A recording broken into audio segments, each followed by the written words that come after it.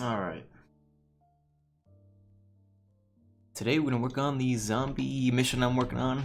It's completely mod free, add-on free. It's just scripts. There's nothing placed in the mission. It's just player units. So I'm just working on that. Just something I do for fun. Not really a serious mission, but I put a lot of time into it just because it's fun to work on, and I don't expect it ever being completed. I don't know if I'll ever release it, just because it may not ever get finished, but you never know. So right now I'm working on the loot spawning system. It's currently the loot is based on the objects. So there's two methods that I could do. First method, which is the first one I was gonna initially go with, was spawn the loot based on the class name of a house. Make sure I out of there. So yeah, I used to spawn loot based on the class name of a house, and that's kind of for the better result. However, it takes fucking forever. I would have to manage or place items, or item spawners, whatever you want to call it, for each and every single individual house, and for every layout that I've created for each house, which that'll take a good while, so I do not want to do that. It's much faster. Much faster result is to just attach the loot to the individual furniture pieces, so that when the furniture is spawned, then the loot spawner code is called, and then that will basically spawn the items on the furniture, and it'll assign random offsets. I mean, what I'm doing right now is I'm establishing the the limits of the offsets. So I could spawn an item from here to here, for example, at the proper elevation, and that's kind of what I'm going to do right now. Tedious, not fun to watch, but it's you'll see it in action. I'll do a test in a second. I just need to do a few more objects, and then I'll be ready to do a little test. I've already done these, and I've done a few others, so here we go. Again, I'm not doing a test right now. This is my template mission where I do a lot of furniture spawning or tests for that. In this case, it's going to be a test for the loot spawning. That's currently what I got going on. So I have a little debug item that I'm going to be moving around on this object. So I've already named this object to rack.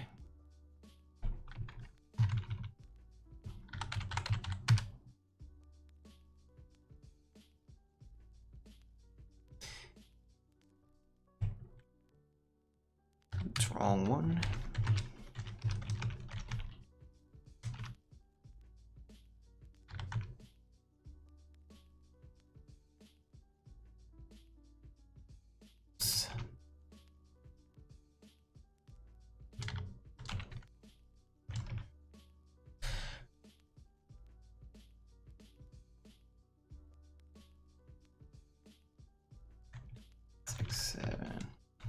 Alright. Sometimes when I can't see if the object is touching the bottom of the thing, I do this. I go in first person, I adjust my character's position however I need to. I start to free look, I zoom in, try to view as much of the gap as possible. While zooming in, I press escape. Since I'm in single player, it'll keep the camera locked. And now I could adjust just like that. You could do pretty strong fractional adjustments to the offset, but we're just going to keep it simple. I'm not going to try to make this precise or as precise. I mean, yeah, this should be a good offset for the elevation, because there's going to be different types of objects spawning here. It's not just going to be shirts. It's going to be all kinds of things. So I have a whole list of items. Pretty much any item is going to use these offsets, and it will cause some clipping, but most objects will be fine. If I spawn a gun, it's going to stick through the sides, but what are you going to do?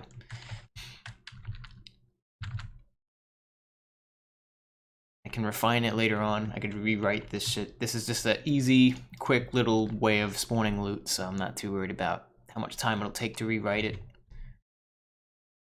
I think that's a good wolf set.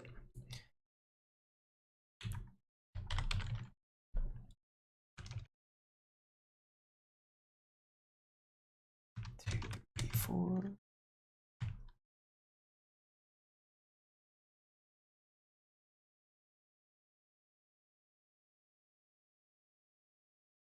-3 plus random. Let me get my calculator out because my brain isn't working.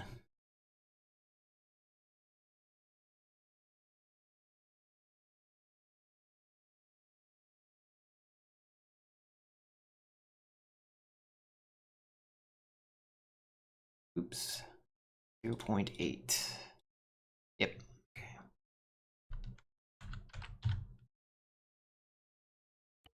And now you'll see, so far, it's staying on the proper elevation and it's moving left to right just fine. Now I want to make it do that for the other shelves. So now what I'm going to do is do a pretty easy little select random. First let me...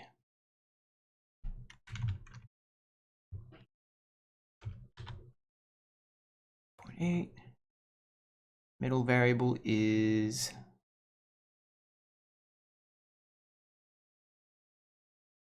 Oops, I have this backwards.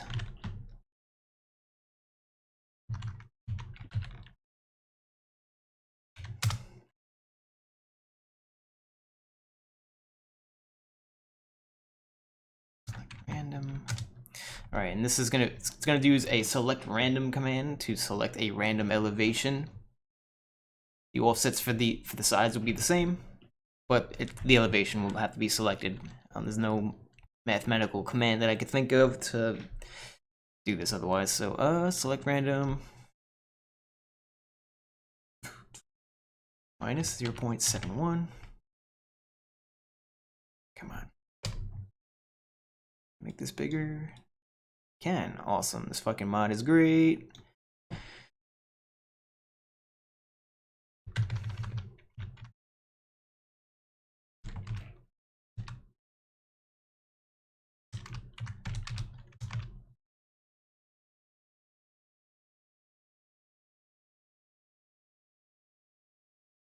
Actually set this to 0 just so it's... There we go.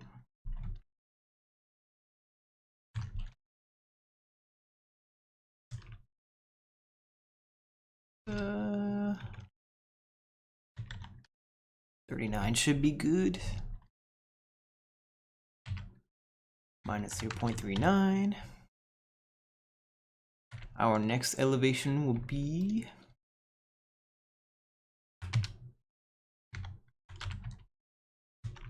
oops.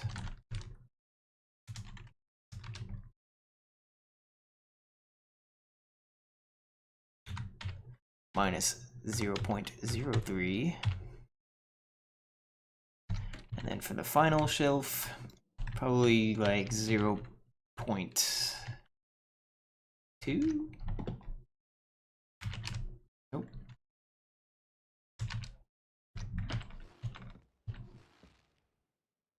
I'm gonna stick with the, let's see, how does that look?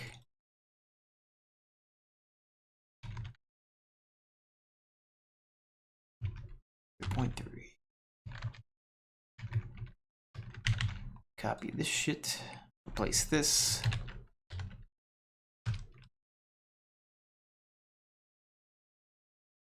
I want to see how it looks on the left side of the rack.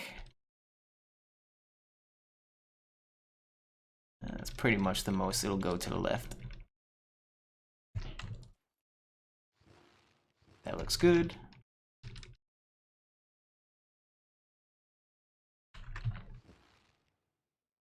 And that looks good enough. Can't make it perfect. You know, when you add randomness, it's kind of hard to maintain precision. And like I said, there's gonna be larger objects and shit. So like if a vest spawns here, vests are usually up, they stand upright. I don't have backpack spawning yet because they seem to create their own type of weapon holder and really do not want to stick to where I place them. So not sure how I want to handle backpack spawning yet. But either way, this is good enough to use. So I'm gonna copy this.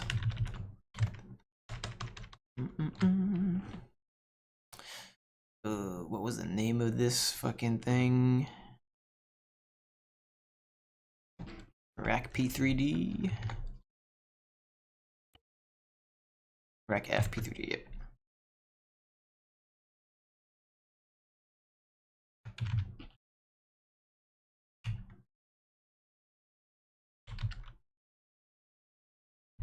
Just gonna get rid of the white spaces, save myself a couple bytes in the file size.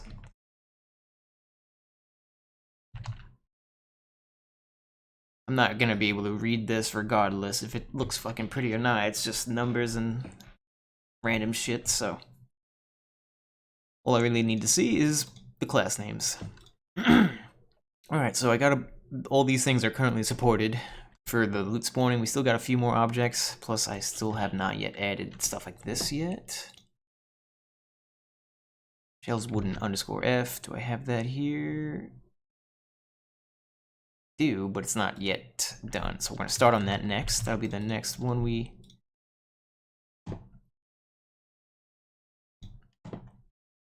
let's see, I gotta rename this. Since we're done with this rack, we move on to the next rack. I don't need to name it rack, I just prefer to name it that. It's 4 letters, short variable name. I'm gonna skip this table, and there's some items, I mean, I'm not sure if I want to do these tables yet. I'm probably gonna do this one for the hospital, but other than that, there's items like, there's some drawbacks to some of the items that you could spawn in Arma 3. Actually, I can show you right over here. Roughly, don't mind this stuff. This is actually all props. These are non-interactable objects, but they're here just for the future. This is actually, I could pick this up. But all these are interactable objects. I can put them into my inventory. It's basic. These are vanilla Arma 3 objects or items that I can equip or at least loot into my inventory without needing any additional scripting or code, which is nice. I would like to make the mission as add-on free as possible, and as, you know, try not to use custom scripts like for inventories and shit, but there's some things that I kind of just am gonna have to create a custom interface for. For example, melee weapons, tools, food, stuff like that, water. These are things that you, in Arma 3, its base actions do not allow you to put them into your inventory. There is a way, I'm thinking of a way to trick the game into doing it. And I'll show you that in a second. CFG magazines. I think they have some stuff in CFG weapons also, but if I look up the word fake, we have a fake magazine. And the fake magazine, it creates basically a item slot in your inventory, or takes up an item slot in your inventory. And my idea is that I can probably still work within the Arma 3 inventory system without having to... I don't want to create any additional interfaces. I really hate creating interfaces. It's not that I can't do it, it's just that it takes a long time. It's really boring. I will have to learn some new shit when it comes to like item management.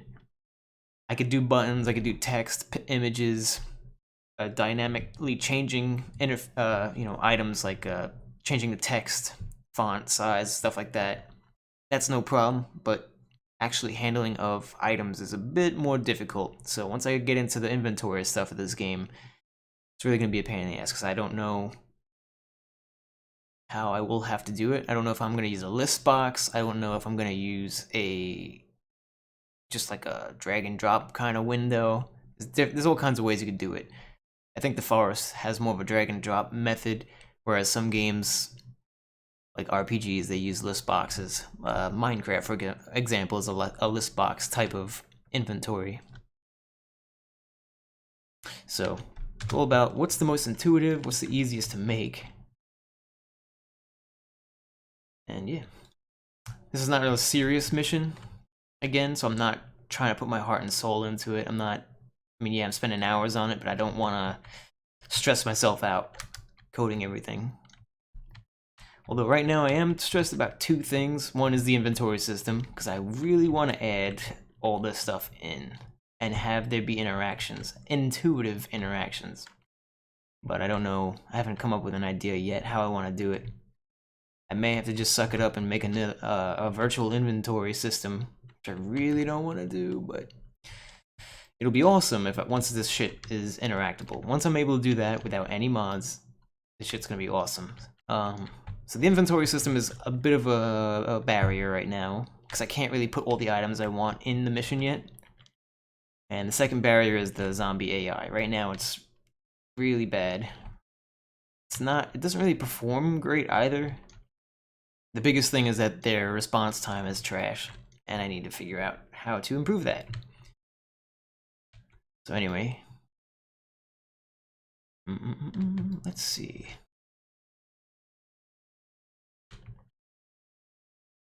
What was I just fucking doing?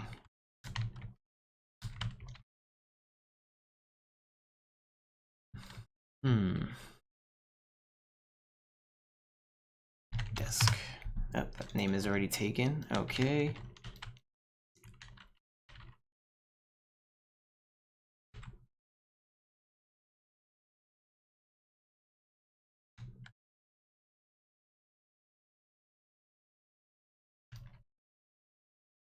Where the hell is the other one? Oh.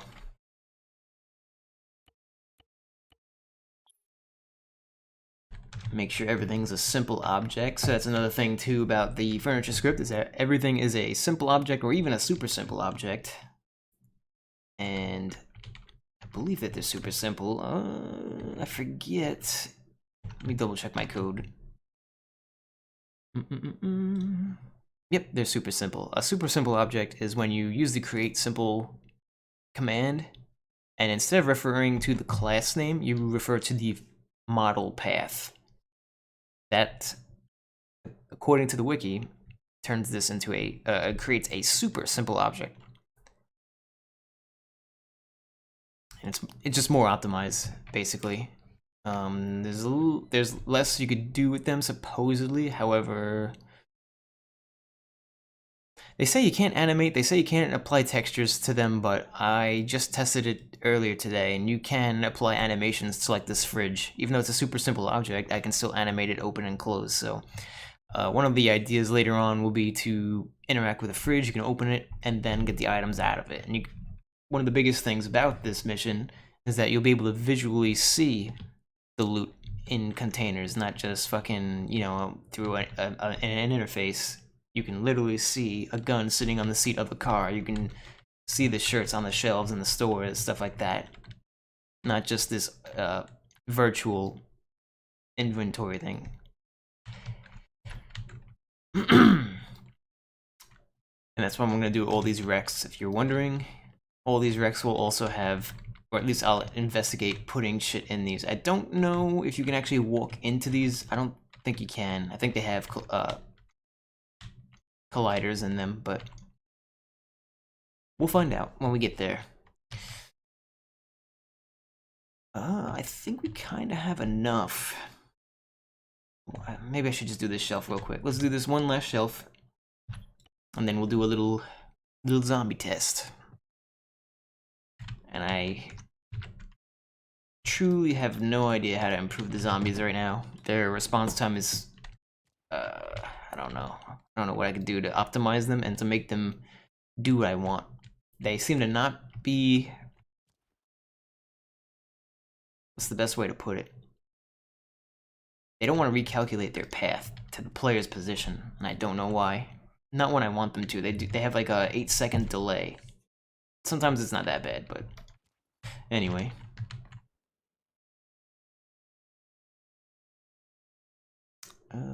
Start. I want to start at 0, 0, 0.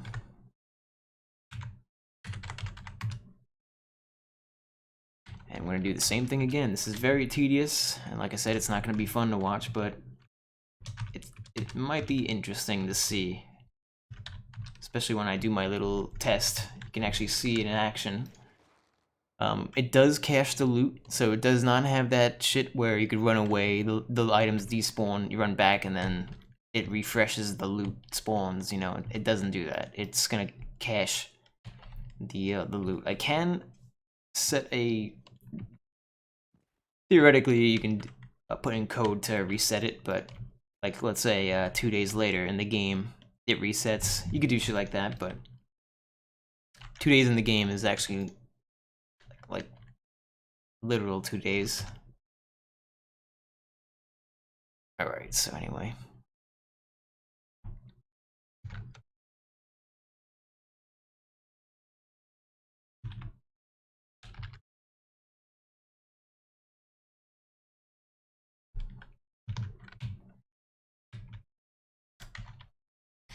My music stopped.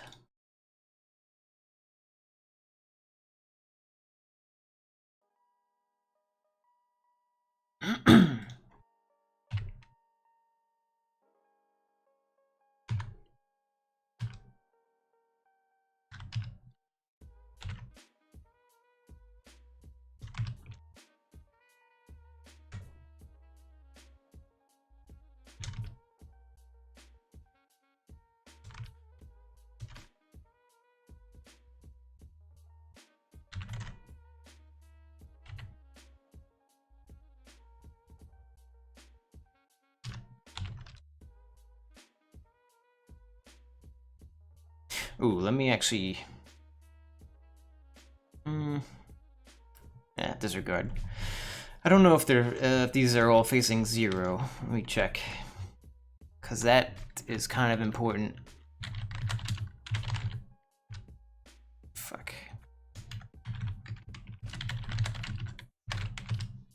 0. Okay, good. Just making sure. When you're doing creating your layouts, you want to make sure that everything is facing 0. It just makes the placement of things and rotation of things much more accurate and consistent. Obviously, I have code that gets the direction of the objects, but when you're it's kind of hard to explain. But when you're actually placing shit, it's kind of important to make sure everything's aligned properly to start with. Otherwise, you may have to go back and correct your offset issues.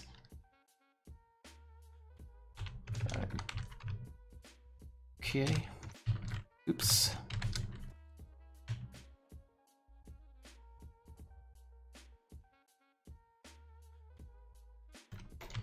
I think that might be too much. Nah, it's fine. So 0.15 or negative 0.15.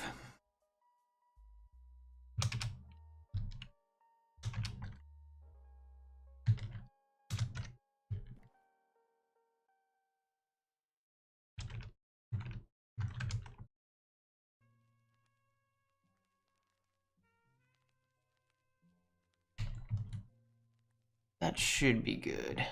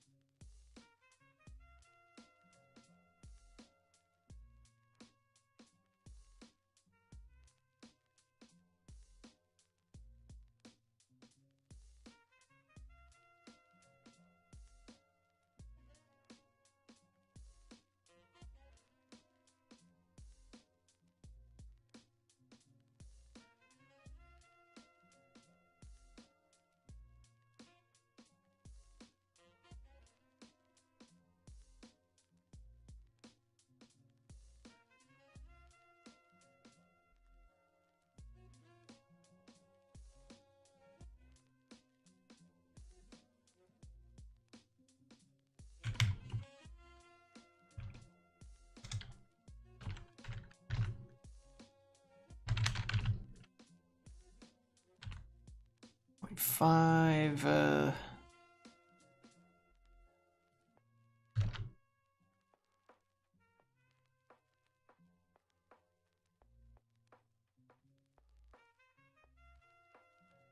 Alright, cool.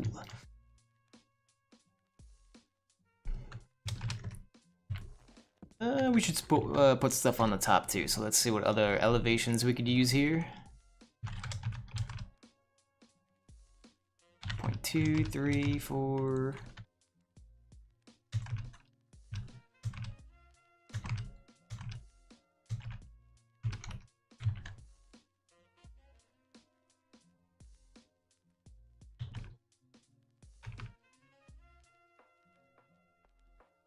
I think that's pretty good. And a little bit higher. Yeah, no, that's good. That was good.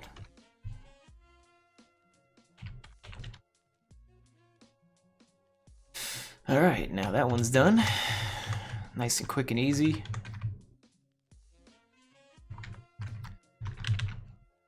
So this part of the process of the loot spawning script, you know, setting that all up. All I'm doing is I'm just setting up the positions for loot to spawn, but I'm not actually determining what loot spawns. That's going to be inside of the loot code. It's actually a combination of the loot code and the furniture script. They both kind of talk to each other. The furniture is spawned first. The furniture code then picks out items manually that it wants to pick out to spawn loot on it, which would basically be any object that's supported by this script so far. And then it also passes a variable of what loot should spawn. So the loot type is going to be the same. So a shotgun can spawn on this.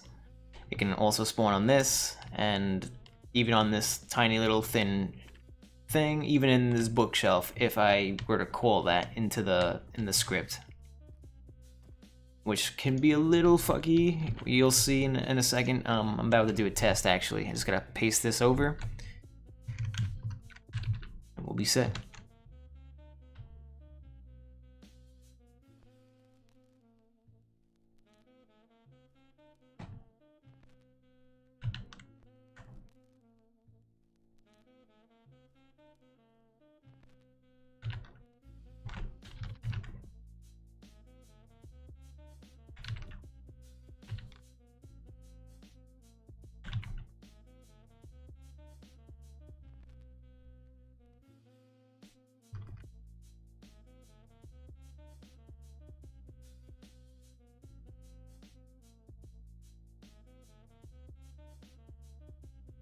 I don't know how this one's gonna look. Let's see.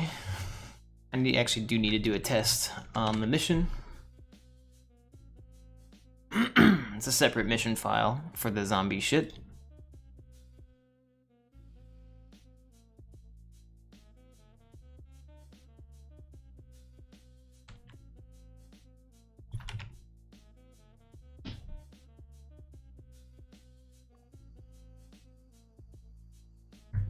Oh, did I just see a script there? I was drinking coffee and I didn't even notice. Let me restart.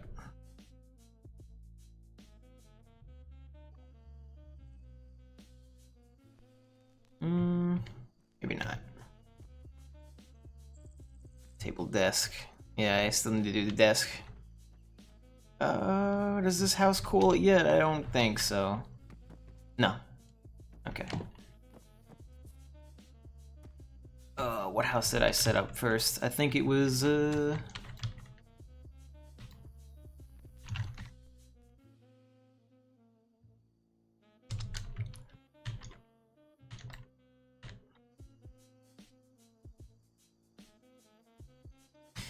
you can see the loot code right here. This is the first building I made sure worked, which is the market. Oh man, FPS is lagging a little bit.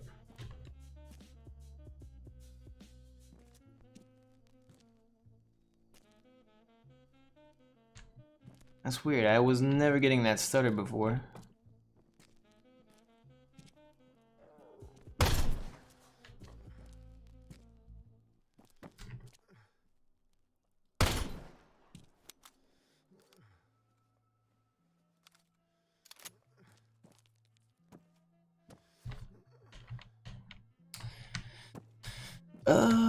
What the hell was that house? It spawns think it's this one. Nope, not this one. There's a wooden house, I thought.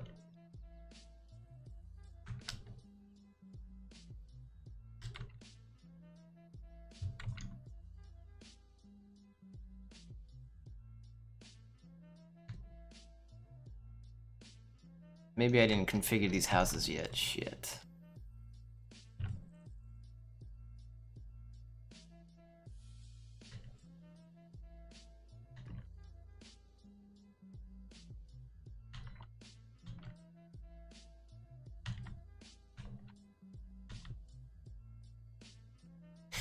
And that's actually why I didn't put so many furniture objects on tables and stuff, is because I wanted to make sure that I would have room to spawn loot in the future. And so now I'm kind of at that point. It's pretty cool. Oh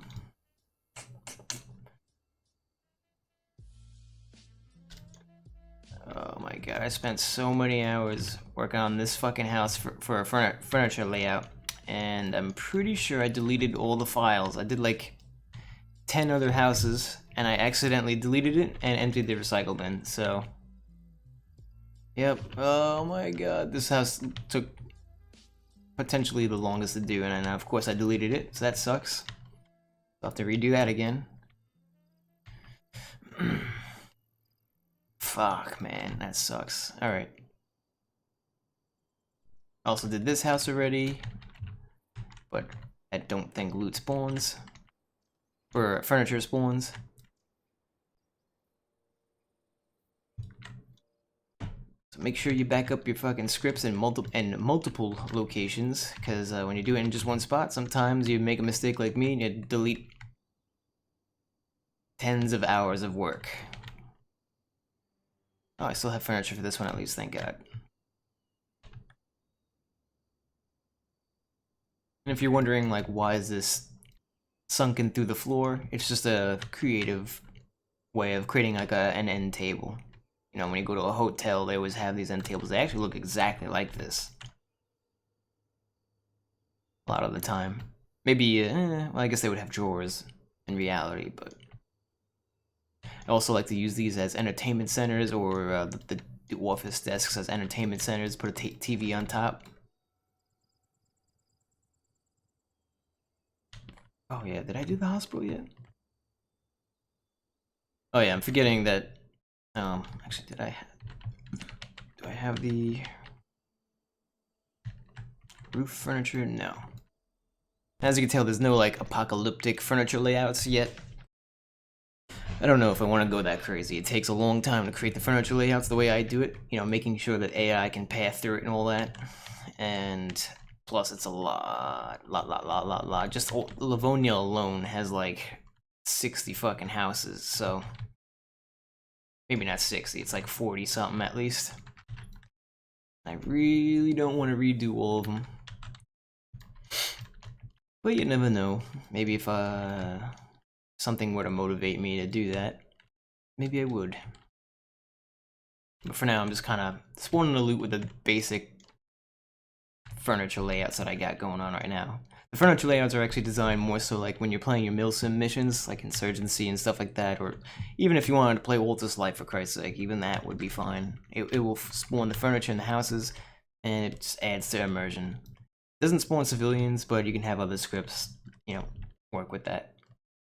The pathing should not conflict with the furniture, because I made sure that the furniture does not occlude spawn positions or their pathing. Sometimes they find a way, but from my test, I tested every possible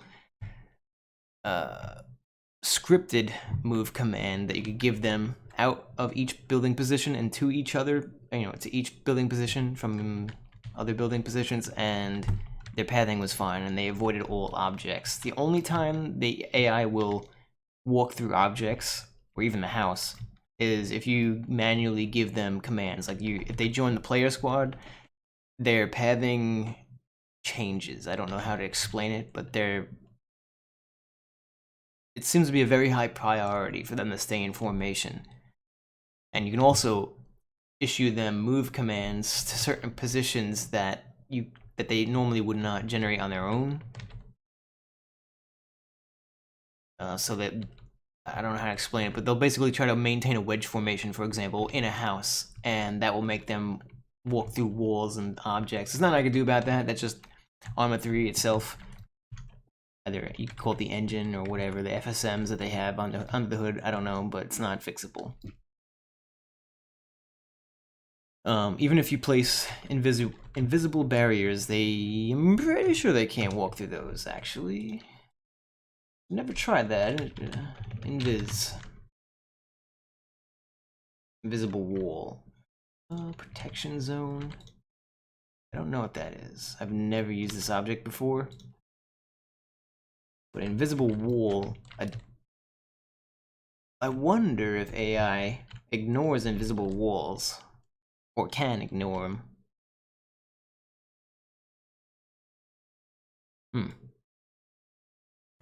We're gonna test that out. Let's find out. I'm going to put invisible walls from this tree. Since it's invisible, I need a visual reference.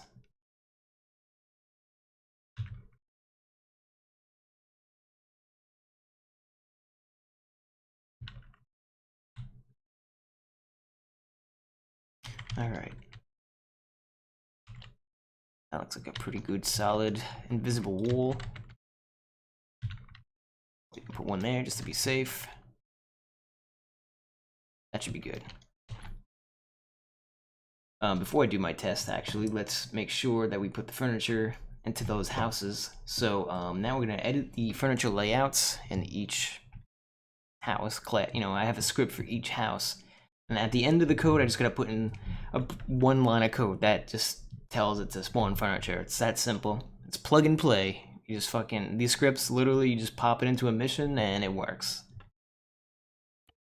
You know, all I really have placed is, I have this supermarket place with a couple of objects just for ambience. I wasn't sure if I wanted to decorate the Livonia map as a test bed, if you will, but I have these bandages that I wrote some scripts for to see if I could get them to stop your bleeding, which it kind of works. Again, I'm trying to use no add-ons aside from this coding add-on, but it doesn't save itself as a requirement to the mission. You don't have to worry about that. This is a totally mod-free mission, and technically you can run this mission without DLCs also. The only thing that would require DLCs is the items. Even though we're on the Livonia terrain, like I said, you could copy and paste all the scripts into any map you want. Any map. As long as it has, you know, houses that are supported by my furniture script, so Altus, Stratus, Malden, Tanoa, and Livonia. Cup maps will not work. You know, I don't have anything to support those, like Chernarus. Actually, Chernarus might work. I think they replaced the houses with Livonia houses. If that's the case, then Chernarus would work. But Takistan will not. Takistan, I haven't configured Takistan or Zargabad, you know, those houses to spawn furniture, because they kind of already have furniture, so. Anyway. Also, a very disappointing thing about this supermarket is that I may have to actually manually create. This will be basically the first. This will be the test bed, I guess you want to call it, for the other method of spawning furniture, where the furniture is more precisely placed, where I literally go into the supermarket and I have to place where or at least, you know, determine the limits for spawning loot. And I have to do that, you know, it's building based, so it's not going to be as straightforward as just finding the shelf object and doing those offset limits that I was setting. Instead, I gotta just do it for the entire, technically it's for the entire building. It's gonna be offsets for the entire building, and there's no point references that I can use inside of it. I've already checked to see if these shells are returned when you use nearest objects, and they do not. So I really don't want to do this building. Not yet. In fact, I really want to do this.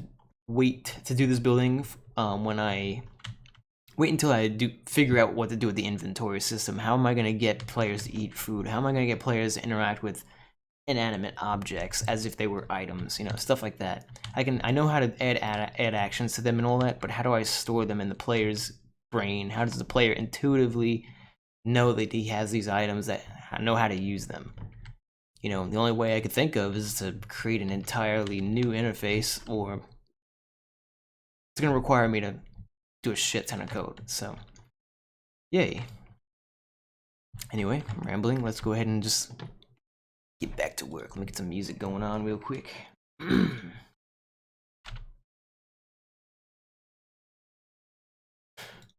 All right.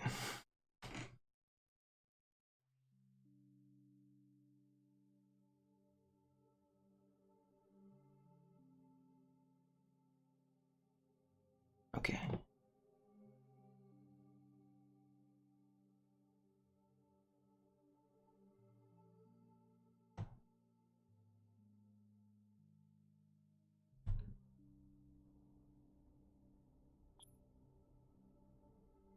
Actually, what I'm going to do is I'm going to run around the map, and I'm going to see what houses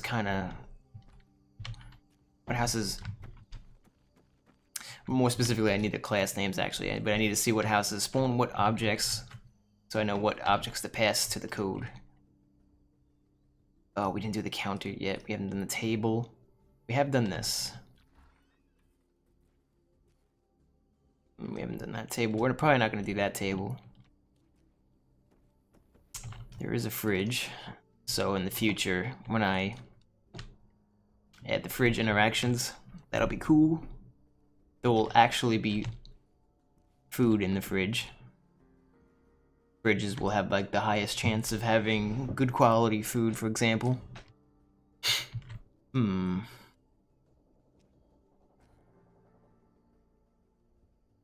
this cold?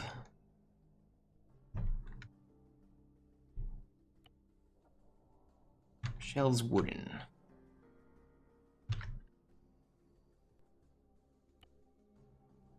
WO3.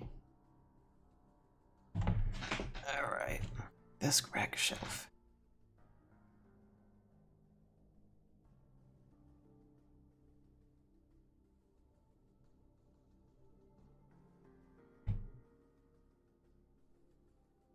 One WO3.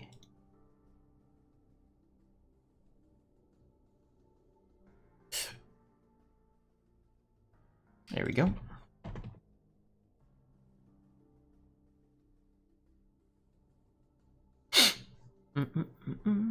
So this is actually going to be pulling a loot preset. I will probably have to redo how I establish those and pull those, but for now it works. So it's not a big deal. And again, this is all proof of concept, just for fun. Nothing crazy. Desk is which object?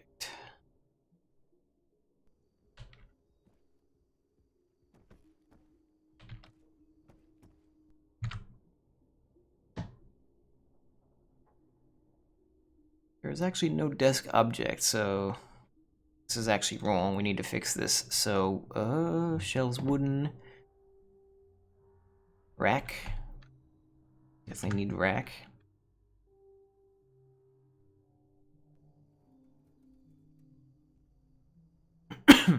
What is this? That's a table large. I don't know if I have that yet. So 8_1 is currently the house we're working on.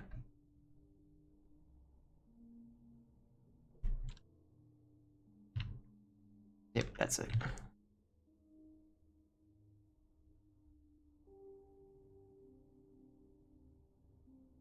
I need to do both of these. Where the fuck is it? 8_1.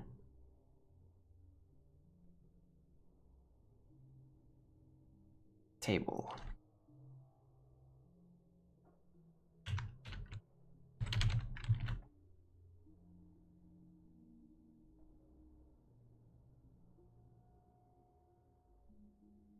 Oh, I have multiple counters, okay.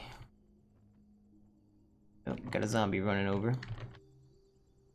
Nope, he's ignoring me. The black arrow above his head indicates that he's running to a building position, so I know he's unaware.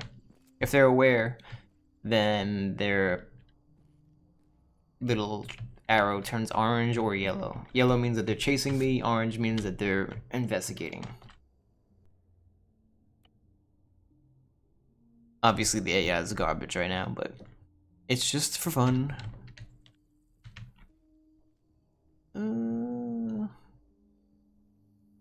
Shit, I don't know which one is this. This is probably counter 2. We'll pass just counter 2. Box 2. Okay, box 1. Let's go with box 1. So here, here, here. I do not want to spawn an object here because I don't want it to, you know, clip with their little radio.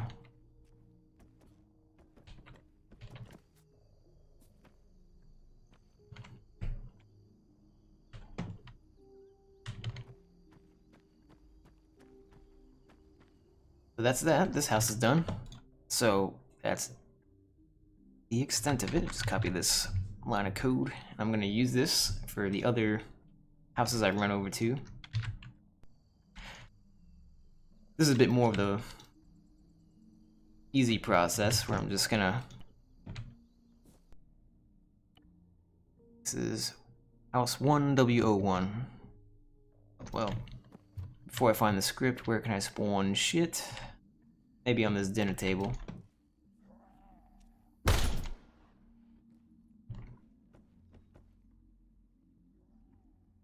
I could put loot on the couch. That's an idea.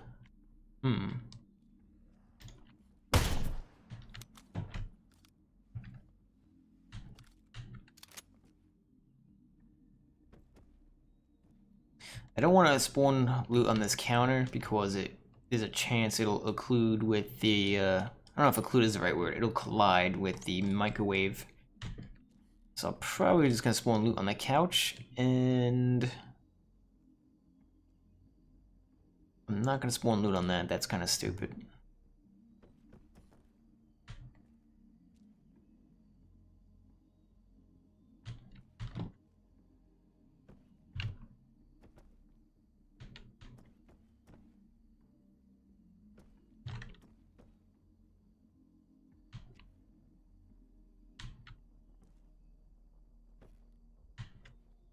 And I understand that there's ways to interact with these cupboards and shit.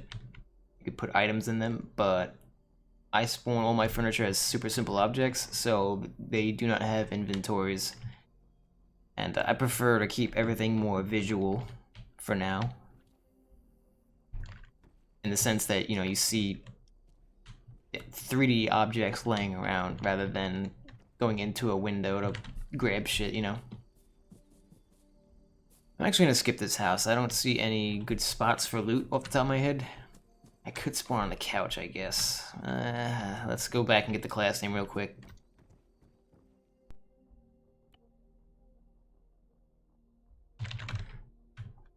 I'll at least store the class name for the future when I decide to just go with it.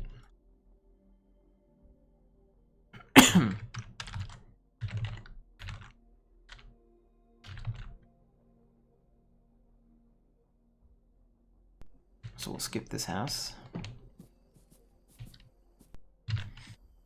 I've done so many furniture layouts and I lost so many, it's insane. Because I'm a fucking idiot. Super frustrating. Alright, here we go. There's a spawn location that we can put there. Yeah, right there.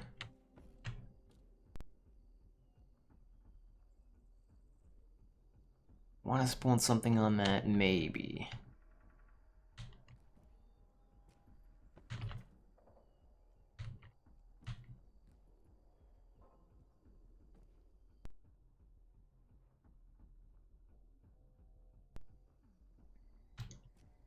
I think we're just gonna stick with just that. Fuck was that?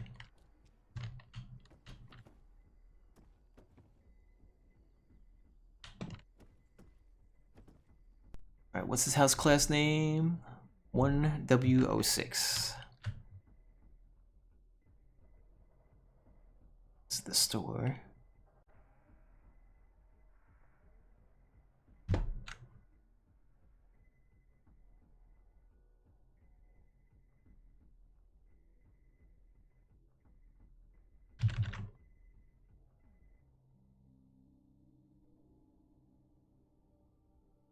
One W06. Here we go. This is it.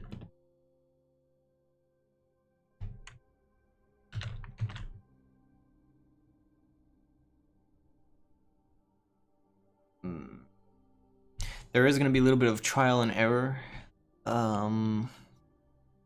Actually, maybe not. Yeah, there's two of these fucking things, so, which one did I place first?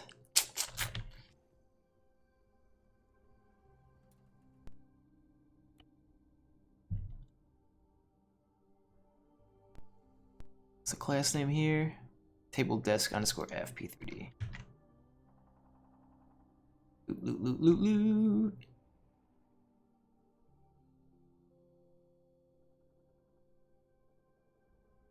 I do not have that one configured yet, so let me save that.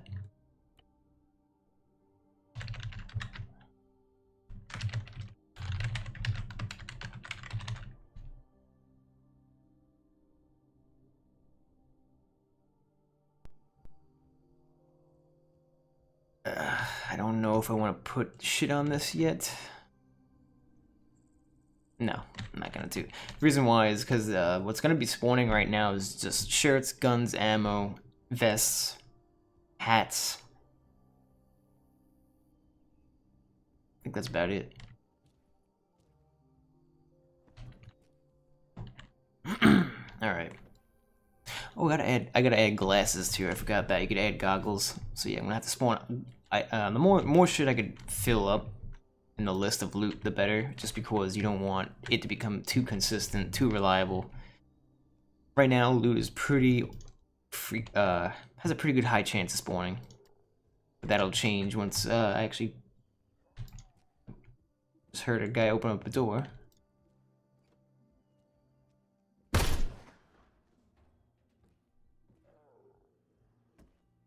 I noticed that these zombies are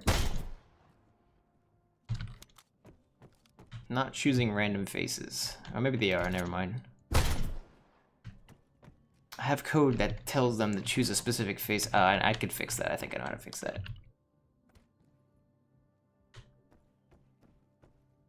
I gotta spawn them as VR entities and then redress them. Really, all I have to do is just change their uniform.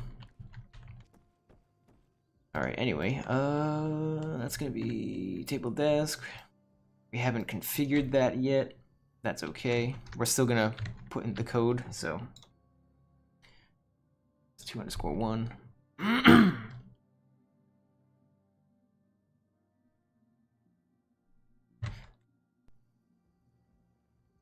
No bookshelves? No. I probably could have put one there, actually. But I didn't want to clutter the wall. I could have sworn I did put something here when I was configuring this. Must have deleted the fucking wrong version of the furniture script. Oh well.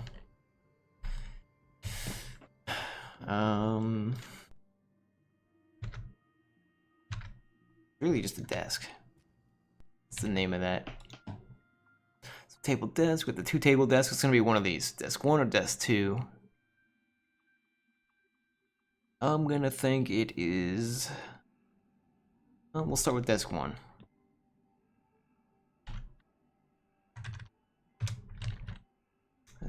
One of those rattan tables in here by any chance? Nope. Okay. That is all right.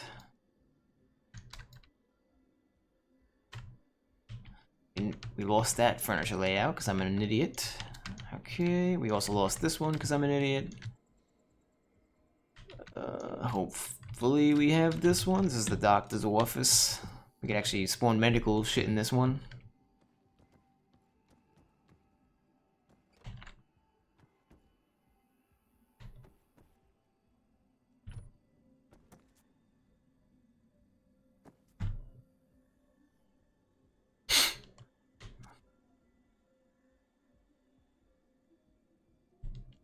Table desk.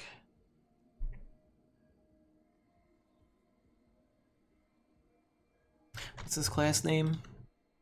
2B04.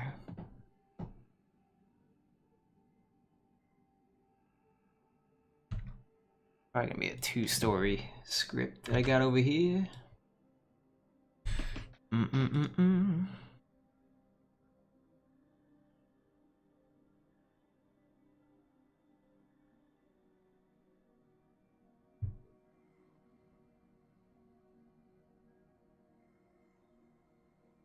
To B04.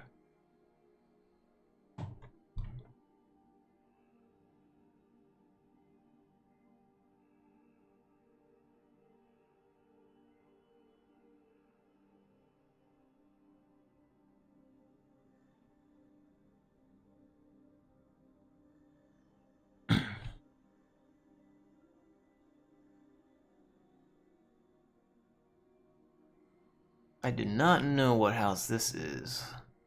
2B01.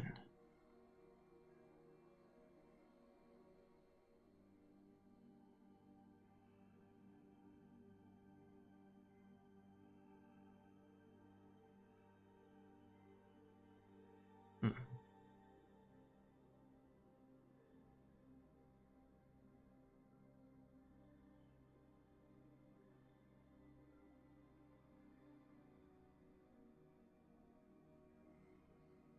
Oh, it's not a 2-story building. I'm an idiot. It's 1 story. There's only one enterable floor, so actually...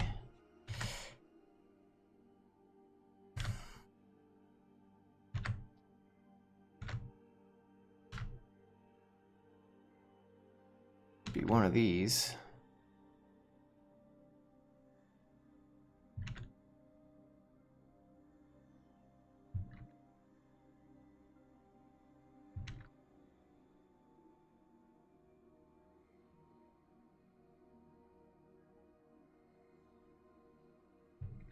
Two B04. Here we go. All right.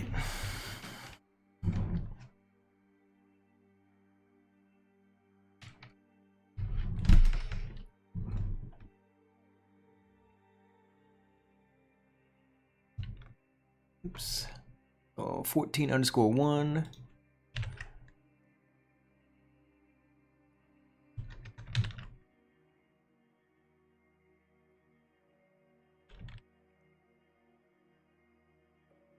Medical shit is gonna be, let's see what their index is. Medical is 012.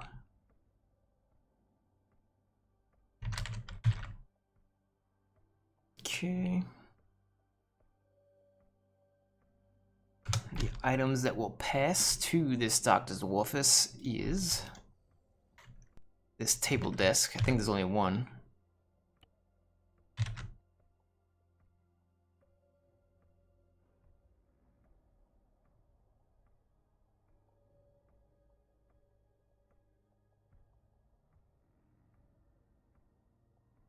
Desk 2.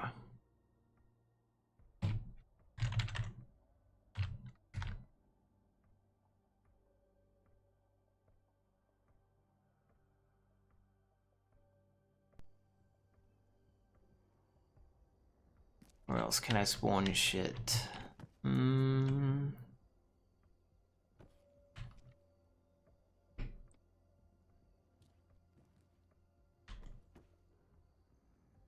think that's good enough for now. Yeah, I'm not gonna configure all this shit right now. Let's leave it at that.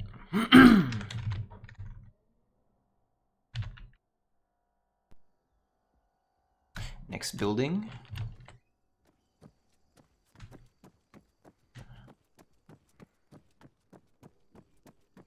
I lost this furniture layout too, it looks like. Yep. Damn, man. I lost like fucking 10 of them. Ugh, god damn it. What a shame. My god, it's like 30 hours lost.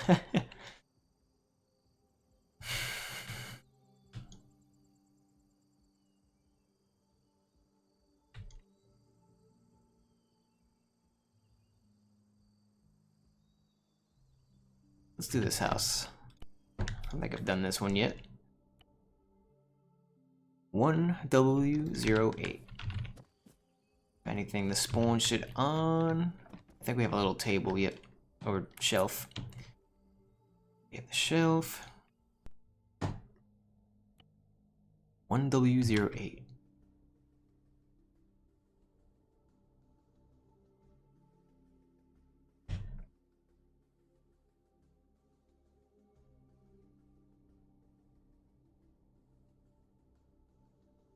Here we go. This is it.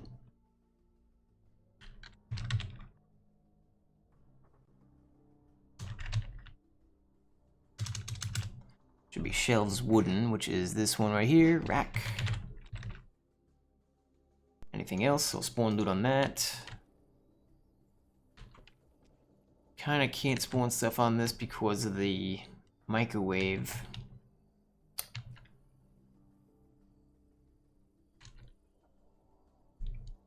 I may, do I want to spawn shit on this?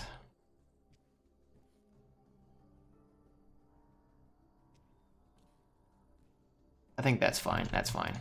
That should be good enough. I think having at least one, just one thing per house is fine. Obviously, if I find more suitable things, then I'll, of course, use that, but we already have those defined. That one's finished. This one is not.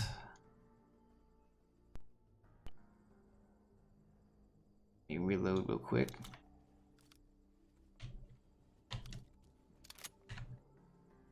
Right.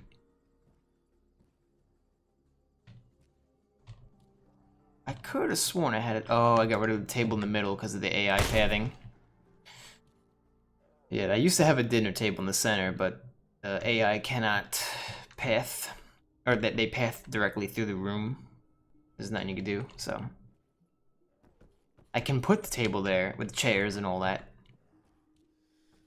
I understand that, you know, these layouts are not very well designed in the sense of aesthetics, but it's more so to adhere to the AI pathing. That's the biggest thing. I try not to spawn too many objects to be mindful of performance. Where can I spawn shit in this house? Couch, maybe? Oh, shit.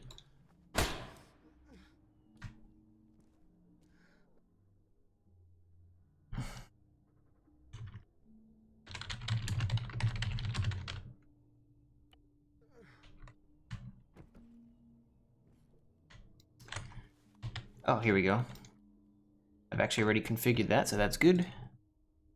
1W04.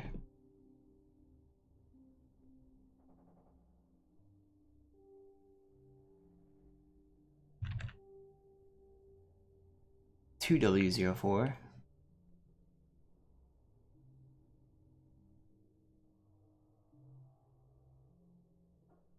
One, 03, 04. Here we go.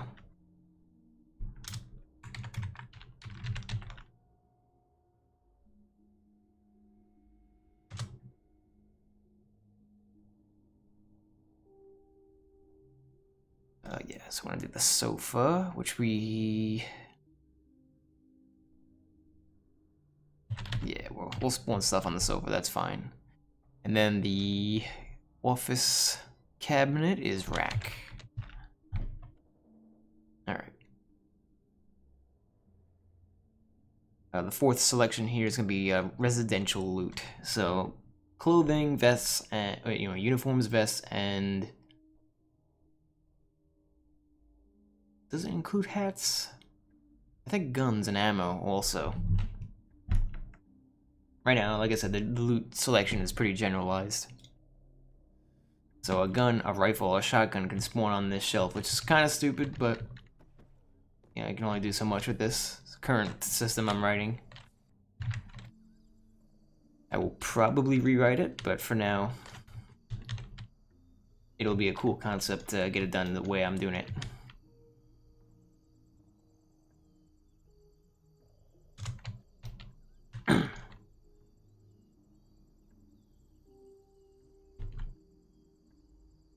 I might even be able to figure out a way to spawn or have each individual piece of furniture. Hey, thank God I still have this one. This one also took forever. There's some level of detail bugs, but that's okay. See, some of these houses.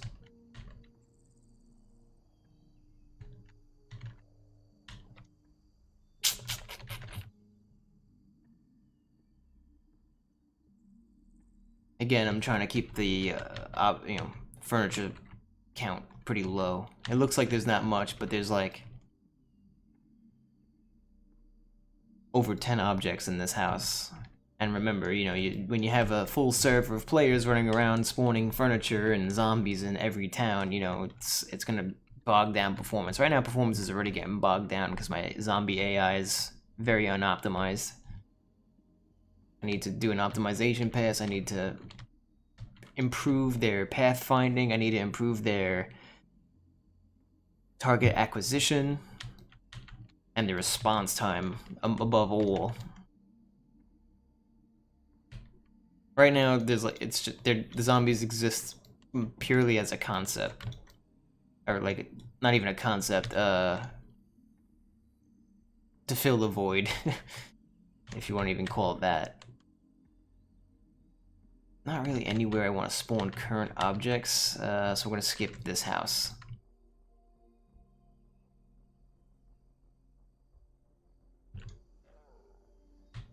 And you may be wondering if I'll spawn stuff like on picnic tables and stuff. I can do that. I can spawn stuff in wrecks, wrecked cars, abandoned cars, and all that, and that is planned, but right now it's the easiest to implement into these houses. I already have a furniture system, and I would like to have a loot system that's, the furniture system that incorporates the loot system. I think that would be pretty cool. And this is going to be the first iteration, it's the most basic iteration of the loot system. There's no interactions with like refrigerators, cabinets, shelves, stuff like that. Just like picking stuff up off of tables and off of shelves and racks. And couches pretty soon. There's nothing like, you won't be able to open up a fridge and get food yet, but that will come in time. I'll actually put in the effort to do that once I figure out my whole situation on how I'm going to handle food and whatnot. Do I have loot in these yet? Or furniture? I don't remember. I don't think I did this one. No, guess not. I don't think I did this one either. This one was kind of hard. I think I just skipped this one because the AI kind of just paths into everything. They go through the rooms in all directions and they kind of hug the walls, so it's borderline impossible to create a layout for them. And that's kind of one of the most important things about my furniture script is to ensure that it avoids their path. The AI pathing is bad as is. I don't need to put in objects that's gonna fuck them even more. And sometimes putting objects in their path will totally break them, believe it or not. So that's another thing you gotta be mindful of. In one of the greenhouses, green painted buildings, I should say.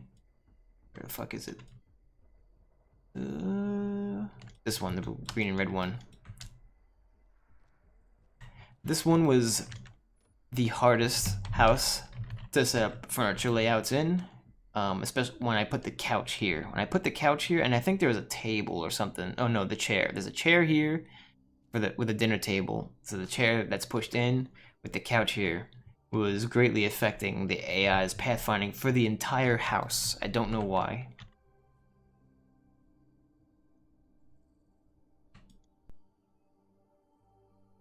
Never tried to figure it out. I just made enough adjustments to the point where they just so happen to not get shit on. And I think they still can sometimes get lost in that house. If they get to where the microwave is at, if they get near there, sometimes they're not able to figure out their path to get out of the house or even move to other positions in the house. They just kind of stand there and they'll just keep raising and lowering their weapon over and over. Just bad pathfinding or something.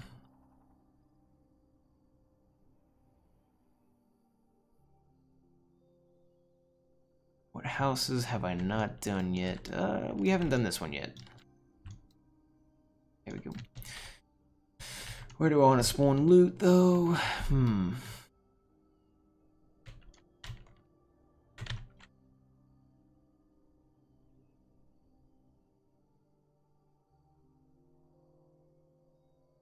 I know I had more furniture in this fucking layout. I had furniture spawned in this corner, going. Oh no, maybe not. No, never mind. Disregard. I think I had tried it and then I gave up on it because it was going into the other room with the bed. We haven't. Well, I lost that furniture layout. Can't do that one. Can't do that one. What about this one? Did I do this one? I think I lost this furniture layout. Which really sucks because it took so long to do this one.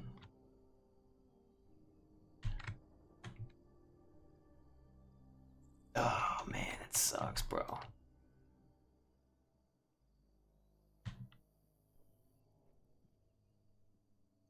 Whatever, not a big deal. I mean, it is, but what are you gonna do?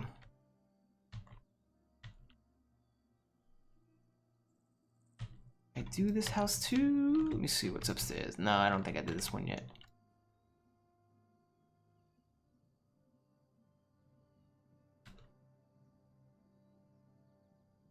I think we already defined this one. Haven't done this one. Right, here we go. Yeah, so we got a rack that we can put stuff on. I think there's even something in here.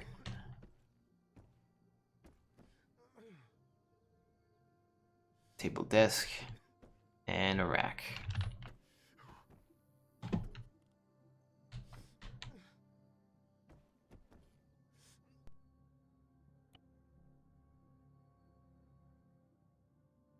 $1W09.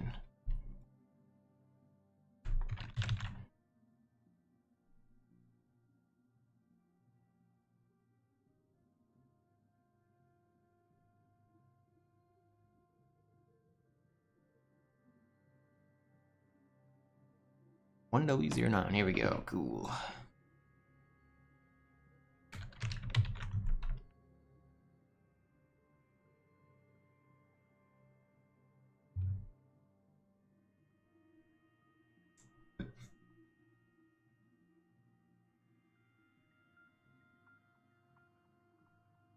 Underscore desk. That's a good one. And the rack. Oh, the rack is random though, isn't it? It's fuck.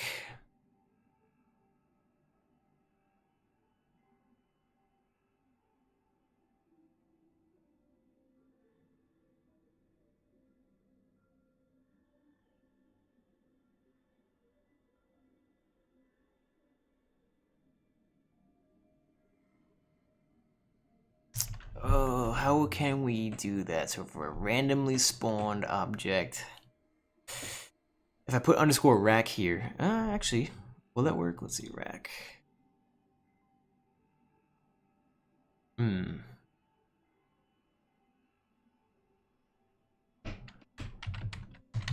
Okay, yeah, so I'm gonna have to make a slight change to my loot script just to accommodate for this. Loot, alright.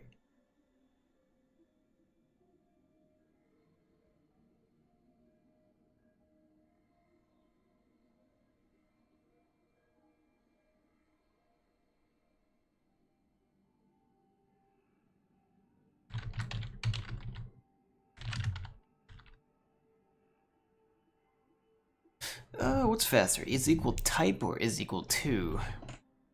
Probably is equal to.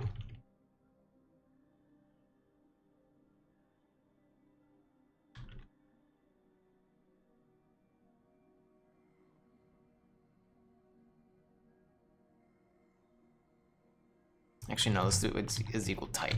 Is equal type. Object null.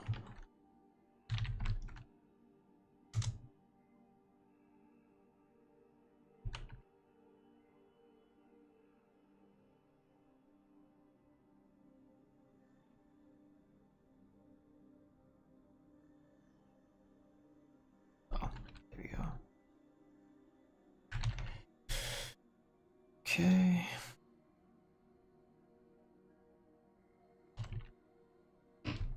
All right, so that's gonna allow me to some of my furniture layouts have a chance to randomly not exist. It's a slight optimization, and it just adds to the randomization. Like I think there could be a table in this room somewhere, but it's not spawned in right now. That's that. Okay, let's find the next house. Next class name.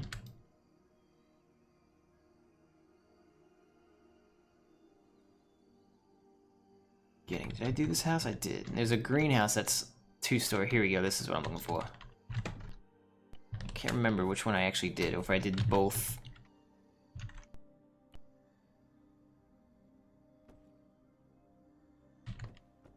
Oh, there's actually 3 things I could do for this house. That's cool. This is 105. I may have done this one already, actually. This might have been the first house I actually configured, aside from the store. 105. Yep. Desk rack shelf. Awesome. That's looking good.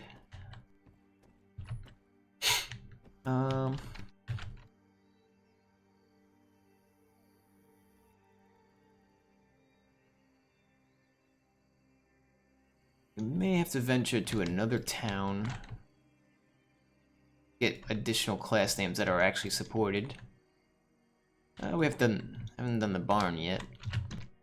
I don't know if there's really anything that's worth spawning here. What would spawn in a shitty barn?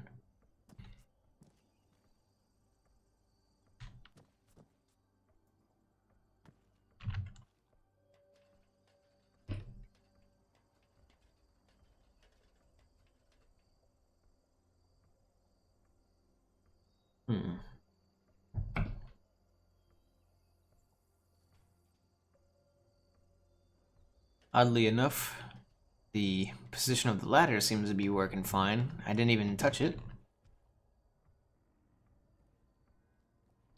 I think it's only in certain places the ladder... Oh no. How do I get the add action to get back down? That's kind of important. I was actually playing a Daisy-like mission where I have shit that I can lose and I don't have meds on me. If I fall and hurt myself, that's gonna be bad. How the fuck do you get down?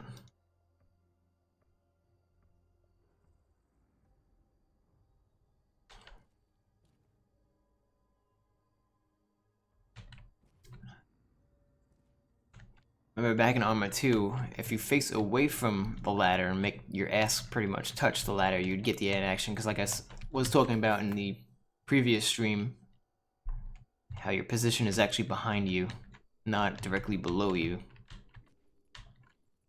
When you put the position over the ladder, sometimes it gives you the action, but in this case it's not doing it. Can I actually walk across? Nope. I don't know how the fuck I could fix that. Whatever. It's for another time.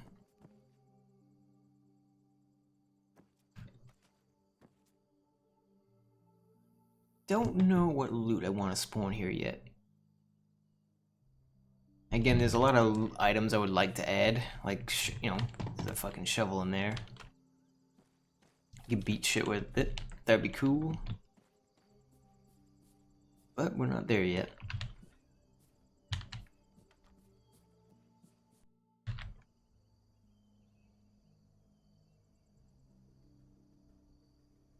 Configure this house. I think we already checked this house and yeah.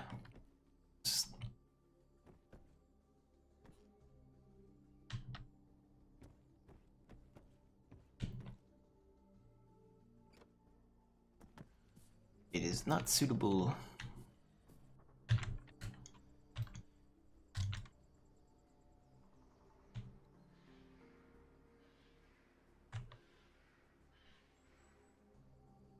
Alright, let's find another town, because this one does not have all the buildings.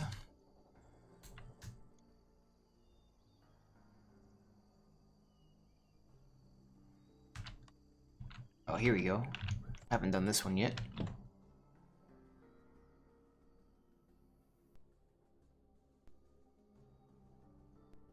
Right now, there's a total of 63 zombies walking around.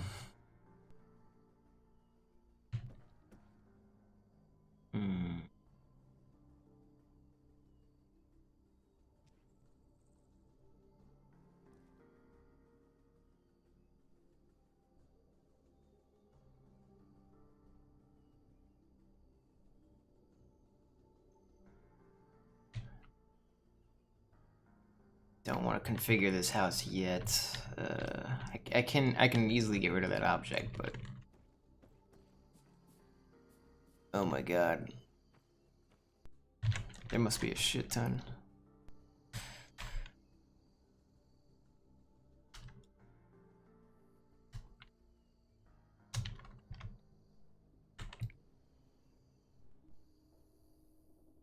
Have any zombies in the woods by any chance? I think they're all gonna be in the urban area. Just because of the type of trigger that was created. The fact that there's one trigger, one town full of zombies spawned, and it's running like shit, goes to show how much I really need to work on the AI right now. That's gonna be top priority as far as optimization goes. Pretty bad, anyway.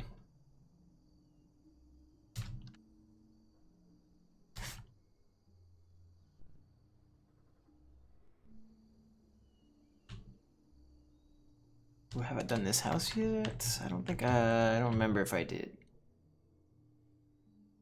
Nope.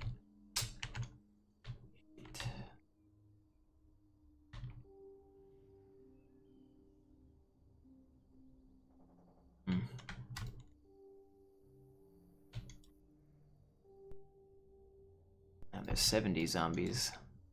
Somehow I'm spawning more. In between.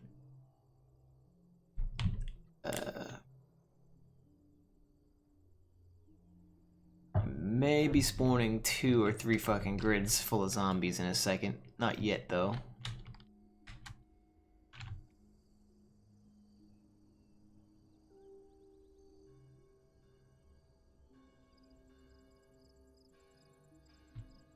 No furniture there yet.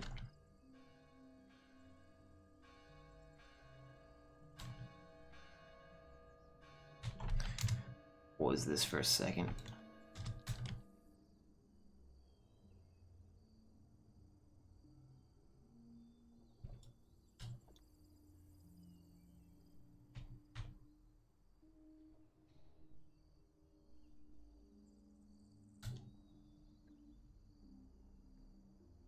Ah, the gas station. I don't even think I have a loot. Do I spawn loot here yet? Or furniture?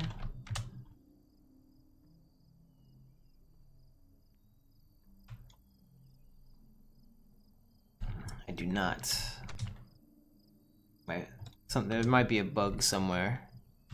Something's causing the game to start really hard. I'm not getting any errors though, but might be the loot spawning code actually. I don't know how heavy it is to spawn items.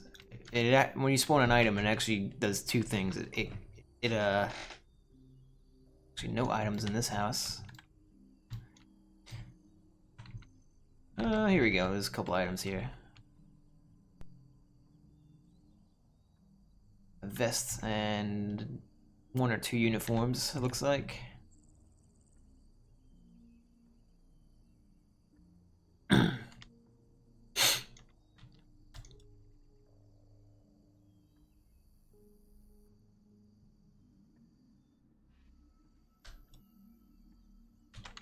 I know I haven't done this place yet. I'll double check. Yeah, I don't recall doing this one.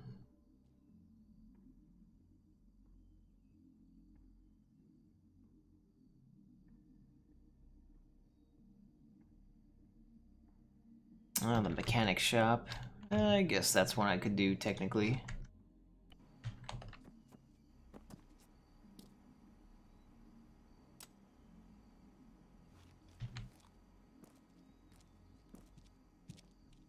my god, 20 FPS.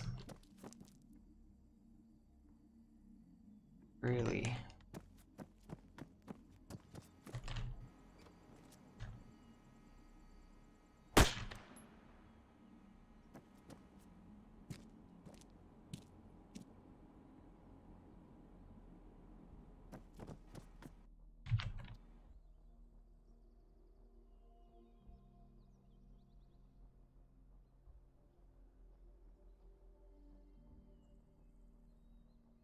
That's that.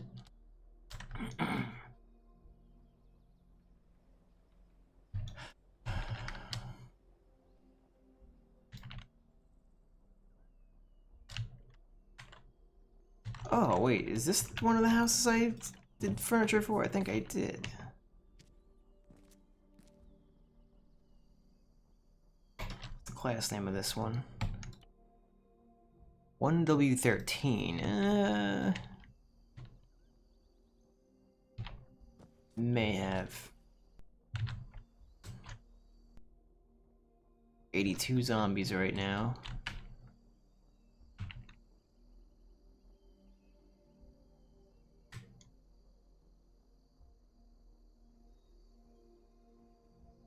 I wonder if some of the FSMs are not exiting. Let's see. Let me turn around and shoot this guy. FSM exited, so that's good. I'm gonna try killing them in their different states real quick, just to make sure that the FSMs are exiting, because that's kind of important. If I kill them in a state that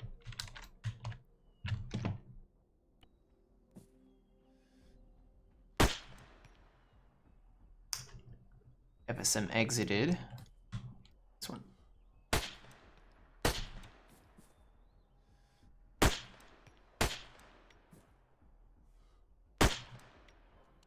FSM exited, so it's working fine, and the yellow and I think the black state is also working fine. Like I said, the yellow arrows means that they're engaging me, they're chasing me. Blue is fine, I gotta kill one of the zombies going home, going to a house. FSM exited, okay, so that's all good. FSMs are exiting.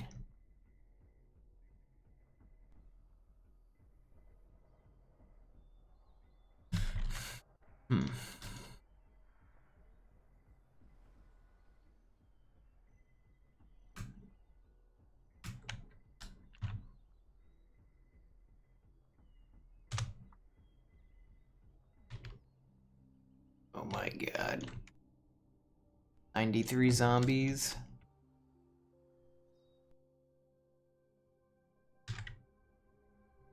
Those are living ones too. What the fuck? How is it spawning so many?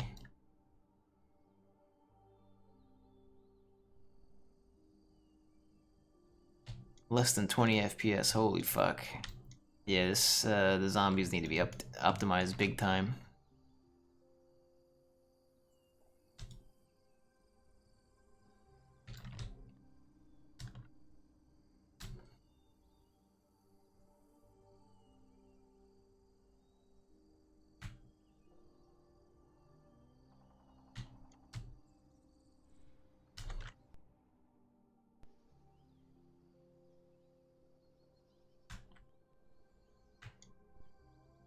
Oh, let me pause it. That way it runs better. There we go. As soon as I pause it, the fucking performance goes up by 30, 40 FPS.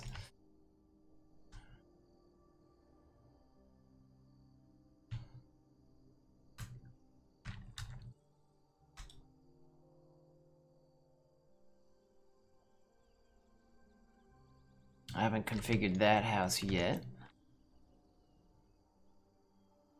I don't know if I did this one yet. Oh my god.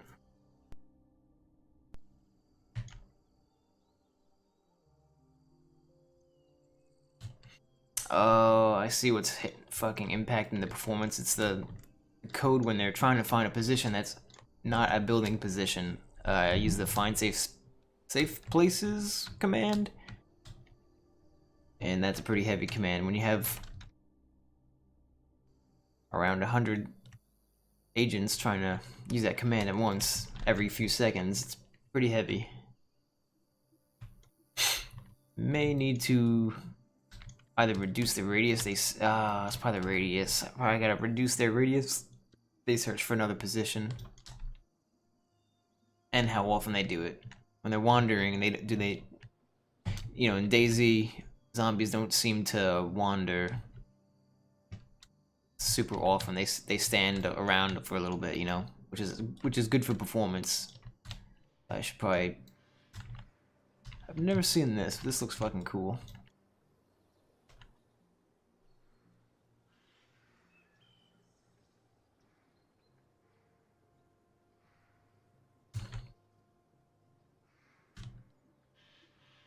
That's cool. I've never seen that. I don't think that's a placeable object. I like that though. Oh, and there's a ladder. What? That's fucking cool. Pretty badass.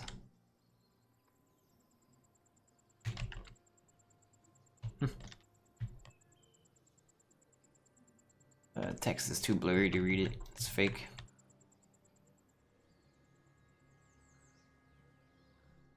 Where is this on the map anyway? This is by Hutta, west of Hutta.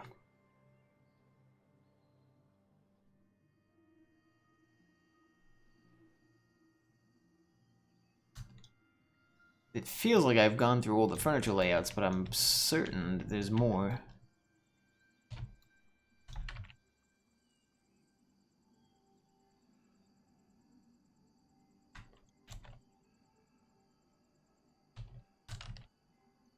And if you see me checking the same house over and over, I just have bad memory. I can't remember if I fucking checked it or not.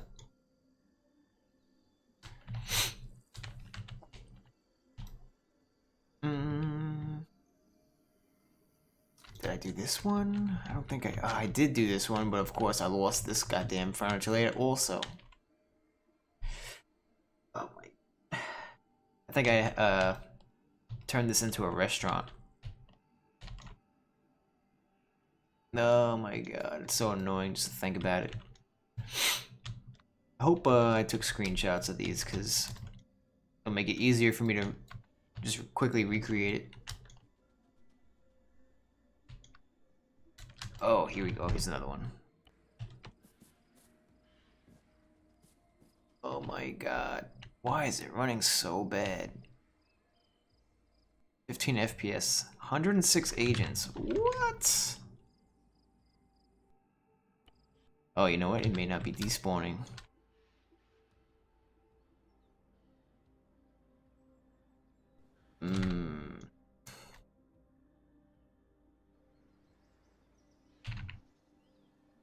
Let's make sure that it is despawning. That is going to be a major bug that I need to fix ASAP.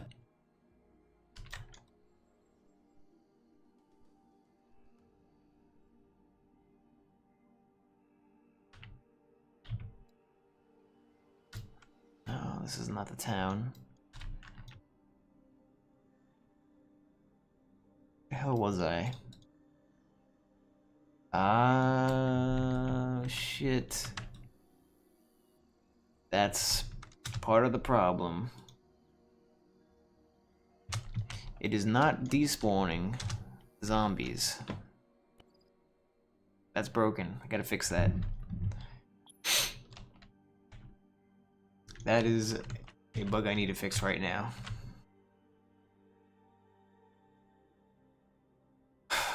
Okay, clean. I wonder if the loot script broke it.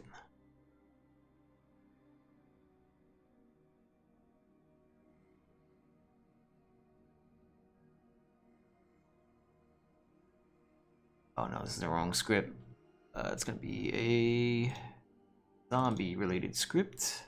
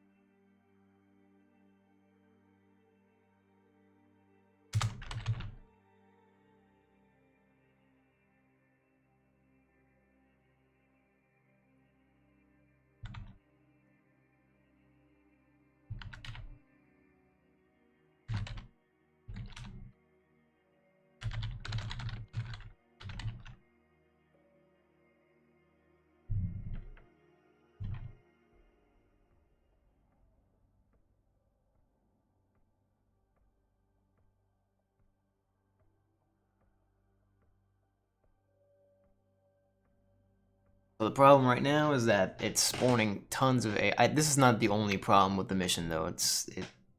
Obviously this is an issue, but I see what it is. We're trying to see, the issue is that we're trying to use the delete act. So this is a very old mission, so I didn't know this at the time, but we're using the delete act command with a global array, or a global variable that stores an array. And you cannot use the delete act command with global variables. It just is what it is. So the workaround is to, instead of using this variable, which I need to, oh man, that's gonna require a lot of rewriting, but it's okay.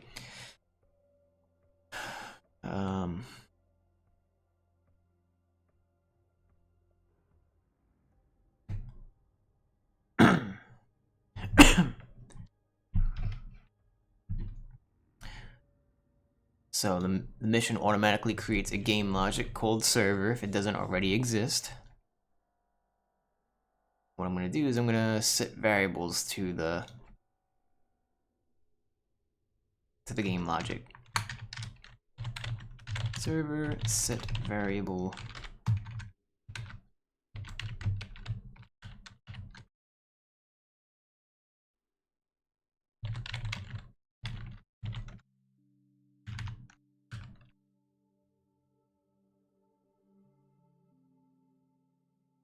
These are going to be local variables local to the server, though. Players do not need to know about how many zombies there are on the map. They don't need to know what zombies are on the map, and they don't need to know what buildings the zombies spawn from, and they don't need to know anything about the triggers. It's going to be completely server side, so if you were to put this on your dedicated server, it should work just fine, because the server is doing all the big boy work. As far as the animations with the zombies go, anything that needs to be remote exec will be remote exec, but I keep that command pretty light. I more specifically use the play action commands, since those are global. Or at least they accomplish a global effect. I think I'm gonna... Oh boy, I'm gonna have to do a lot of shit, but...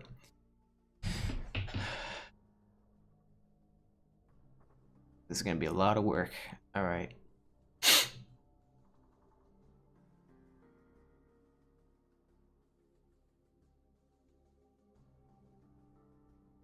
Well, you know what? This is gonna push me to rewrite a lot of the zombie stuff anyway, so... Again, let's get started with how we optimize the spawning of them. So the spawning of the zombies right now is it's just spawning a Civman 1. I thought that would be the most optimized at the time because it's a very short class name. However, they still have a lot of randomization that I end up overriding anyway, so it's not as optimized as you would think. So there's another command, or another class name I could use for the zombie. Where the fuck is it? This is the code that executes on him once he's already created. Fine, there we go. Nope, this is not it. Call. Yep, alright, cool. So we're gonna do C soldier VRF. I believe. Is that it?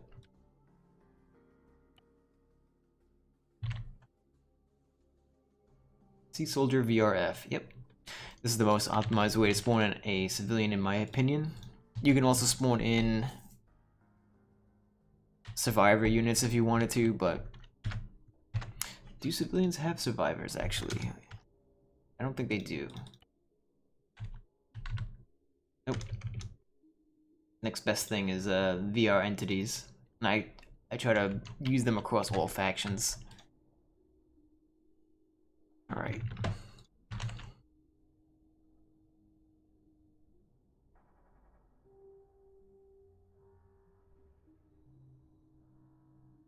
As you can see, I use setpos ATL. That can be a problem in some maps, or some minor parts of maps, like on water. If you put a bridge or a pier over water, above terrain level is technically underwater, because it's taking the terrain in consideration only. And it will not, you know, it's not gonna magically know any other surfaces above the terrain level. So if you want that to be fixed, you just get rid of ATL. ATL though is one of the fastest, you know, set pause ATL is one of the fastest ways to set or get a position. So I'm sticking with that for now, but in the future I'll probably just use set pause. These little micro optimizations all over the scripts are going to make a big difference. Right now, as you can see, it's not really doing much because, well, pretty obvious.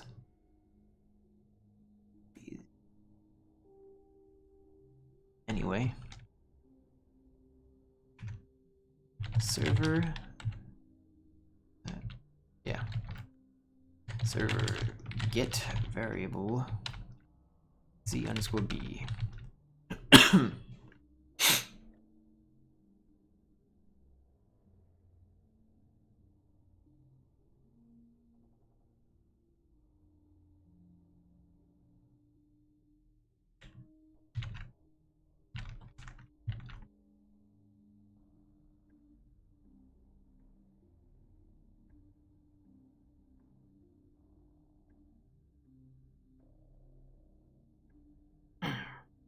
Oh yeah, the clothing of the civilians is not yet.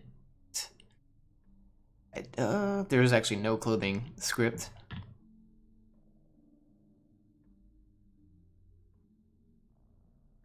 Which I need to fix. Or not fix, but you know, there's, for example, in DayZ, if you go to a barn, you know, farmers, you know, civilians dressed like farmers spawn. If you go to an urban area, they're wearing more like a leather coat and shit. You go to a military base, zombies with you know, military uniforms and armor are spawned. So that is something I need to do.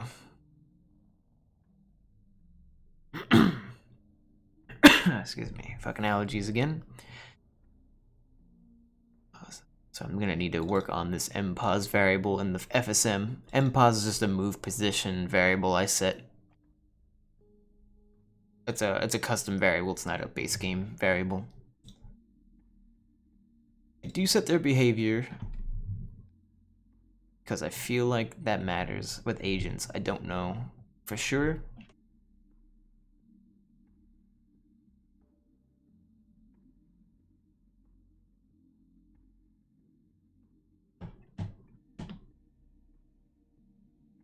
Call out. Oh yeah, this is the function to spawn the zombies outside. So I have two functions. One spawns zombies inside, others spawn them outside.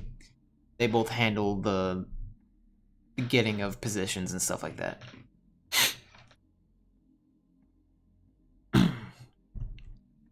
Notice that I'm spawning them, or trying to spawn them, only in...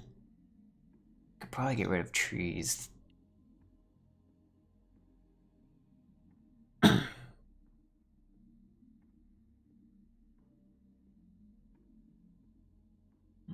I don't have meadow on here just because I don't want it to be... I don't want people to see the zombies spawn in.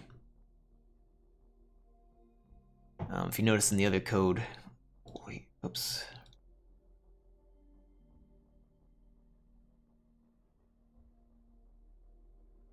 Notice that it's selecting a random building position on a building. So when you go into an urban environment, all the zombies spawn in houses and they come out. DayZ did the same thing, except I think they had just a couple houses designated as spawn locations for zombies. I'm not sure if every house could spawn them. Could be wrong about that.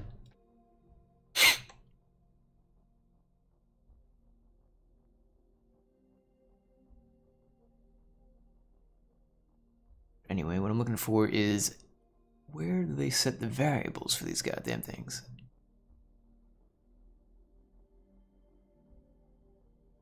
Huh.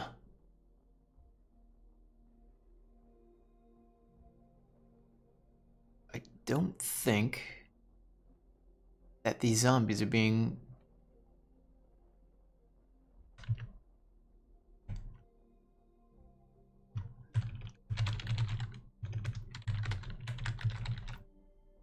Get this done real quick.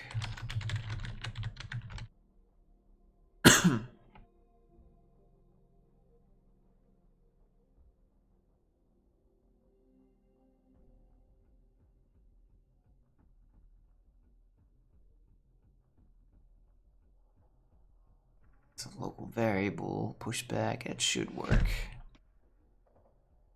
Well, actually, it's not setting the zombies to the trigger.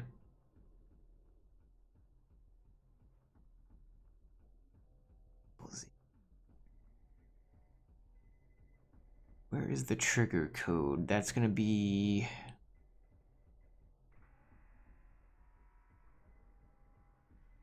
I think do I have a activation, deactivation code? I'm not sure.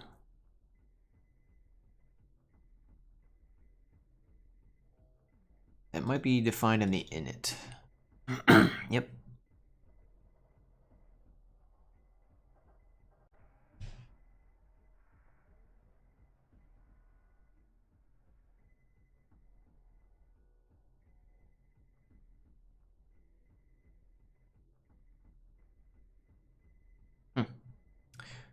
There's no need to define that.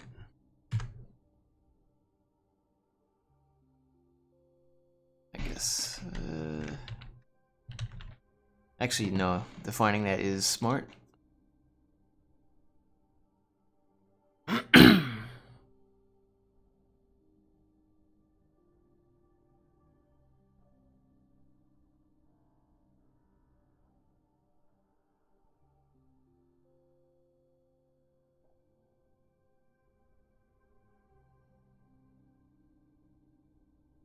Okay.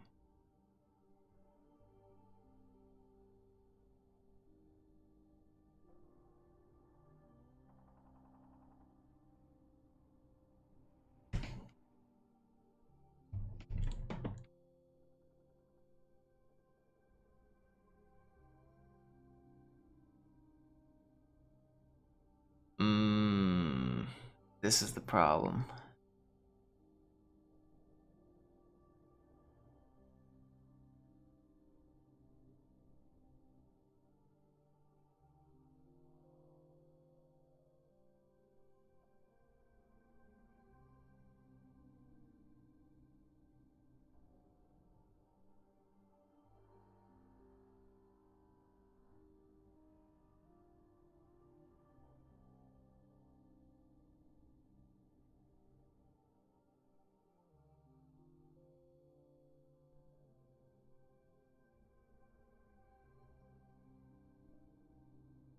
So the problem, it looks like, is that it's checking, for whatever reason, I put this code in here to...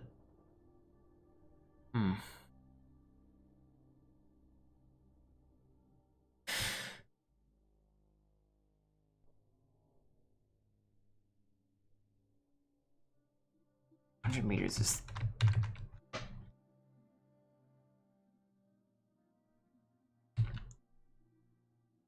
It's too generous. I mean, even, this is kind of a stupid block of code.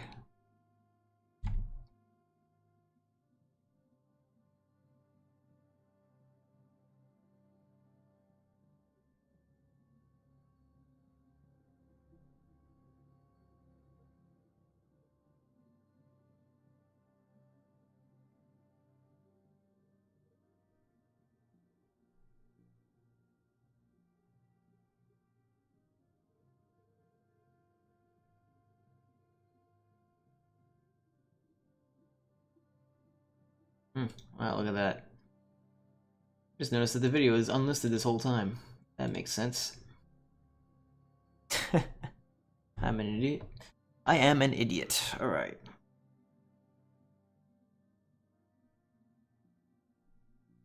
I mean, this stream will become unlisted once it's done, but...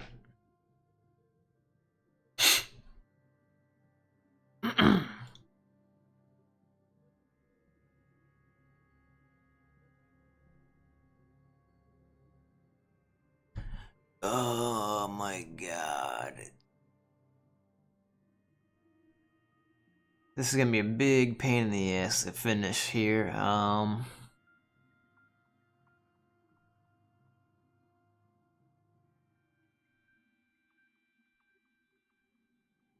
think this actually can be done. Let's see, get pause it. We make sure that we only delete the zombies that have... Oh.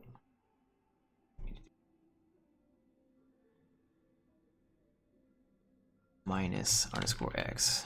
You want him counting himself.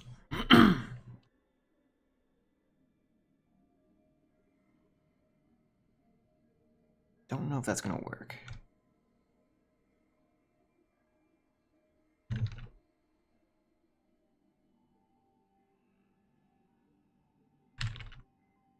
Do a quick code test real quick, make sure that this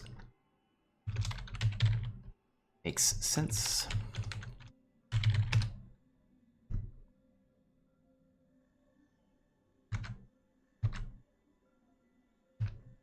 Oh, count. Yep. Gotta wrap it in fucking parentheses again. Do I need these parentheses?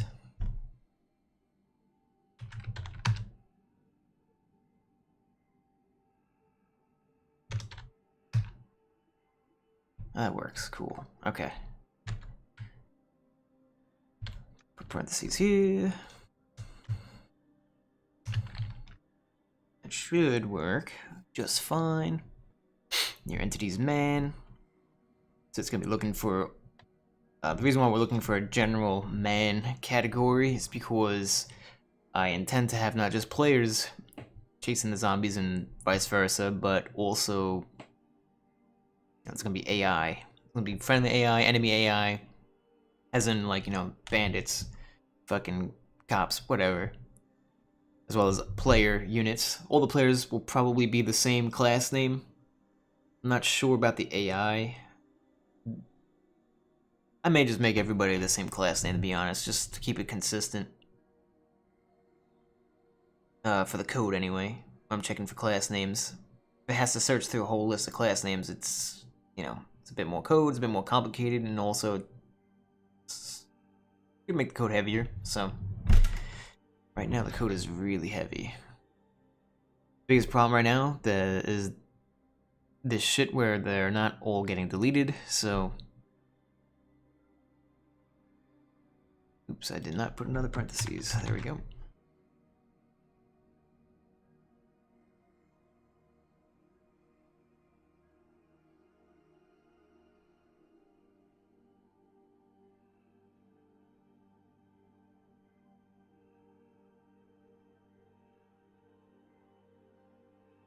Select one.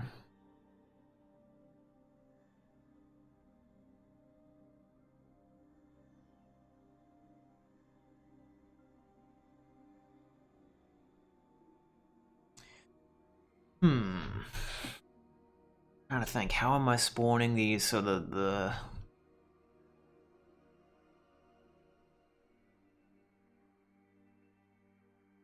Z variable.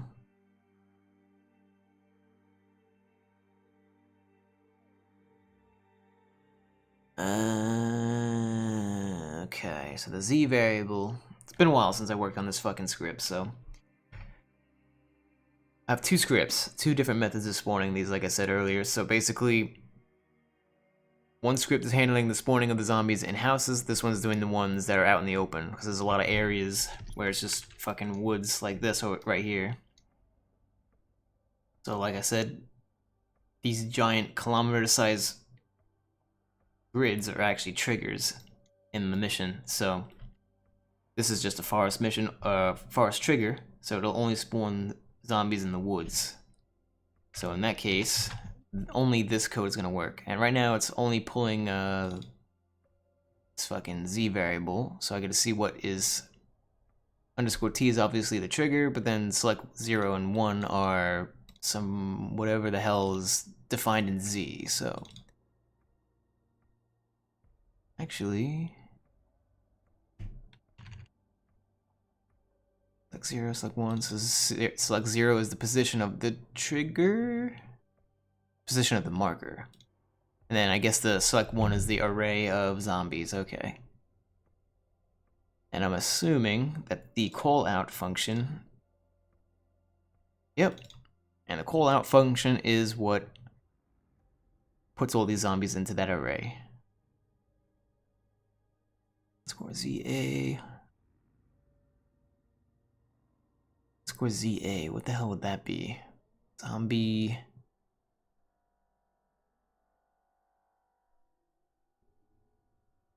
This is the problem when you, you have cryptic fucking variable names and you don't have comments in your scripts. You're like, what the fuck does ZA stand for? Zombie something. Hmm. Where would I define that? It's gonna be in the... probably back in the init. Probably missed something. Trigger position.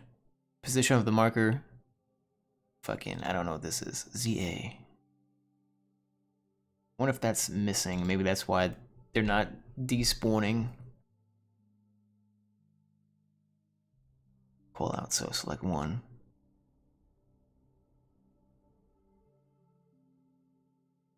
ZA is just going to be a list of zombies. That's all it is. And it's an array. So that makes no sense. What the fuck was I doing when I wrote this?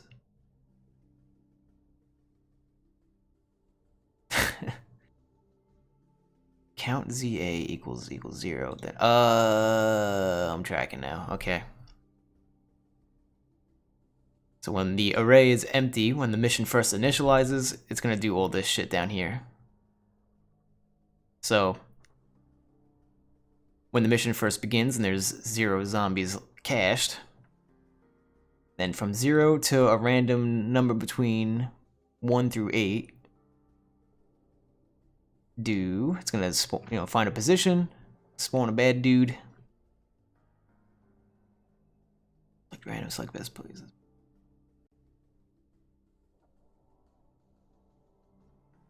I think problem though is that I don't know how the trigger's not deleting shit though. Maybe we may have fixed that. Let me I want to test the mission, but I have to fix some variables real quick. It's in the FSM and also in probably 2 more scripts in here, so I'm just gonna quickly go through this shit. I think I found the main problem why shit wasn't getting deleted. I'm also pretty sure that my face script is not working. Faces, where the fuck do I define that? Oh, probably in CFG. No, in it. Maybe the top. Yep, okay.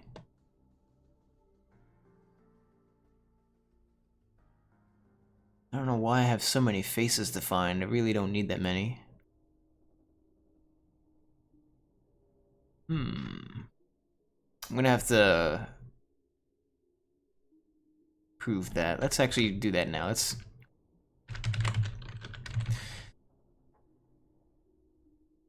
Actually, no. No, I need to focus on just fixing this fucking bug first, and then we'll go into doing the faces. I think what I'm gonna do for the zombie faces is I'm just gonna make them randomly select a random face camo, because they kind of look sickly if you do it that way. And since I forgot to make this fucking stream public hours ago and just did it now, I guess I'll re-explain what the hell's going on. So basically, this is a completely mod-free, add-on-free little zombie mission. There's 0 mods. I literally placed nothing but a player unit. I have a couple empty objects just because I was bored. Just placing some decorative shit, and I put this, I actually forgot I wanted to test to see if AI can walk through invisible wall objects. So I'm going to test that in a second if I remember. My camera here. So yeah, dynamically spawns zombies in the woods, spawns them in the open, spawns them, actually no, it spawns them in the woods or in houses. And they wander around. They have code that tries to, I try to have target acquisition and shit like that. They hit you and whatnot. The AI is really bad. I'm just gonna say that right now. The performance right now is really bad. I made this a while ago. I honestly did this mission to start learning FSMs, and it works. The only cool thing about this mission really is that you could just plug and play into any map that has supported houses, and the loot system is kind of cool that I'm working on, which I'll show off in a second, but I gotta fix this fucking bug. Alright, so these 2 variables, ZB and ZT, if I see that anywhere, I need to change it to make sure it's the variable set to this server game logic. And that's it. And then it'll be ready to test. Just gonna quickly go through this shit. I think I briefly showed this off the last time I streamed, but it had a bunch of script errors. I finally fixed all that. Problem was I had local variables being set up, in outside of the scope pretty much. I was trying to reference them like a moron, so I got that fixed using the set variable command a lot. Anyway, clean. Here we go. This is an example. Let me double check here. I don't know. I'm just gonna. This is gonna be unoptimized, but I gotta do it this way for now. Get z_b. I'm gonna have to define, or I'm sorry, grab this variable a bunch of times. Preferably, I want to,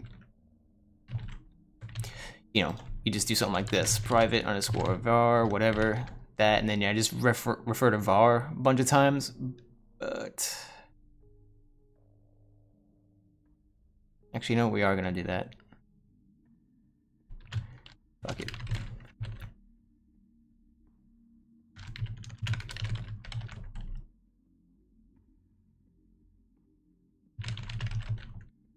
Alright, that's ZB. Yep, okay. Server get variable z_b. Almost done. Oh, gotta do that down here too. Oh, this is super fucked up code. And like I don't know if I just explained this or not when I was stream was public, but this is an old mission, so the delete at command does not properly delete at with global variables like this, so it actually has to be grabbing a variable from an object, then it works fine, or local variables. But when it's involving a global variable, it's kind of fucked up. Something to do with the memory or something like that, some guy told me. Memory grabbing or whatever.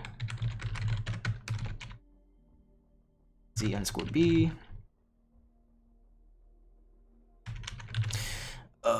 Actually, probably don't even need this part.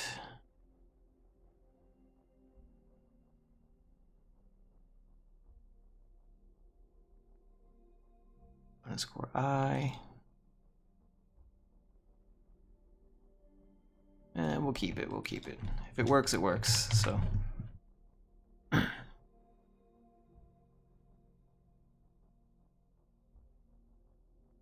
I don't know why I have it coded like this. I'm pretty sure I could just use the find command or whatever.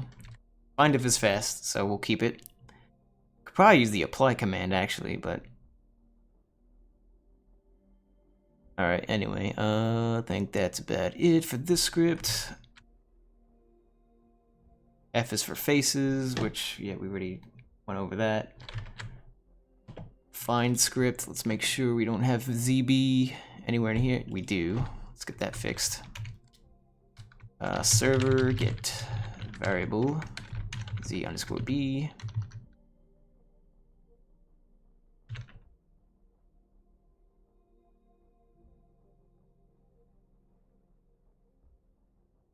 All right, that was easy. That's done.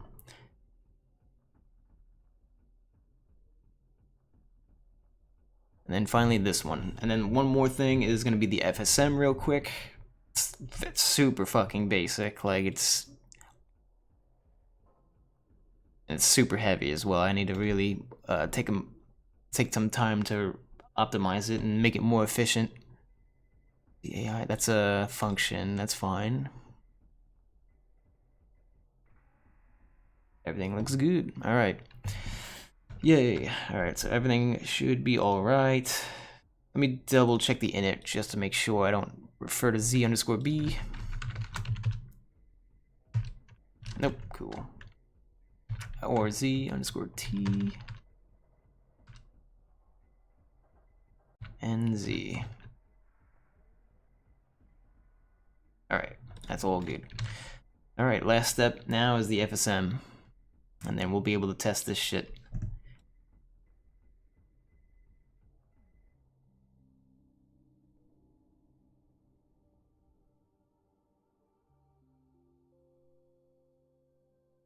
May have to change that object. No, that's for pathing, that's fine, okay.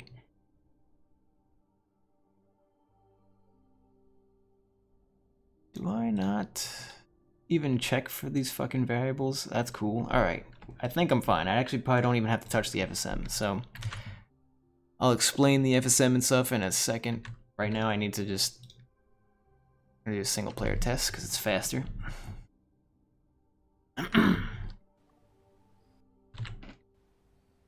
The start time is random, so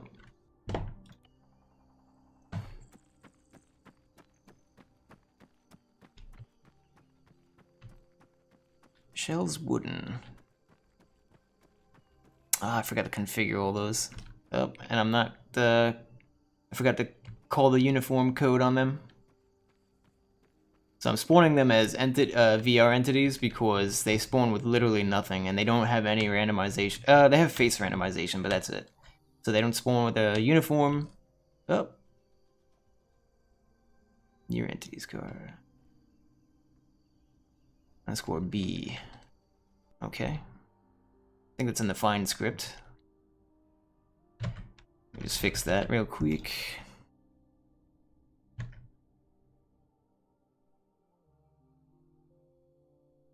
Underscore B. Maybe it's a clean script.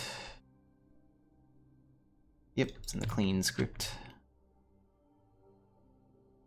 It says B is undefined.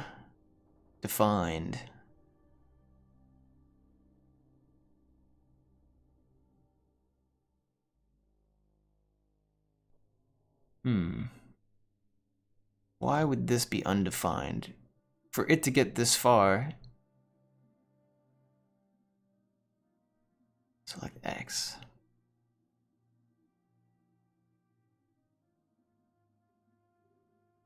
Oh, maybe I have to start from 0.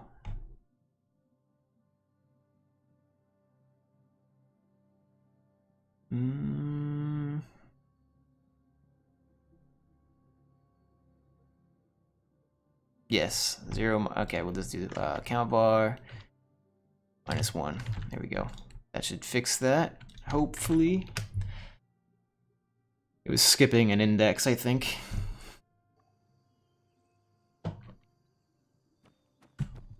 Should not get that script error now.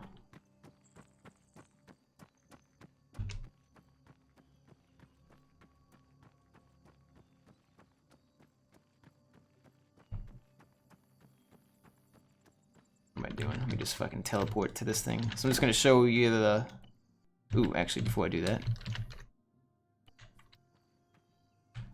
I have these invisible walls placed here. Let me make sure it actually blocks me. It's from this tree to the building. Okay, cool. So there are invisible walls here. I have them placed here just for alert some zombies, get them over here. I just want to see if the AI is gonna be actually blocked by the invisible walls or if they're fucking stupid and they walk through it like they do with everything else. Where are they? Did it even spawn anything? It did. Here's one. There's another one over there. I think this one's coming for me. Nope. He didn't hear the gunshot, apparently. The black arrow indicates that he's going for a house. Or a house position, I should say. Of course, they don't open doors. So they walk through them.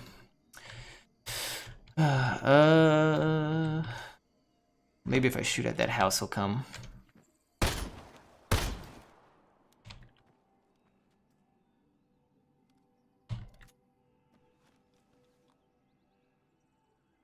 How many did it spawn? Only 18 zombies. Usually it spawns like 100.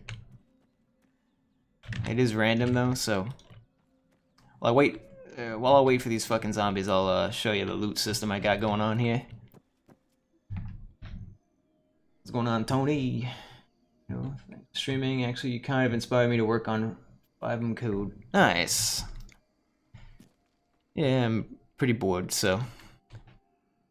Well, I shouldn't say I'm bored. I'm working on this. I like doing this, but yeah.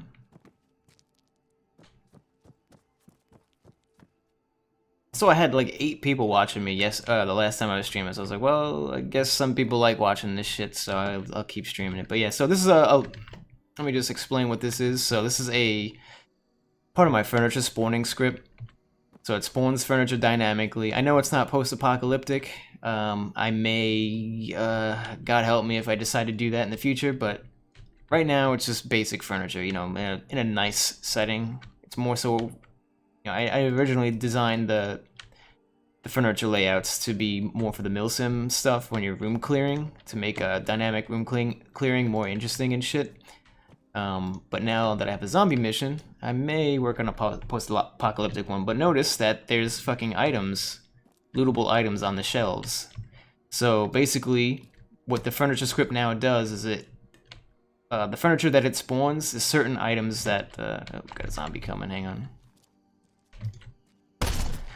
They're purple because I forgot to dress them up and shit. It's just a debug thing right now. I'll fix that in the next test. But, so yeah, now I got it so that the furniture, or I'm sorry, the items that spawn on the shelves, the offset is random. They will always spawn on, you know, they can spawn on multiple shelves. In this case, it seems to spawn the same item on 2 different shelves. Sometimes there's stuff here. There's even an item behind the cash register here, so if I wanted to, I could wear that vest instead. It probably has more space. Set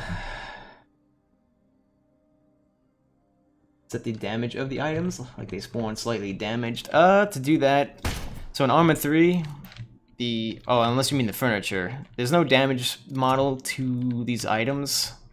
And these are all super simple objects. And what that means is that they're just P3D models, and there's like no physics base to them, which is a huge boost of performance for the servers and for clients. So I could have hundreds, sometimes thousands of objects spawn at a much, you know, dramatically lower impact on performance, as if they, you know, if these were simulated objects with, what do you call, with physics, then I could probably spawn maybe 100 of these objects. But instead, right now I probably have about 800 spawned. And it actually spawns things dynamically around players now, so really it's probably about 60 objects around me right now. Not including the items. The items probably about, you know, probably about 12 items surrounding me right now.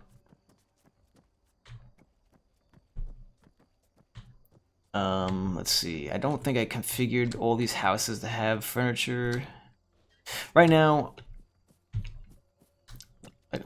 so Arma 3 has basic items. Right now I'm trying to not write a inventory system because it's super hard. Not hard, but it's very boring to write interfaces. I fucking hate writing interface code, so I don't want to write an interface inventory system, but when I do, I will do it, and when I do it, I'll be able to do stuff like, you know, be able to open up this fridge, it'll play an animation, and then it'll spawn food in the fridge, or have a chance to spawn food in the fridge, you know. And that would be just cool. So the whole purpose of this loot system I'm trying to do is make it very visually based. It's not going to be like you run up to the fridge and you scroll wheel action and look at the inventory of the fridge. It's all going to be visual. So you'll see shit on the shelves, you'll see something on a seat of a car that's like, you know, wrecked on the side of a road or some shit. You'll see things on shelves like this. There's actually a chance for stuff to spawn in here, but actually all 3 of these items have a chance to spawn shit, I believe. Let me make sure I did that. Oops. Let me make sure this class name is being taken in consideration, because the fuck? Why is it not returning the fucking cursor object is this house? Is it not?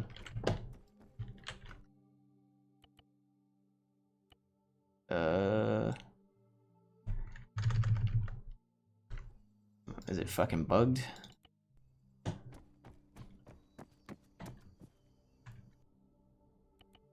Okay, yeah, it's bugged. God damn it. Oh, I'm an idiot. It's because of this. It just wasn't giving me a script error for some reason. So damage 0. I'm the asshole. Let me read chat real quick. Dynamic.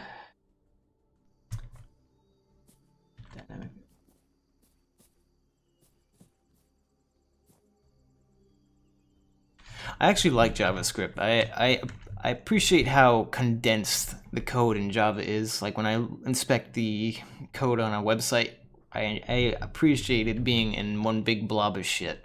I personally read code way better when it's like that. I hate when it's like spaced out and looking pretty, because then you gotta scroll a lot more and then it's harder for me to read and absorb the information. But this class name is 1W05. I definitely did this house.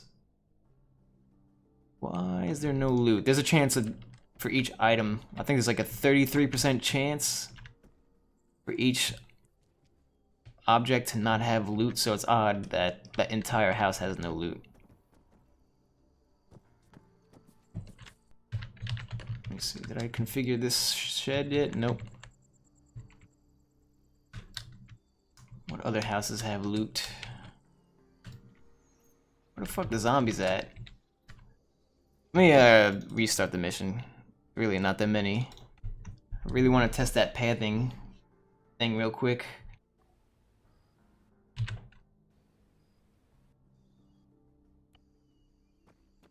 It's gonna take a second for them to spawn. Rack F is not configured to spawn loot. Pretty sure I've done those. Rack F.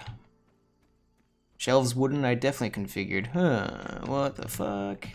Hang on. Let me double check something.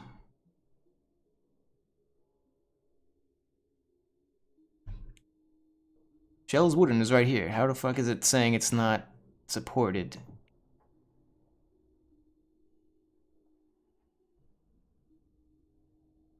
How is that possible? Oh, I'm a retard.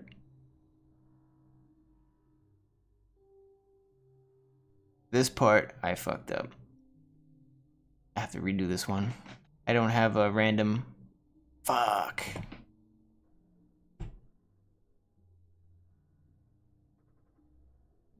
That sucks. I have to redo the offsets for the elevation. Not that big a deal though. Takes like 2 seconds to do, but it should still have selected it.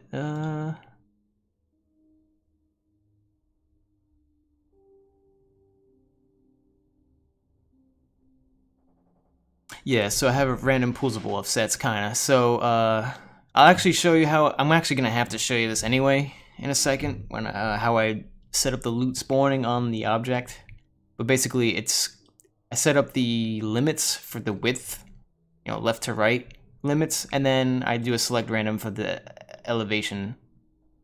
I know it's kind of hard for you to read, but if I space it out for you...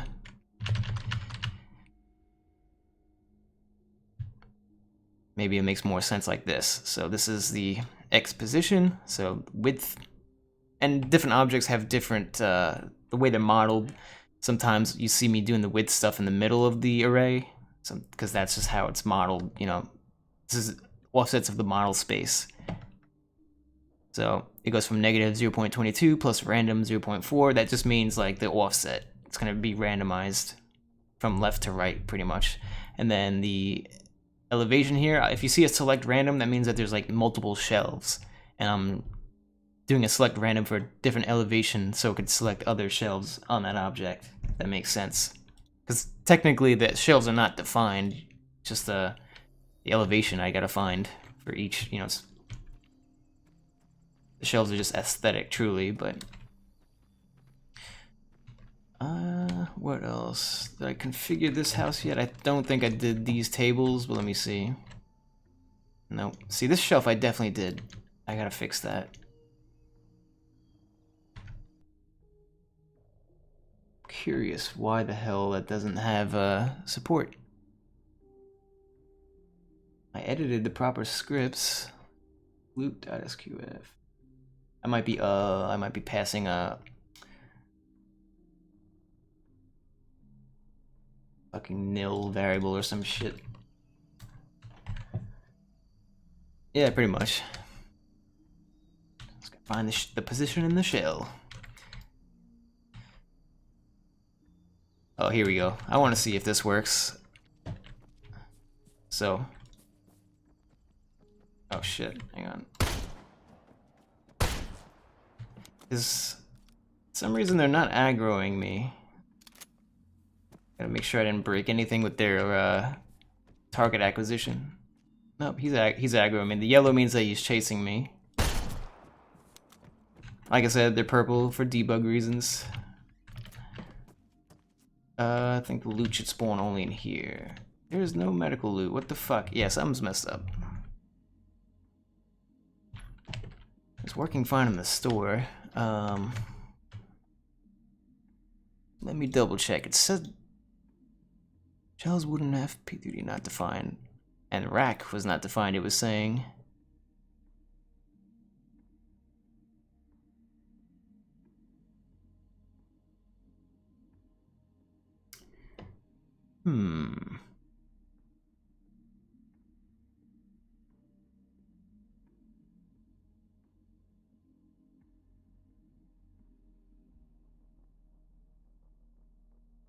I wonder. Why in the hell would it say that? I'm gonna have to figure that one out in a second.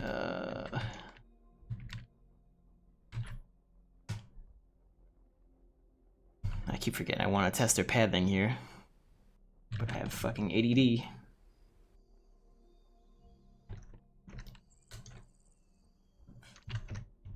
Alright, so like I showed, there's invisible walls here. See, shelves wooden F. Shelves wooden underscore F that P3D not configured to spawn loot. A lot of these are configured, but it's thrown that error. So it's probably something else. Wonder what the hell could be. Alright, where the AI at? How many we got? We got 19 zombies. Of course, when I start streaming, there's fucking like 10. When I turn the stream off, there's like 100.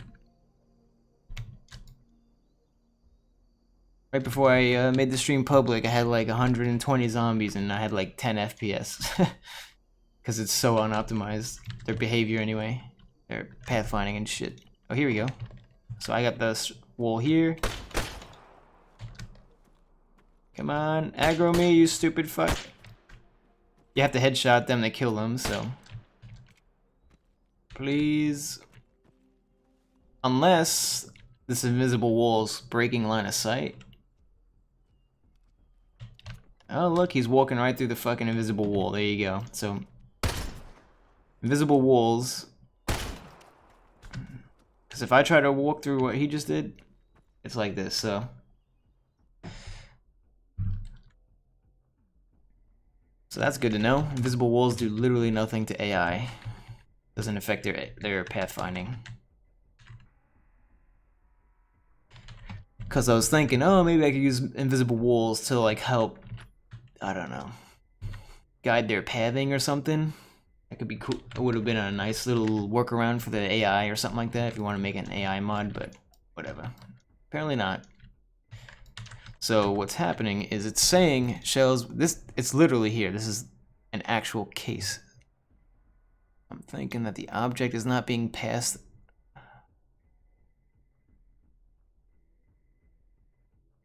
How's that possible? Shells wouldn't underscore. What am I missing here?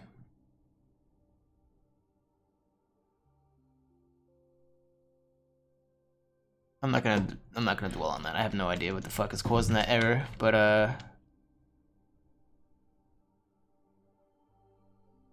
if you place a fence and you hide it, it also hides its collision or disables its collision. So hiding it would not work. I mean, unless you mean like hide it for the clients, then that's yeah. I mean, they walk through doors and they walk through walls, so AI is kind of fucky, but yeah, you know, technically you could, that would be accomplishing what I'm essentially trying to do, so yeah. What am I trying to do? Furniture tests mission. It's gotta, guess you guys could see how I configure these objects to have their loot offsets.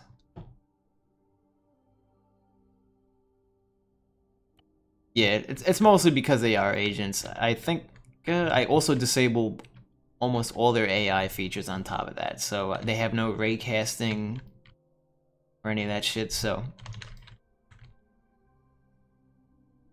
let's see, what else do I gotta do here?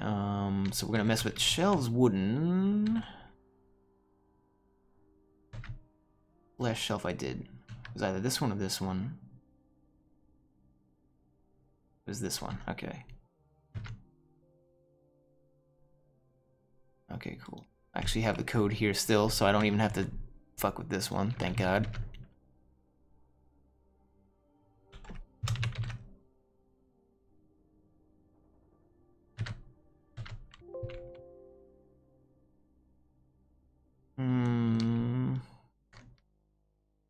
True. 0.15.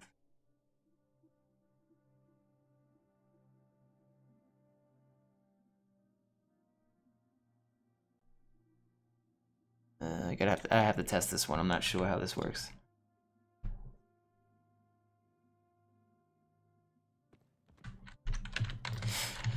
But yeah, I try to dumb my AI down as much as possible for two reasons. One, for optimization reasons, obviously. You know, my armor runs like shit, regardless what you do for the most part, but every little optimization counts. But also, it kind of gives you more control over the AI, believe it or not. If I disable all their AI features, almost all of them, then it gives me more control. They're less likely to run off and do their own fucking thing or pretend to react to something, you know.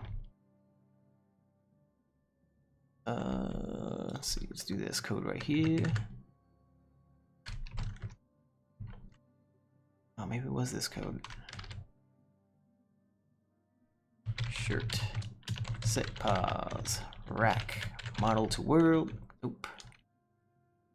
Model to world. And then we're going to use this array. Let's see if that works. Seeing a semi. Oh, oops. So far, so good. What I'm going to do is move you over here. And there you have it.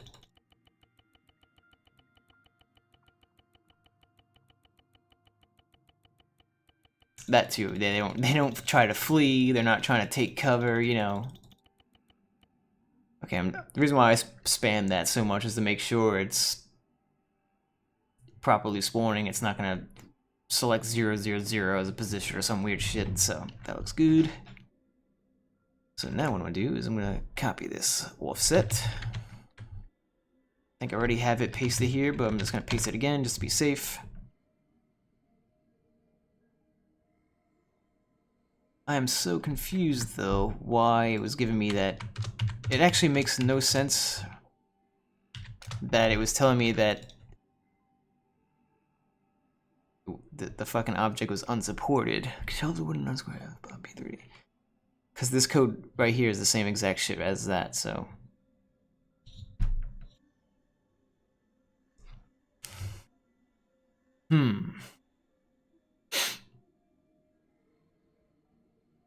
I have rack down here. Oh, I gotta do the fucking Oh, I did do the offsets for the elevation. It's right here. Select random. There we go. Okay, cool. So that's all good. Everything is looking like it's set up. I do need to figure out why it's saying that these objects are not supported. It may be for specific house class names, which doesn't really make sense, but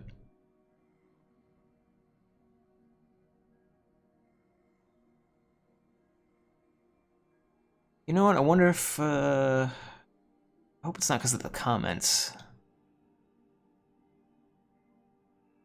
If I'm using the load file command, that'll break it, but I should have gotten a script there if that's the case. Let's see. Loot, loot, loot, loot, loot, loot, loot. Here it is. We're using the preprocessed file. Okay, so that's fine. That's not a problem. So we got the loot defined for that shit. Oh, you know what? Maybe I didn't save the scripts when I was, just have to hit save.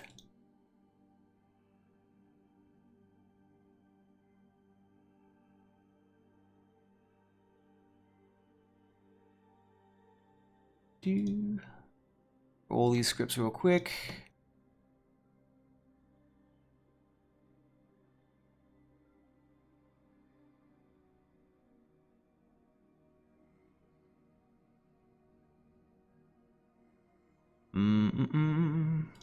Yeah, everything looks like it was saved.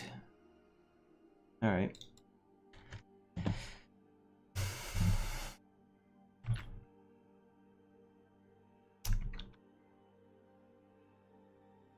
What could be causing that bug? Oh yeah, and I gotta dress up the zombies. I forgot about that, so that they're not fucking purple. Let's do that real quick. Should only take 2 seconds.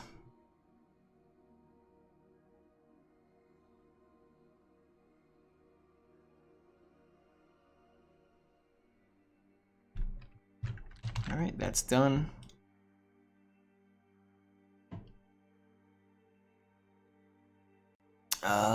So I already started, this is a version of the uniform selection code, which I'm not sure.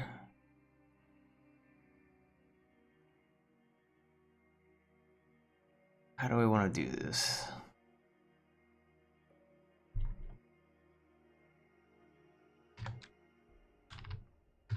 For now, we're just gonna make them wear these clothes here. So select random.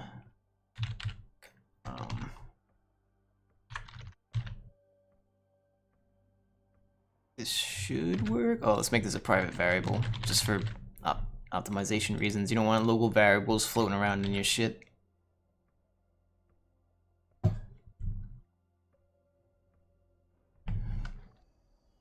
So they should be wearing uniforms, and all you have to do when you spawn a VR entity is change their uniform, and then they'll have a random face and all that.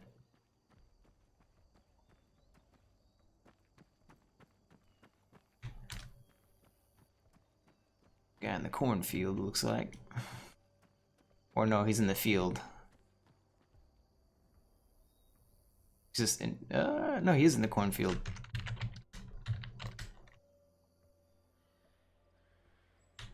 So he's going to a house.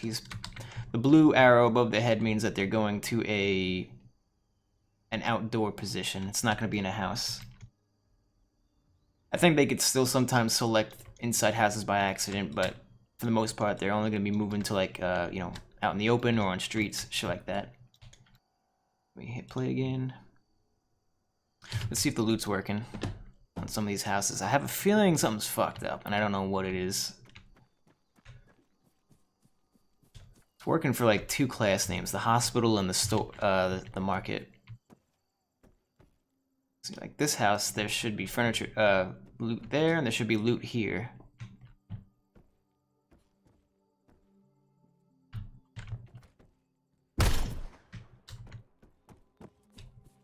Again, the zombie AI is not really, it's barely zombies. They make noises and stuff. I don't know if you guys can hear it because I got music playing, but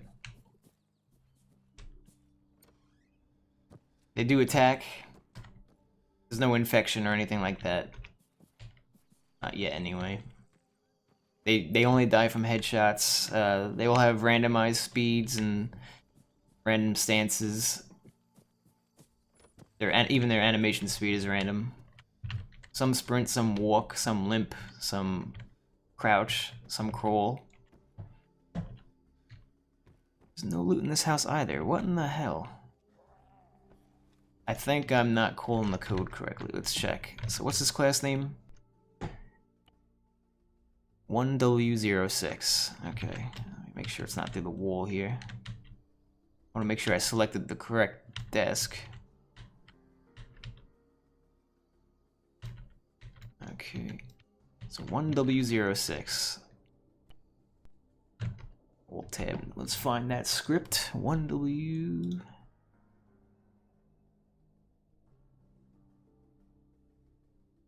One W06. This is it. Okay, let's see what the fuck. What did I mess up?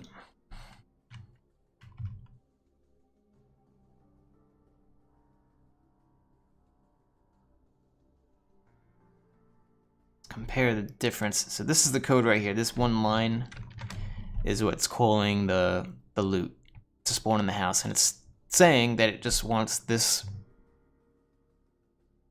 object to spawn loot. I wonder if it's because it's just one object.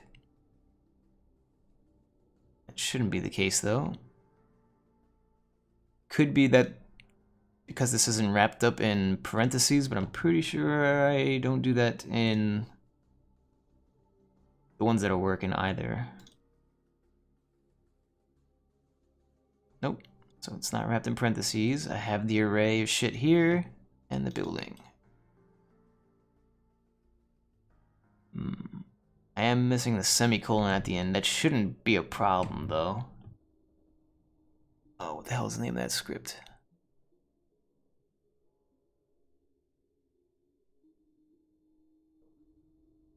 Oh shit. Oh, here we go.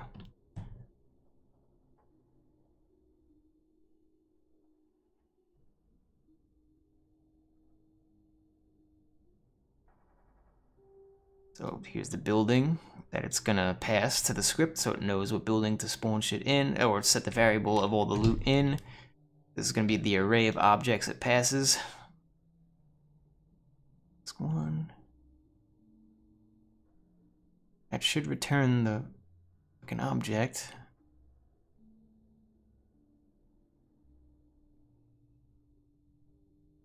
Maybe I'm doing the wrong selection. That is very possible. It might be select 3. Let me double check. PF loot.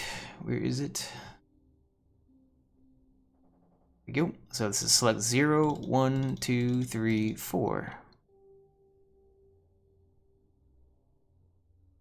And this is the array of stuff that it should spawn.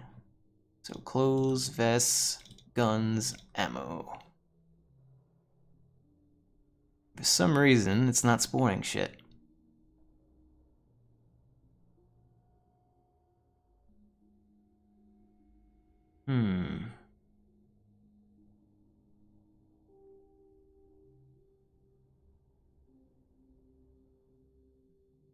You know what? Let me test the mission. Let me make sure. Oh. So yeah, I need to add sound effects for when they attack and stuff, but yeah. Like I said, this is just not a crazy mission yet. It's in the baby stages. What the fuck was I just gonna test? Oh yeah, PF loot. PF loot. What is...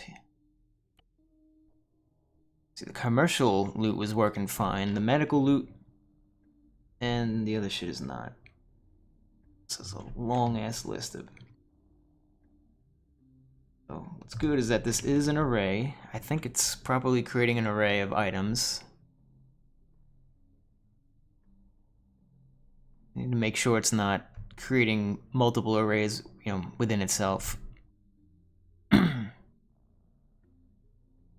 Almost there. Trying to see where the... There we go.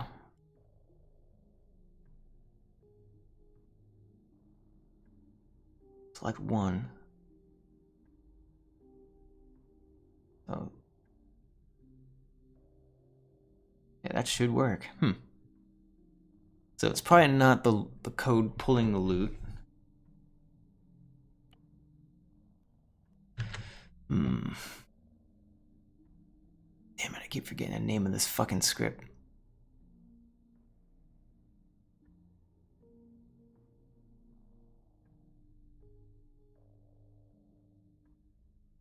H2_1.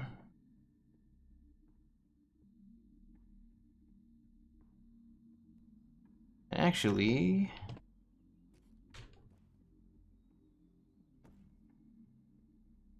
Oh, I'm retarded. I haven't configured this fucking object yet. Never mind. That's not... Yeah, this is the wrong house. Let's go back to, like, this one. This is a house where there's 2 objects I know I configured, which is that one and this one. And we haven't done that yet. I should, though. That'll be the next object I do. Why would this not spawn? There is a good chance for shit to not spawn, but it's kind of high, too. Let's see what happens when I go into another town. I need to make sure that the zombie despawn code is working. So right now there is 40 zombies. It kind of gradually spawns the zombies over time. It's my way of trying to do it in an optimized way, but sometimes they spawn in bulk. Don't worry about this debug text. I actually need to get rid of that. It's a pointless command that's running, and it's really heavy. Random crawler zombie just chilling in this fucking barn.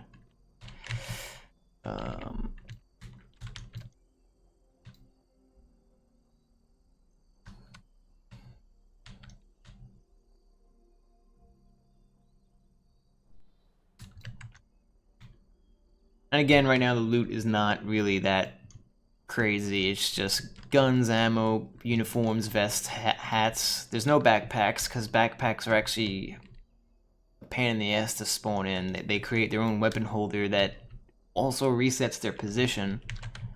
So even if I spawn in a backpack precisely on a shelf, it fucking will like create a weapon holder that's some, I don't know. It tries it.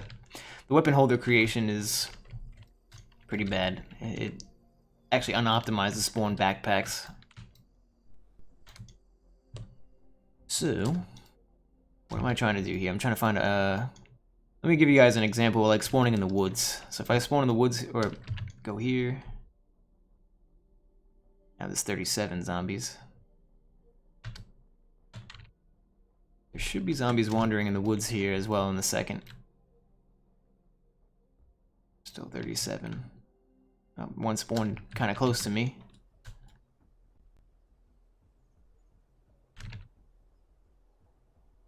Wait, is this marker black? What the fuck? Black markers mean that he's moving to a building position, so... There's no buildings.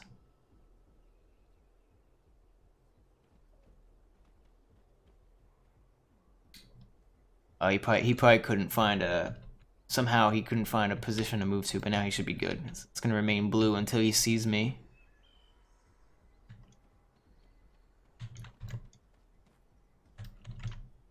I'll increase the volume a little bit.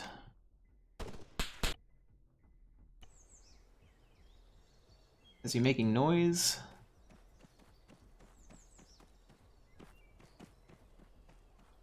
If it turns yellow, that means he's spotted me, which he probably won't.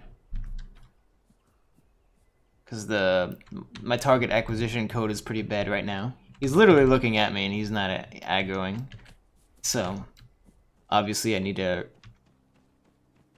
work on the way they... Honestly, how you code agent target acquisition is a lot harder than you would think. There's no... When you're... My zombies are agents, so they can't use target knowledge, they can't use knows about. Technically, they don't know anything about the player. And how I get them to move to the player and attack him is that really they're just moving to the player's position, and then they play a grenade throwing animation, which happens to deal damage to them. As far as how they get the player's position is when the player shoots, if they don't already have a target, they will move to, they then acknowledge that that player is his target, and their then continued move points are going to be on that player's position, and it's going to spam it pretty much.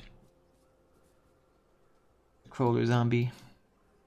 If you don't move, then it's a lot harder for them to see you. If you're running, it's kind of speed dependent. So if I'm sprinting, he'll probably see me. If I stand here, I'll just do it like as a test. I'll stand here and they both won't see me. Yeah, see, they're unaware. But once I start sprinting, see, he's orange, and then it turns yellow. When it's orange, that means he's trying to check for line of sight. Do I see him, or do I just hear him, kinda? I don't know what the fuck he's doing. Hello? I think he's busy trying to move to his current position, and he can't... It's probably like right there, and it's not completing for him for whatever reason.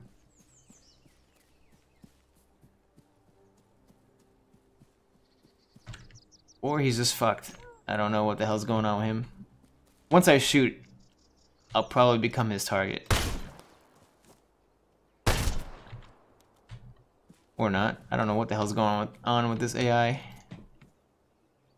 Let's find out. Cursor object, get variable, Z state. I am his target. And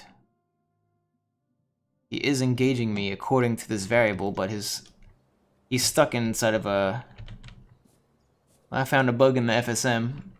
So I guess when he's trying to move to an outdoor position, it's harder for him to move. He can't decide whether he wants to move to an outdoor position or move to the player's position. It doesn't know how to break out of that cycle, so I gotta fix that. I gotta write that down.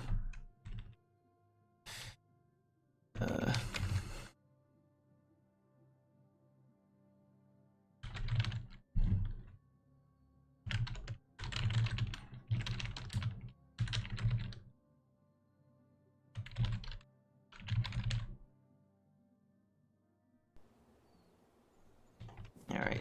Yeah, he'll never break out of that. He's probably officially bugged.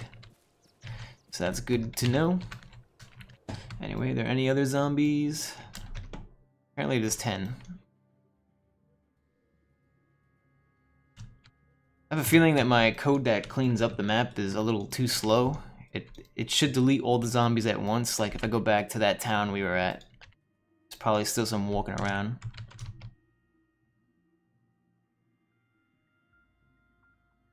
Before anyone fucking asks, I understand about the Ryan Zombies thing, and yeah, I can technically add support for the Ryan Zombies, but think I'll have to rewrite a lot of it to accommodate the animations. Maybe not.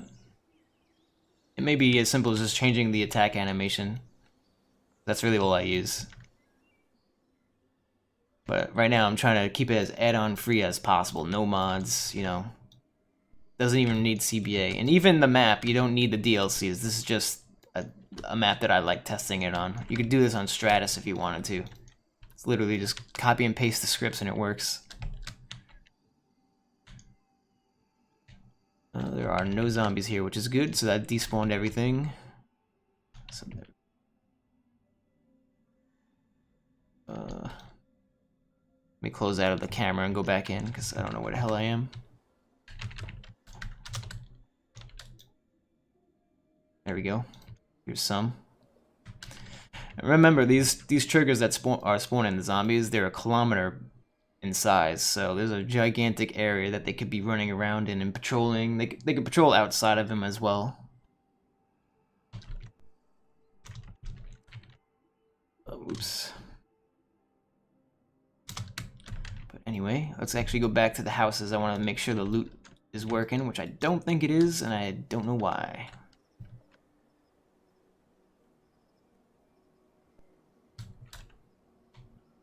Configure these. I don't think I configured some of these houses. Or I did, but it's not. I'm pretty sure it's not working yet.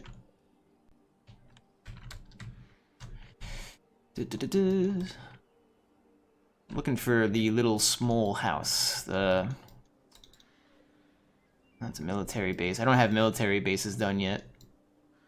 I don't even have the military loot list set up yet. There we go. So, if this tells me that any objects are not supported, then aside from table desk, that's a problem.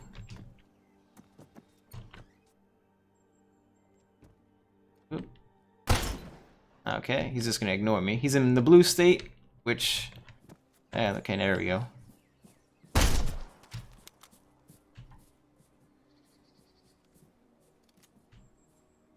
They actually hurt too. If they hit you like 6 times, I think you're dead. Oh shit.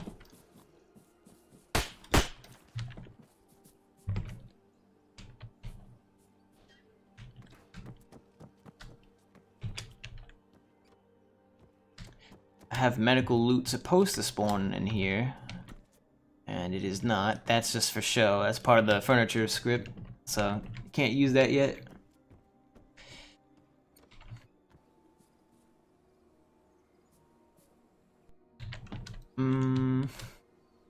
No loot in there.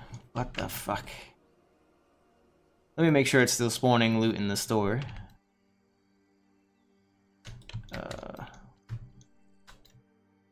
Where can I find a shop? It's a little blue building.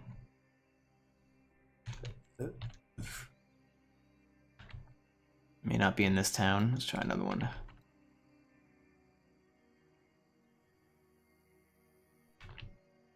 Oh, that town's in ruins. There we go.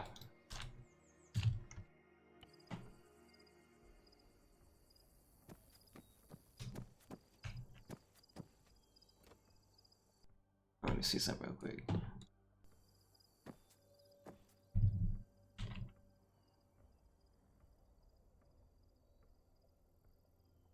Okay, so this loot is spawning. I did it for multiple shelves, so that's good. So doing the cash register, and none this time. Out of ammo.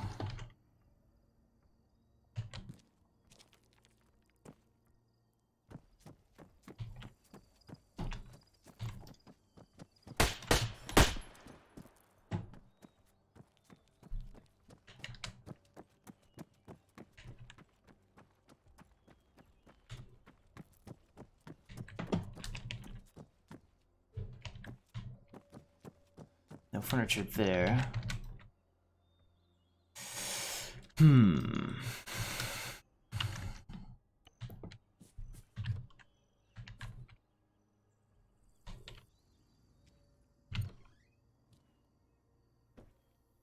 What in the hell? Okay.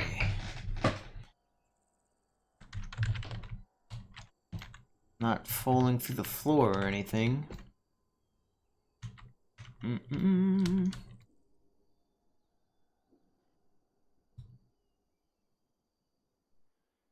So confused. Okay.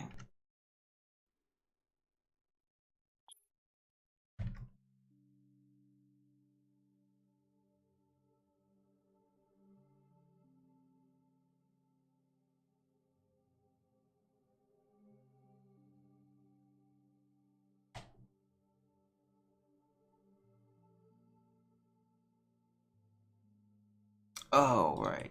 Well, some of these I haven't configured yet. I guess I might as well get that out of the way. Just because I'm gonna get confused when I'm testing, wondering why there's no loot, and then I remember that I actually didn't establish the limits for it yet.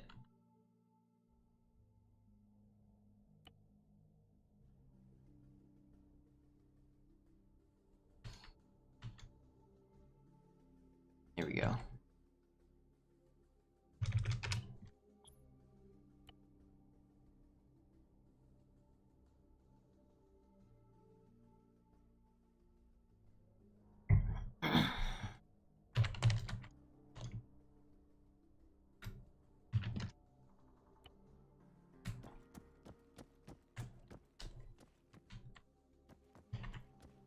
Oi, mate.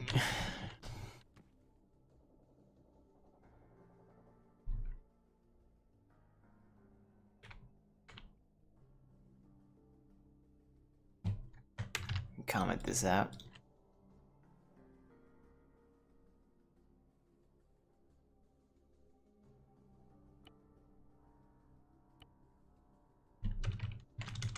Disk.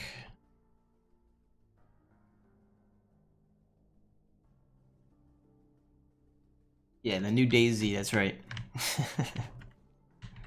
The better Daisy. You know what's funny is that as shitty as this is that I'm making, it's like already like the same thing, aside from the interface. Like the zombie AI is practically the same. They'll still hit you through. They actually, my AI actually won't hit you through walls. They do a line of sight check, so my AI is already better. As shitty as it is, it's kind of funny. Because in the DayZ servers, they can hit you through ceilings, through floors, and through walls, regardless of line of sight, which is so retarded. Right, anyway, I'm forgetting what the fuck I was doing. 0. This is gonna be an object where I only need one offset, so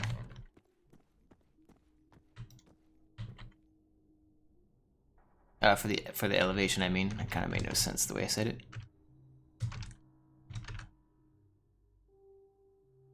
Four, 1, 2, 3. 42. Alright, so it's gonna be this offset that we're gonna roll adjust. So 0.1. I don't want to put the object at the edge of the table just because sometimes I put some of the wall, some of the desk into the wall. I kind of hide it, so you actually move this in a little bit. Perfect.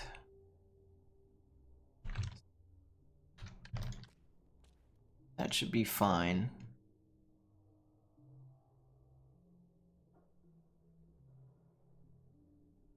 Eh, 6 is fine. There we go. All right. Plus, oops, plus random. What is that?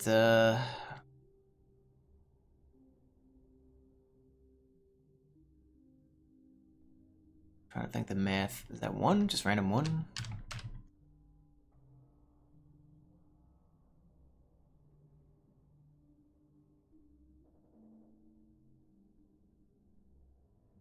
I think it is.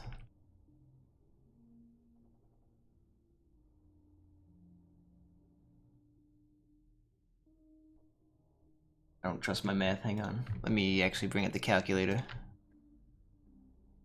Minus 0.6. Oops. 6. Plus 1. 1.2.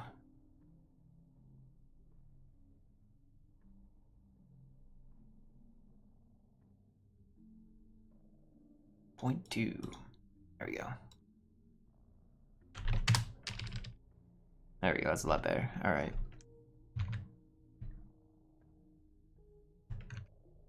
This is for the table desk.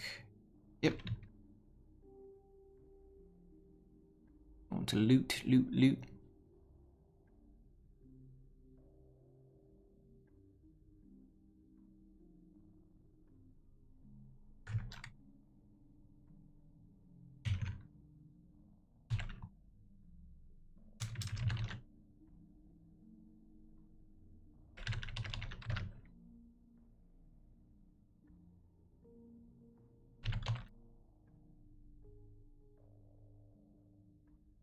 Alright, cool. That should work. Table desk. Another one is gotta do a wooden counter. I gotta do a fucking wooden table. I don't know if I want to do those yet.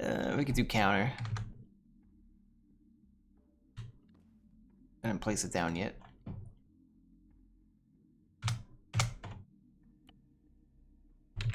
Counter.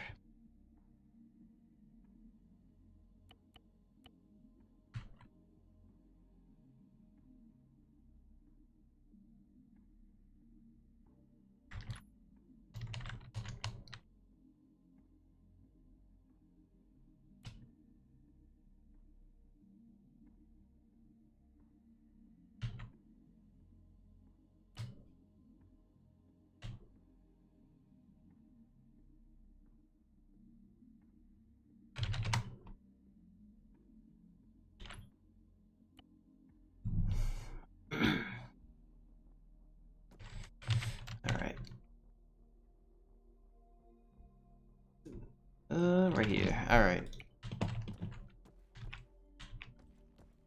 And again, it's not really... What kind of sucks about the way I'm coding this is that I can't really... I mean, I can. I don't know how I'm going to do it, though. I'd have to rethink a little bit of the loot system I have, but I have to... You know, for example,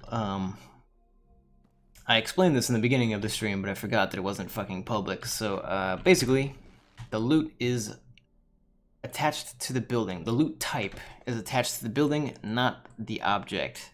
So if I spawn if I want the loot to take this shelf into consideration, and there just so happens to be a chance for a shotgun to spawn, even though there's like tables and sofas and other stuff that are large enough to conceal it, without clipping, there's a chance that a shotgun can spawn on this little bookshelf. Like, it'll be clipping either vertically or horizontally, probably horizontally, through the shelf. I haven't seen it yet because this shit's not working, but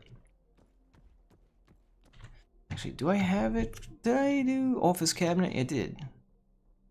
Office cabinet 02. Which one is this?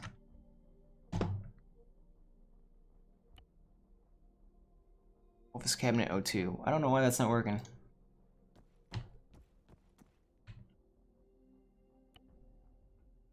Wooden counter 01F. Wooden counter 01F. I literally copied paste this shit, so I don't know why I was getting those errors earlier, but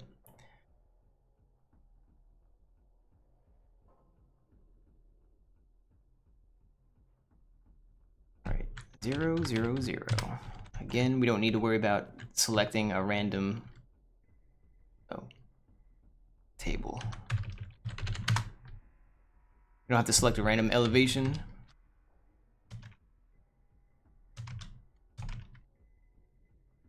So we'll just do that. It's more optimized to just stick with one elevation, but it's nice that you could have multiple shells with multiple loot items on it.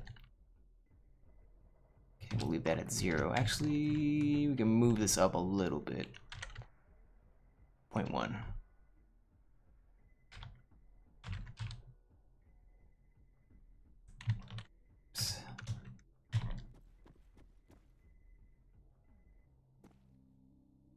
Damn it.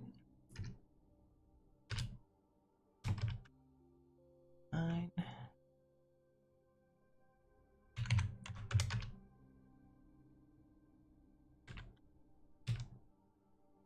Plus random 1.1. I want to say it's 1.1. Let's see. Calculator again, because I can't do math.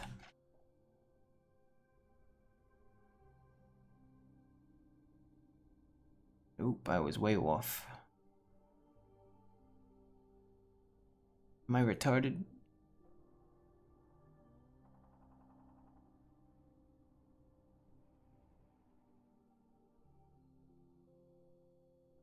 Plus 2, okay. No, that's gonna be too much. Plus 0.8.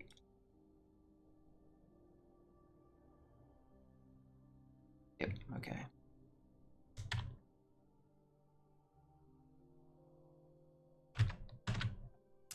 Oh, right.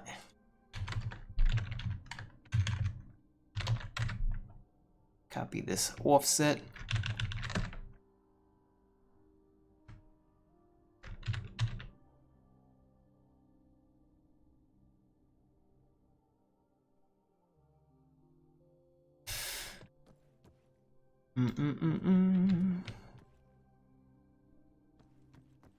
So that's configured, that's configured. I'm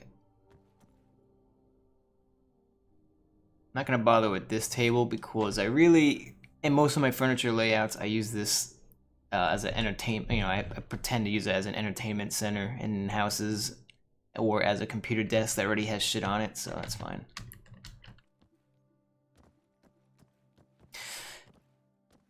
I could also put loot under the tables and stuff, but actually don't want to do that right now because I may end up rewriting a little bit of this stuff to accommodate like the apocalyptic shit, so I need to put something on this table. You know what, let's just define the fucking offset, just get it over with. I'll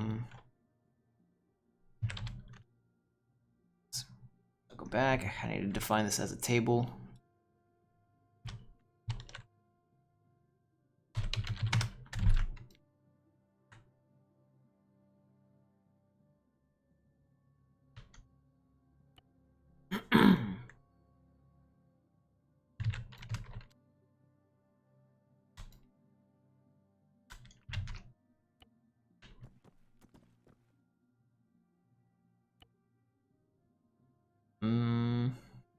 Oh, table.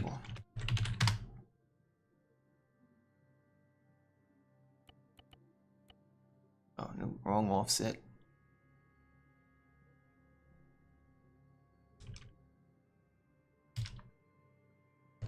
0.1 a good offset. Yep, that's good.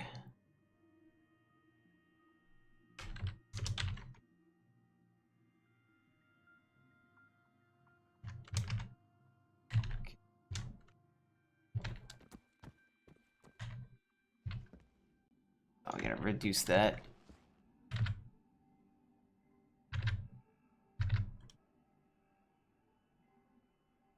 Ah.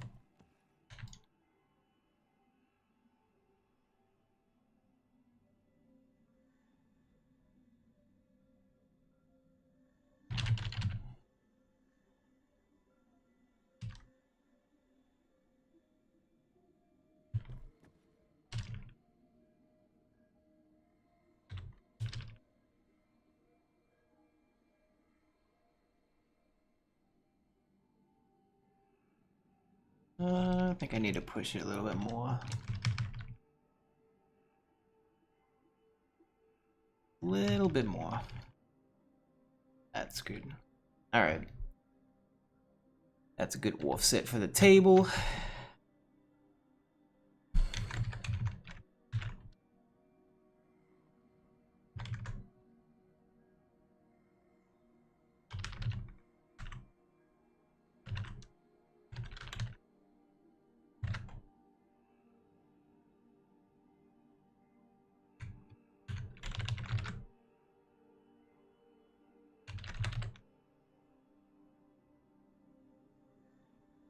Do I want to do the sofa?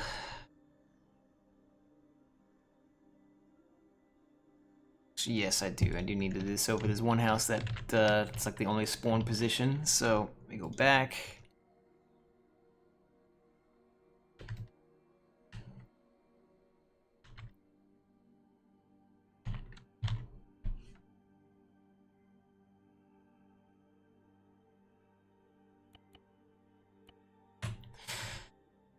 As far as your idea of weapon, or I'm sorry, item durability, you meant like, you know, picking up items like uniforms and shit and them being damaged. You might be able to do a system. Like, you have to script it, of course. There's no item durability in Arma 3 by default, but you could theoretically code in a system that assigns a durability variable for each item. But I don't think I'll do that. At least, you know, if anything, I'll have like different things like food can be rotten or good, like just different states of items. If anything, used, unused. But I don't know if I want to go to the extent of durability. I honestly hate durability in games. Most games. Some games do it right where it makes sense. Like barrel trauma. Durability obviously makes sense in that. Sofa. Simple object, okay.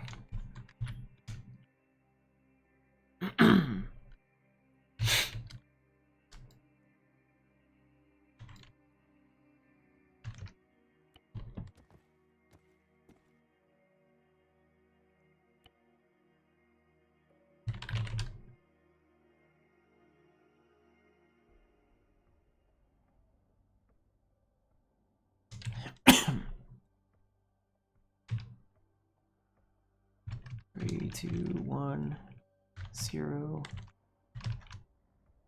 Ah.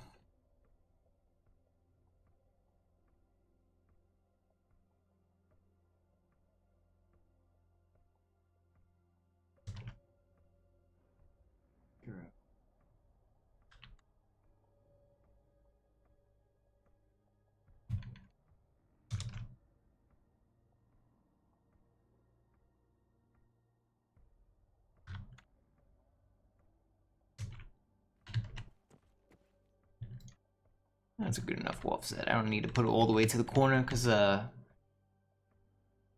different items have different sizes, different center positions, so I mean maybe that'll work. That should be okay. Plus, let's see. Negative 0.7. All right, perfect. All right.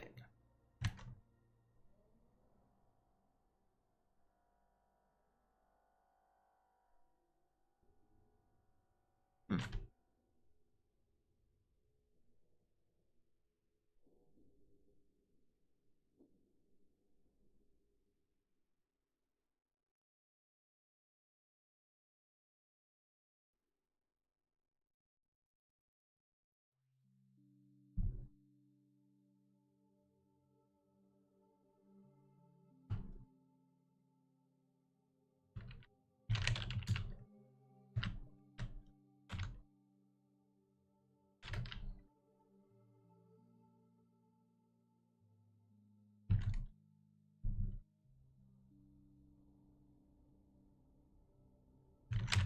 Four.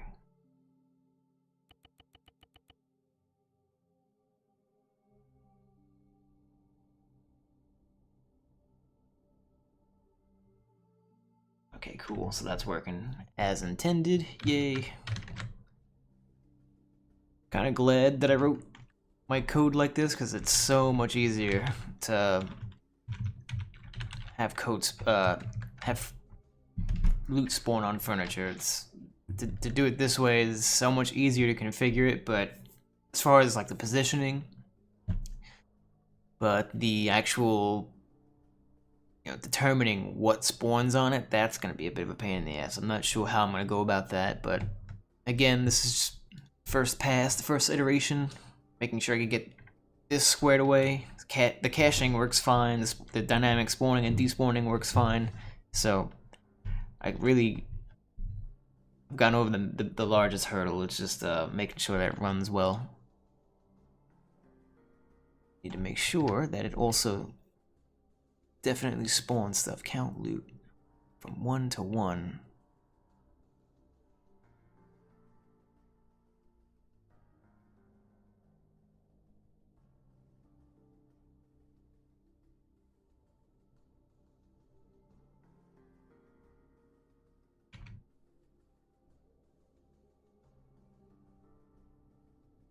Else, okay.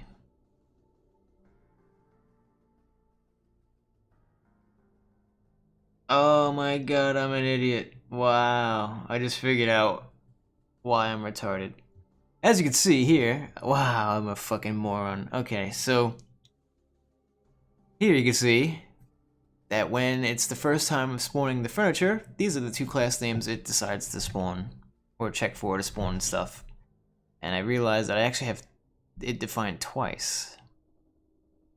So in actuality, I could actually, I don't know why I did this twice, but whatever. I'm gonna continue having two switches for now. I'm gonna combine this into a function later on, but right now I'm not as upset now because now I know why we're saying it's undefined. It's because it literally was. Okay. Oh, that's good, I guess. Oh wait, hang on.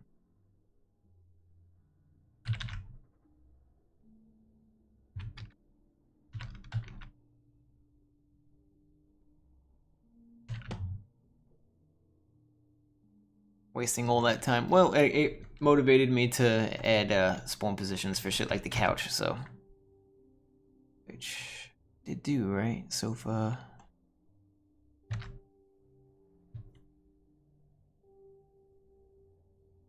Did not do the sofa yet. Copy and paste that.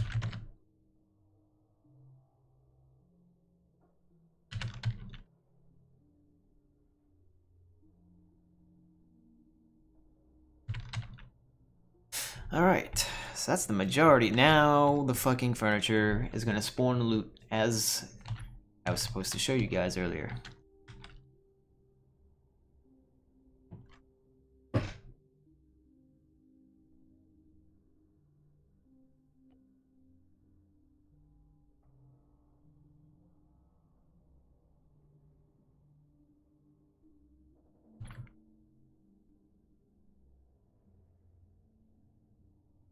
Export. It's kind of cold, so I'm gonna turn off my AC. I'll be back 1 second while this takes 10 years to load.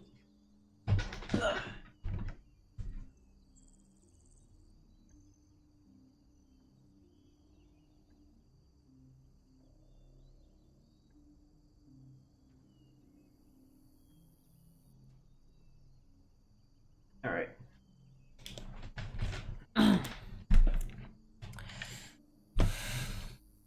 Fucking freezing right now.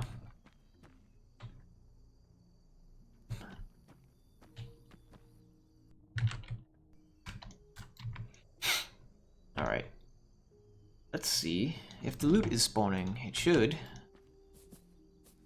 Getting some frame stutters. How many AI is there? 27. I need to improve my fucking code that spawns shit. Yeah, see here? It's...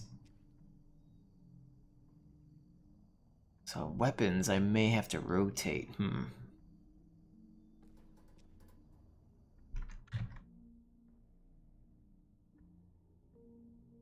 That is interesting. Ooh, that scared the shit out of me.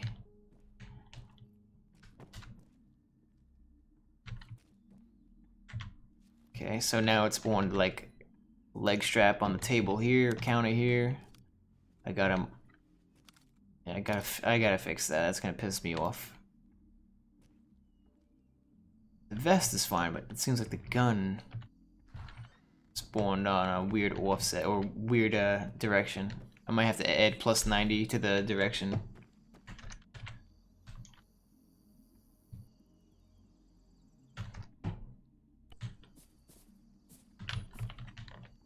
Sorry if that blew your eardrums out.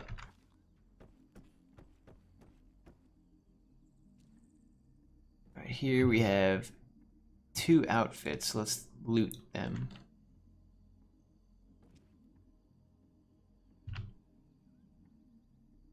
Just to do it. There is one quote bug, or better yet, a vulnerability with the loot system where if I pick something up and then as soon as I pick up any item that is spawned, it, as far as this house is concerned, as far as the mission is concerned, it no longer exists. It will, if you put it back, it will not be cached. Oh my god, so many. I'm glad that his pathing is shit. Alright.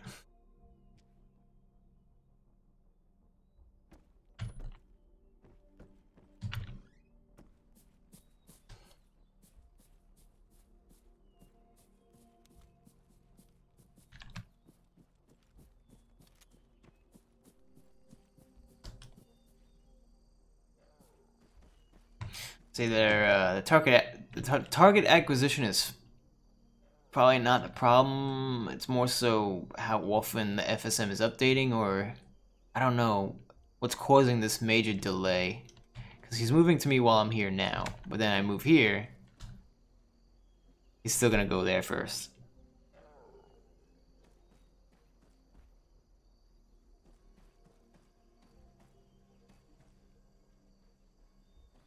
Oh, it's getting better, but I think it's because there's not many zombies. There's only 24. I don't know if it's the scheduler getting full or what, but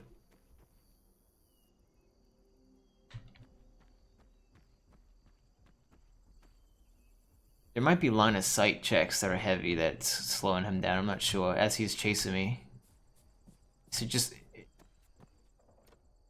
I'll look at the FSM in a second. See how that's going.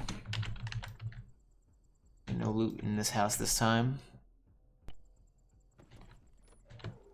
It's only at 30, about about a 33% chance to spawn. It's either 25 to 33 for loot.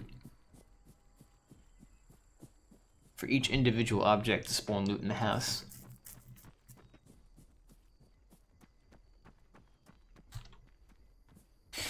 Oh, do I want to code an interface for inventory shit? My god.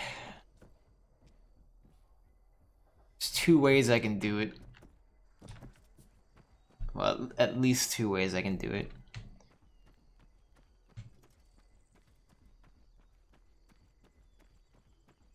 I'm trying to think what I want to do with the inventory. I hate to make an extended inventory system that's going to be confusing. It has to be intuitive.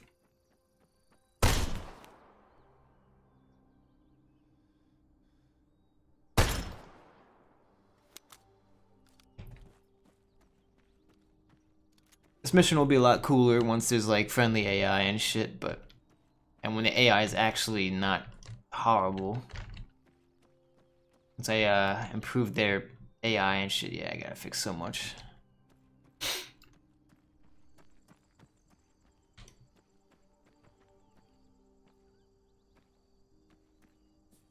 Get any loot this time in here? Nope. Sure it's not going through the wall.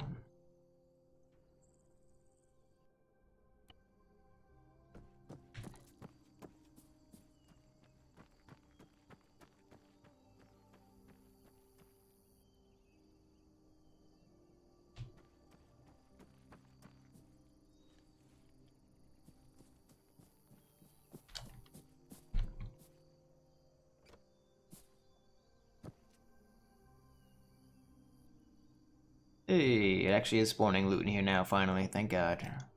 Got a leg strap. Is that a uniform and a leg strap?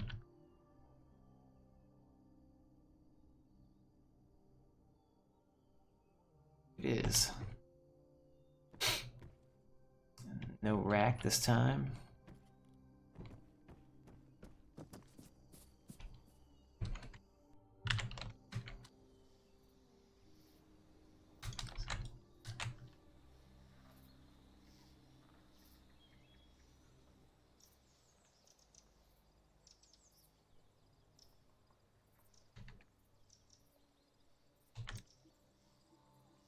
Ah, so when they're in the chase phase, if I'm outside of a certain distance, he will not come for me. Well, now he is.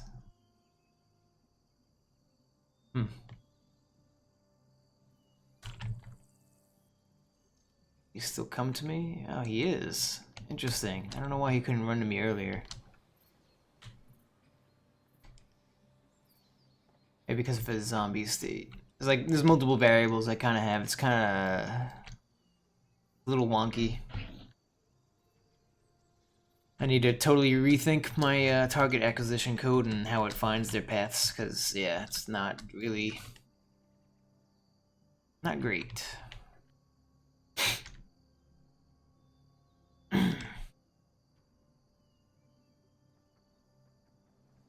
Oh, I died while looking around.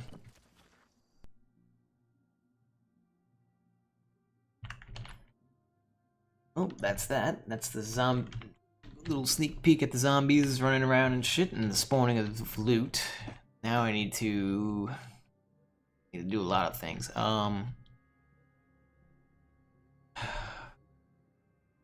Honestly, the zombie AI and the inventory system is top priority at this point. So, oh my god.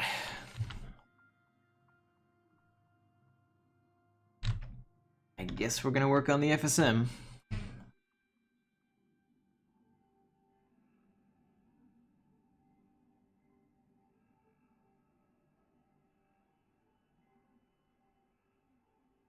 I mean, for what it's worth, the AI is working. So,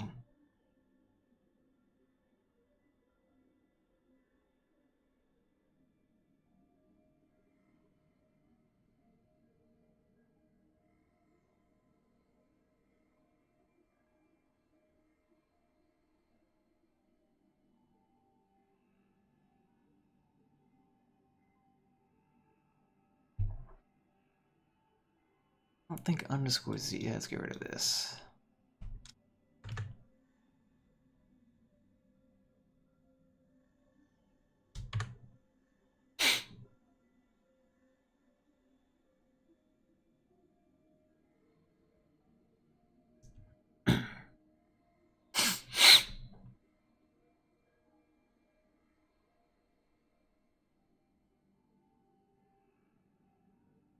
Okay, it's getting optimizing some basic checks here.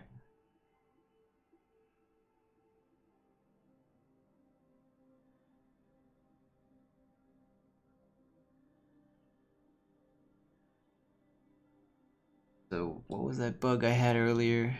Glad I wrote it down. Blue arrow zombie cannot break out of this state. Okay. So at some point when the arrow above his head is blue, if the zombie state is set. Oh yeah, let's go back to the fire event handler. So when I shoot my gun, or better yet, when the zombie hears a gunshot nearby, he... Use distance parameter? I do not.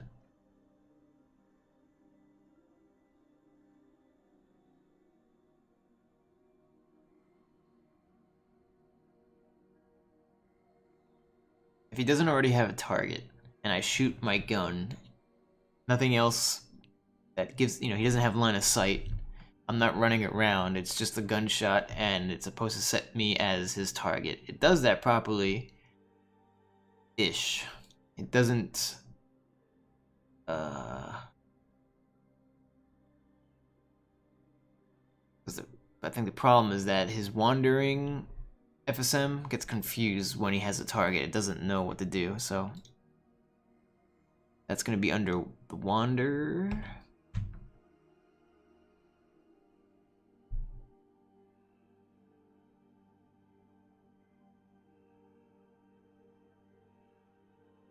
What's going on, operator? RS or SRP, whatever. Just I mean, you're hours into the stream, but I'm gonna be streaming. Oh, damn, it's 6 a.m. already. Well, I'm gonna still stream. I'm off all next week, so I don't have to wake up for anything. I'm just fixing bugs right now. The zombie AI I have is really shitty, and just fucking trying to fix it, or yeah, improve performance. So I'm trying to optimize the zombie FSM and also make them smarter, hopefully. How am I doing? I'm doing real good. I'm on a 2-week vacation right now. Week 1 is just about down, so my second week is coming up. And I've just been fucking coding Arma this whole time like a madman, working on my Takistan missions. I was working on... What else was I working on? A few in-house missions and scripts.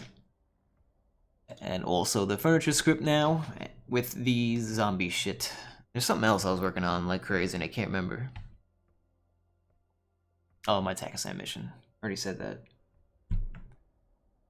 Yeah, anyway, getting back into this. If it's null... I think the problem is that, let's see what the priorities is probably fucked up. Oh.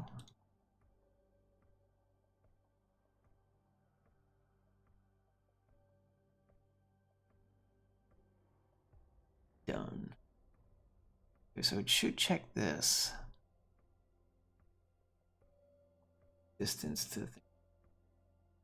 Not is null target.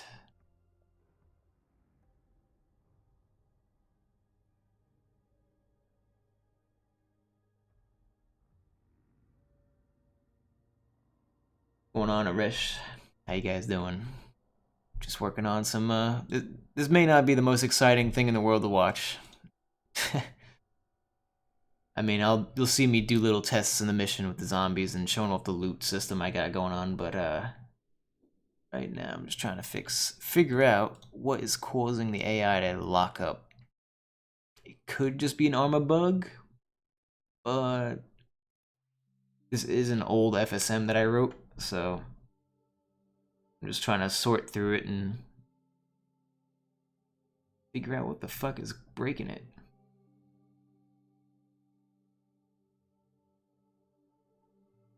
Yeah, nice. I actually have comments in my FSM for once. That's helpful. Need to also check for gunshots and visible targets. Gunshots I kind of already do. That's in the fired event handler, so that's outdated. Let's see.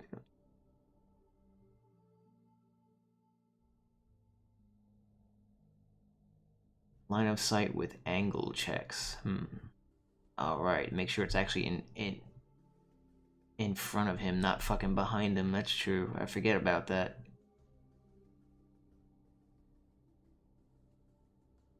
Yeah, glad to be back. I've honestly been coding Arma this entire fucking time. I just don't really make videos as often because it's kind of... I feel like my videos suck because I don't edit them. Even though they're quick and straightforward to the point.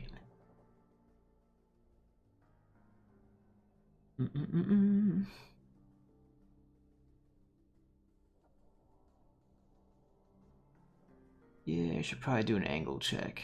Well, fuck the angle check. That's gonna be slow. Right now we need to optimize. We're not gonna add bells and whistles right now. I don't know. So this is my get target. I don't know if you guys can see. I don't know how good the quality on the stream is, but all this code is for my get target part of the FSM. So this is the part where it's trying to obtain a target for the zombie. He does not yet have knowledge of a target. So this is him constantly looking around, the code looking around this specific zombie for players and shit like that. So I'm going to say it out loud. The reason why I'm actually saying this out loud is not only to show you guys how it works, but also so I can remember how the fuck I coded this, because it's been a while. So this variable here, z_state, set, each zombie has this variable set on them. It basically is an array of, oh, I forget what the first array means. The first element means, actually. That's what does the first element mean? I think I defined that over here. Set variable, set variable. Where is the set variable command?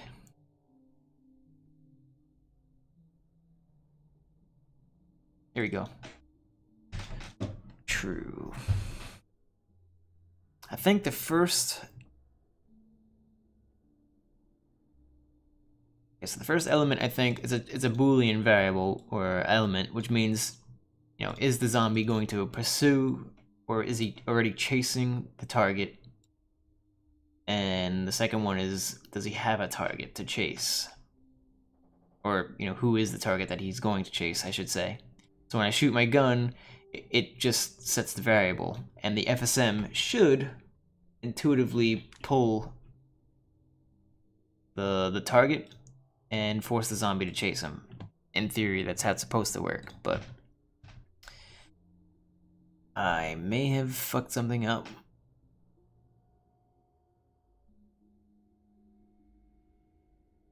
If you're wondering why it looks so cryptic, it's really micro optimizations, but at the same time, it takes longer to work on code like this, but I'm more concerned with how does it perform.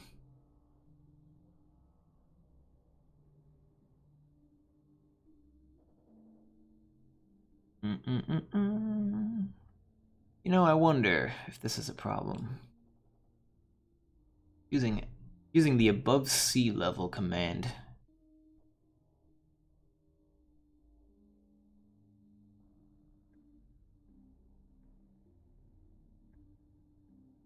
Actually, I think that's the only way line intersects works. It needs to be an ASL command or ASL position.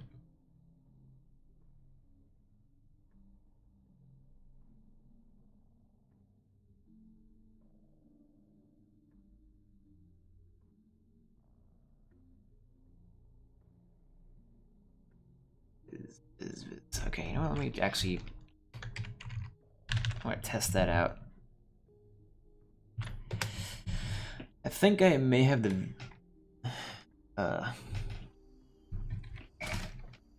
visual acquisition code fucked up.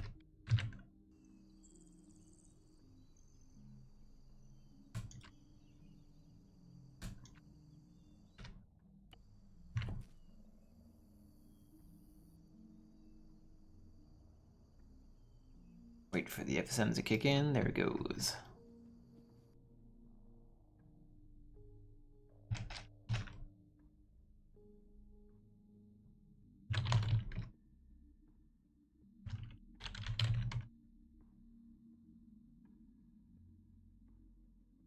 Okay, so he does have line of sight of me.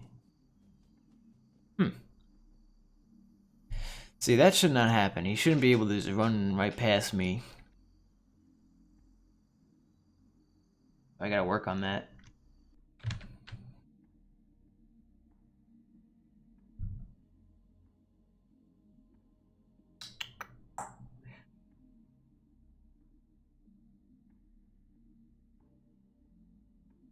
And this is the code, I believe. Let's see. Maybe it could be the wander code.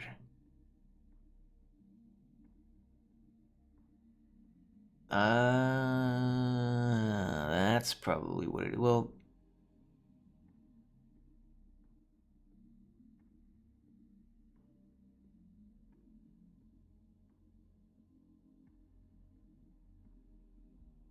I see. No target. So when he's wandering around, he's not actually looking for targets. Which I don't know why. Let me check my loop code. Maybe in here he does? Oh, okay. No, he does. So the loop part of the function, or FSM,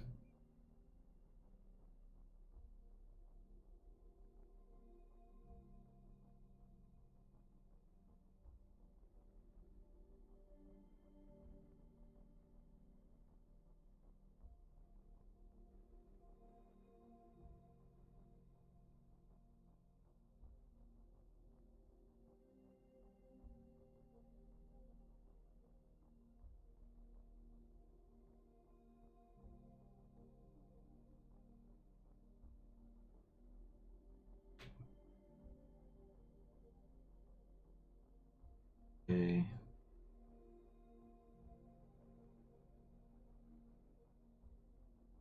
Distance to the target. So I'm grabbing certain variables that make sense. I'm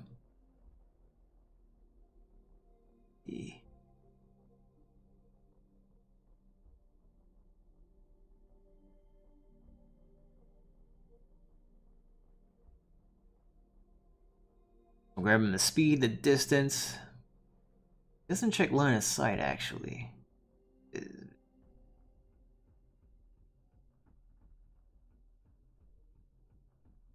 Hmm.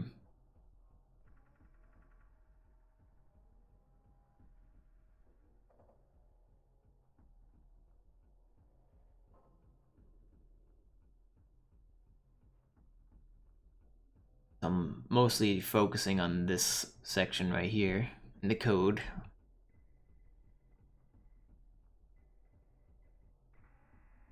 If is nil.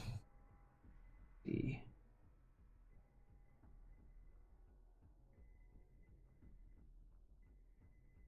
What the fuck?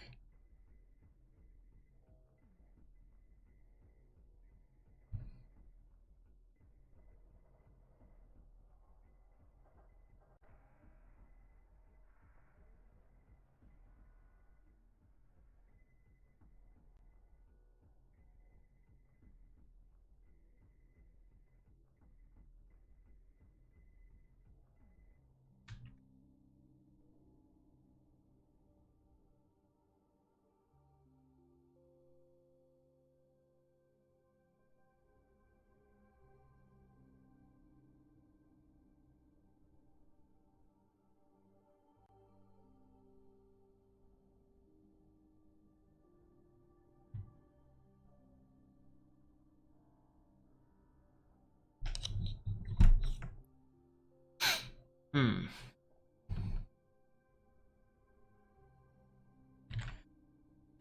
Man, this is confusing. So ZD, zombie distance. I believe that's what ZD stands for. Yep. ZD's up here. Distance to the target. So the distance between the zombie and the target is greater than or equal to 100 meters, then he forgets about his target.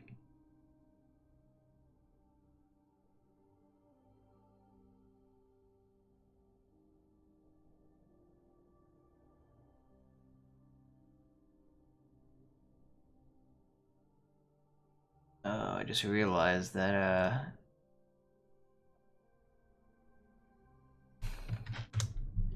this is goes to show you how long it's been. I'm defining private, trying to redefine private variables within scopes or outside of its scope.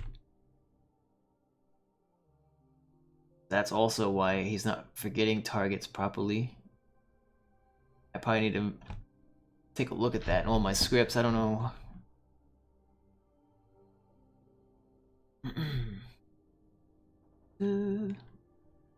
You could use a set variable command in any scope, that's not a problem. But when you're dealing with local variables,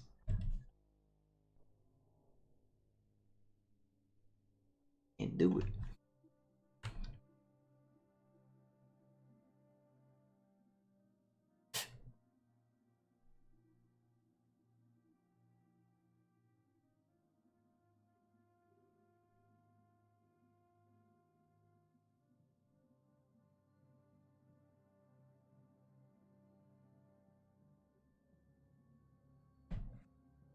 Okay, it may not be checking if the target is null. So target.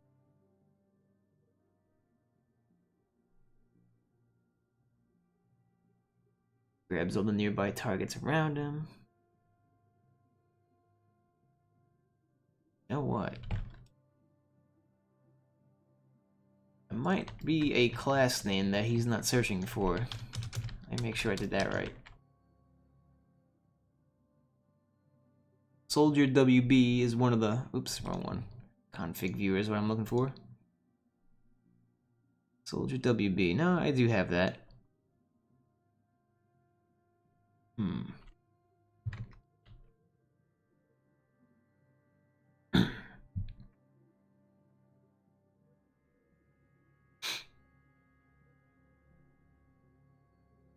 Entities.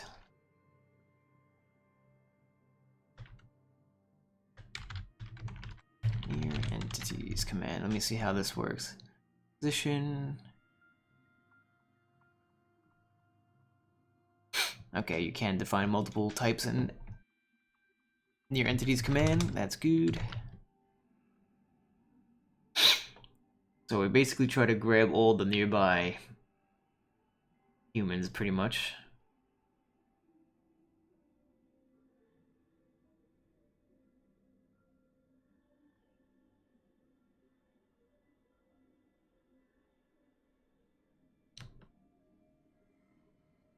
You know what will make this easier to read and code is if I fucking put this in Notepad++. Let's do that. And then we'll just paste it into the FSM, because it's killing my eyes looking at a white screen.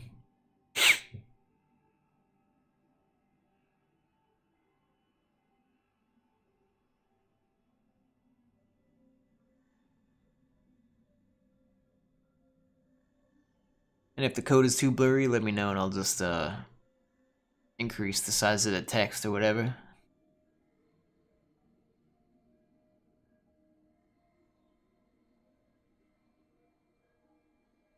I don't think I need to put this in parentheses, first of all. Oops. It's a habit to hit Control S every time I make a change.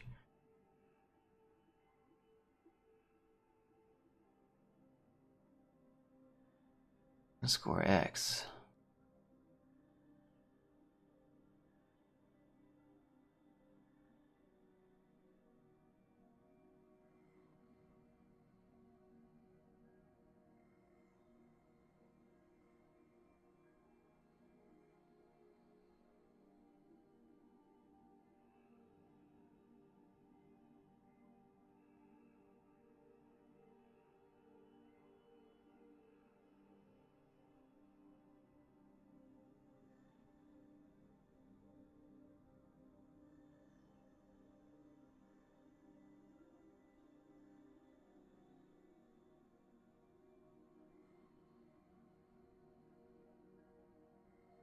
Hopefully I'm not boring you to death there, Aresh, because I'm barely doing anything. I'm just looking at this code, trying to decipher it.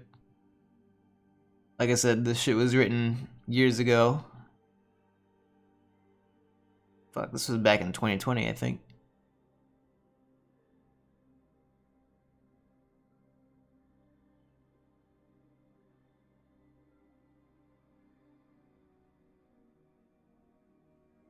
Sort true, okay.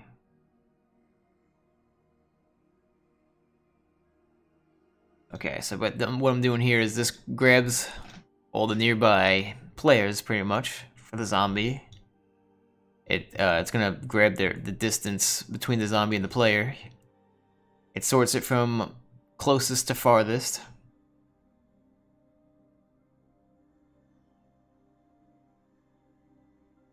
And it only does this, of course, if the array is full. Z and pause.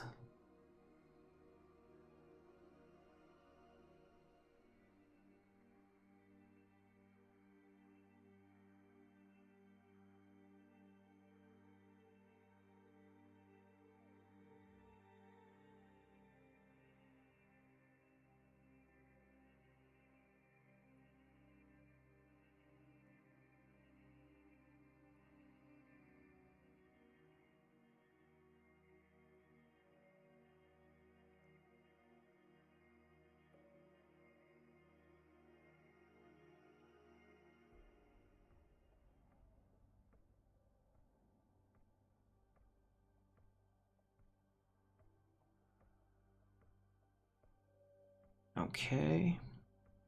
That tells him to move. Issue, there might not be much of an issue in the loop code, but I feel like there is.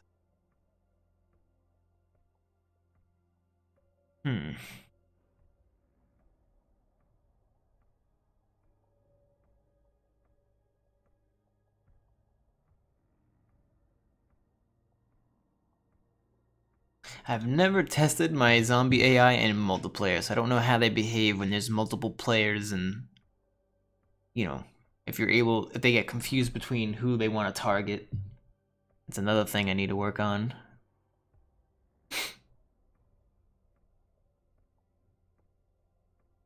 Target is equal to...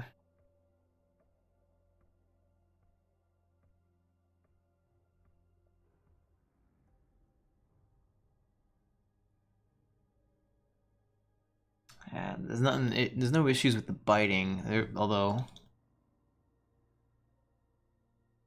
I am surprised that they're not playing sound effects.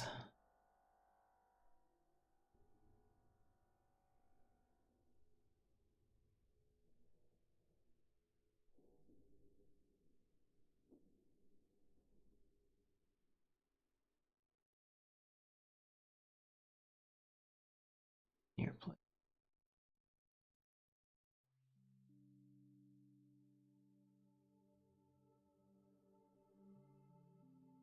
Underscore NP. Underscore NP is defined up here.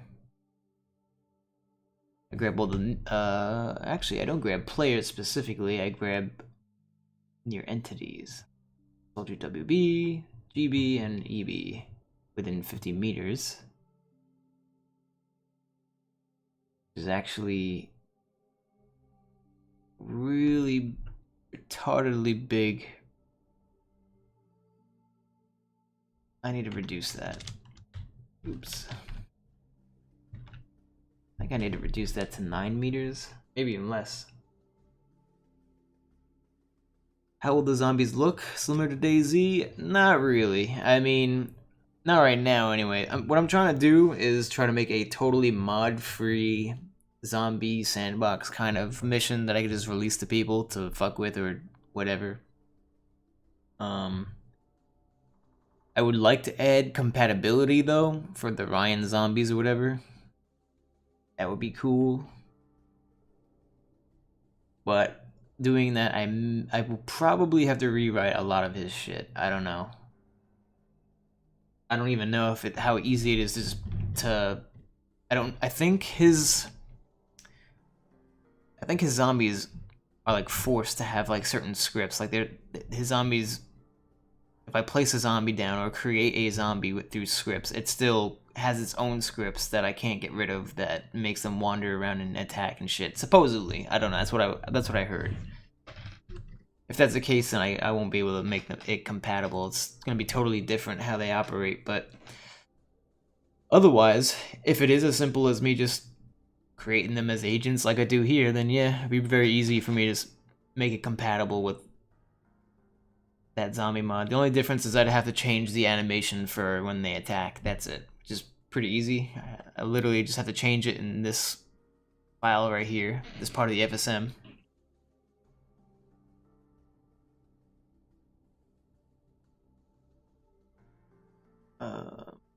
So what the biggest thing is I keep getting this no target error. No.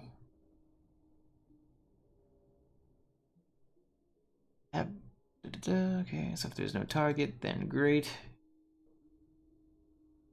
I gotta blow this up. I can't see what I'm looking at.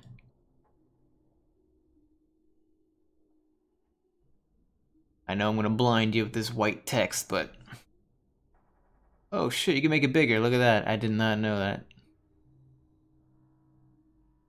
That is convenient.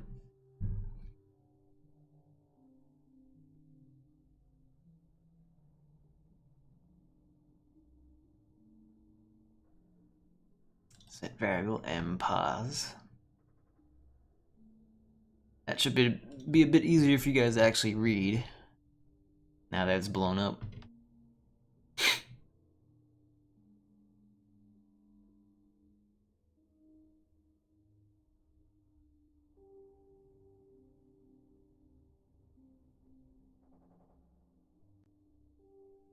To be an animation or blood splash when bitten. I can do that. I don't have any particle effects yet. It's like, this is like a super early stage of the mission, you know. And I don't really have much experience with particle effects. I mean, I'm sure it's easy to do. I could just... There's other scripts that do a little blood spurt I could probably just copy and paste from, but... But yes. But not yet. This is,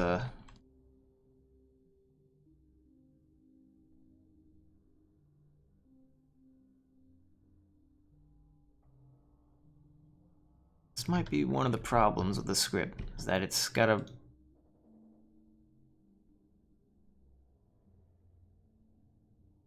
don't know if it needs that.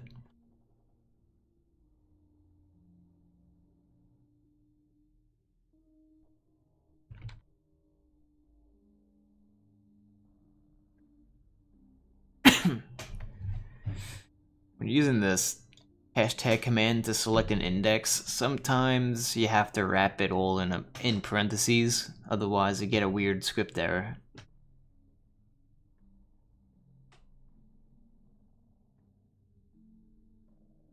Impause. Where are you from and what time is it now? Well, it is 6:30 in the morning. Although I've been awake since 12 in the afternoon, and I'm in Texas right now.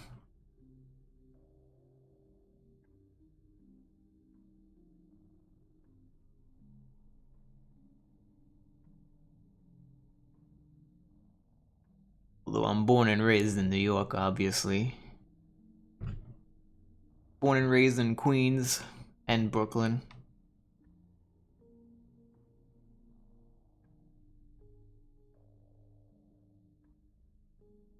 Is nil. Now why would this variable be fucking nil if it's set up here? It's true, it's forced to do this shit. Let me make sure there's no errors in here too.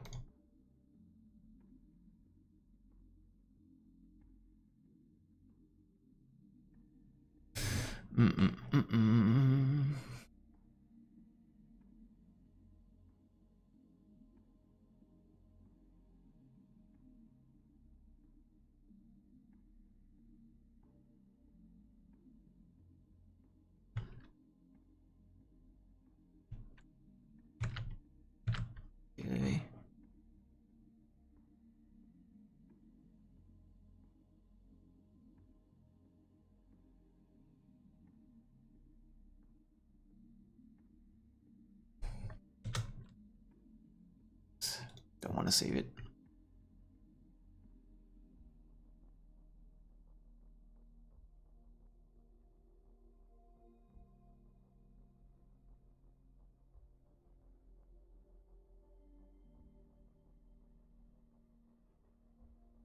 Is null.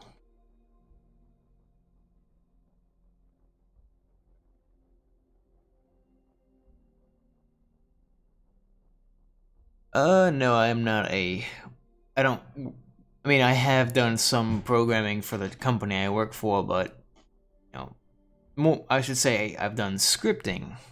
I've done some.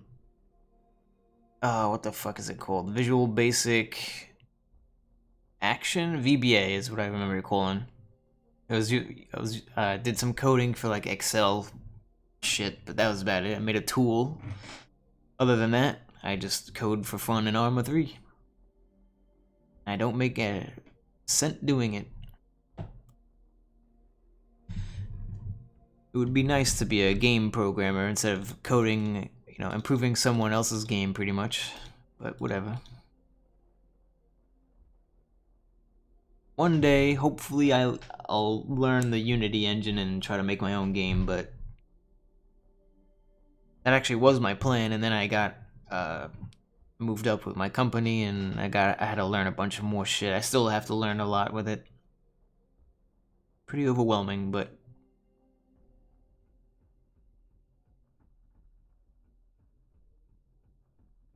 yep, I'm not a programmer. I never went to school for it. I don't have a. I'm not a. So the amount of people who think I'm a computer science major or fucking. I don't even know what the hell do people think I work on. Something to do with computer science. You know, I have no experience with any of that shit. I've been working with computers since I was a kid, and then Arma 3 is the only game I've actually done coding for. So.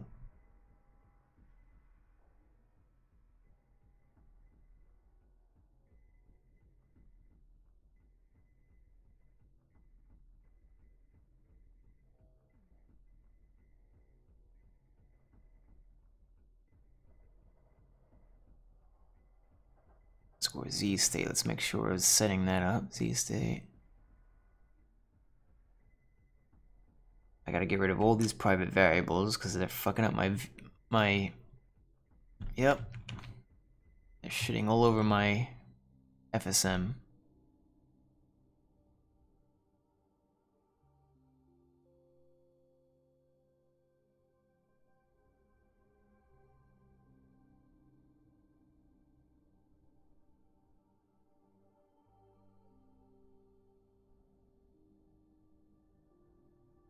Z state. Z state specifically is fucking me up.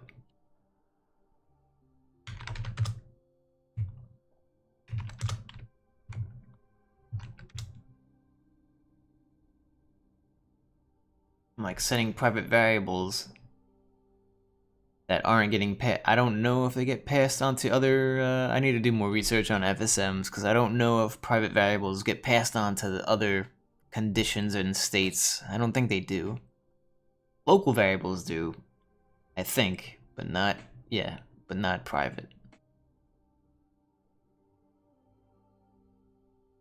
Where can you get my furniture script? You should be able to get it from the. Well, you get it on Steam Workshop or on the Arma 3 forum. If you download it from Steam Workshop, you have to go. How do you find the fucking mission? You go to like app data or something like that, and you go to.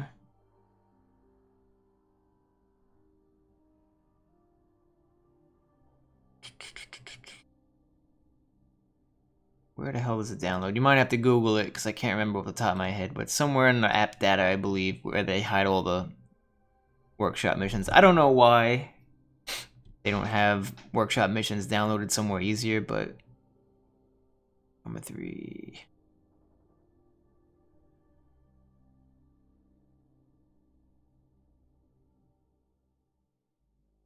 Is it not in here?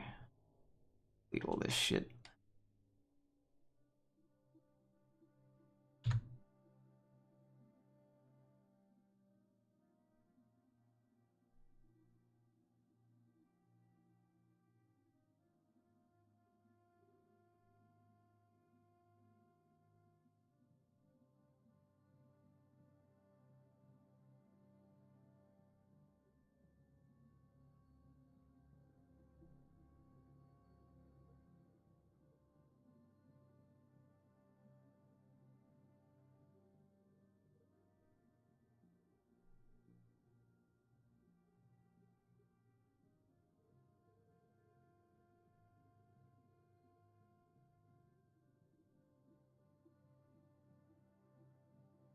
Steam mission cache? Is that it? No. Steam preview cache? Nope, not that. I don't remember where the hell the fucking missions are. Yeah, ArmaPhronk is gone. I don't know what happened to it, or I'm assuming the guy just gave up with it. I mean, Steam Workshop is kind of better. Only thing that kind of sucks that ArmaPhronk is gone now is that we lost all those Arma 2 missions and scripts, and you know, a lot of people put their eggs in that basket only, and they lost it permanently. So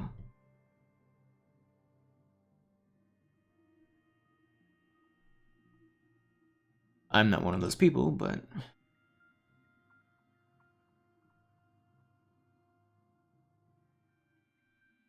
yeah, I don't remember where the fuck the missions get saved to. You have to Google where the Steam missions get saved to.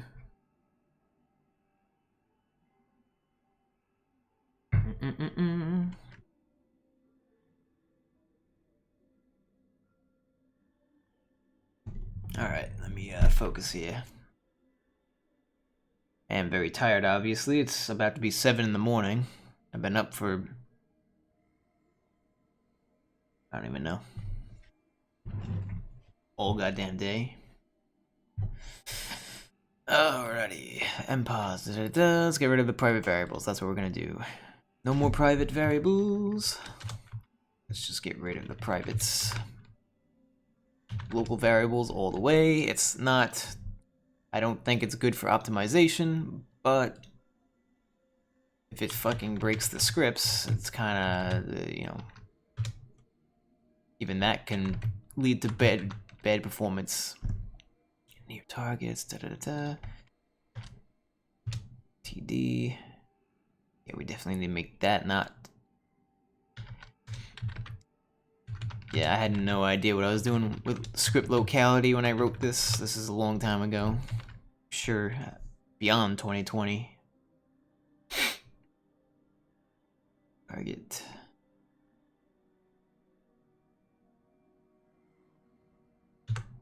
Fuck it, make everything not private.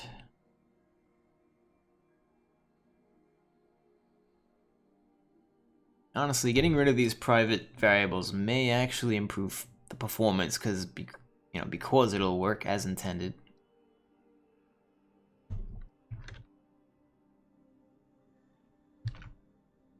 Hopefully that works.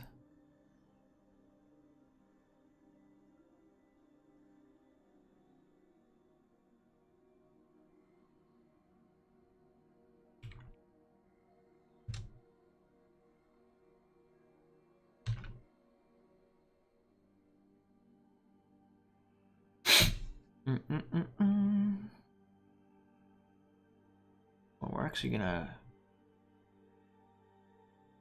underscore B. That should not be... Yeah, it's a local variable. Okay, good.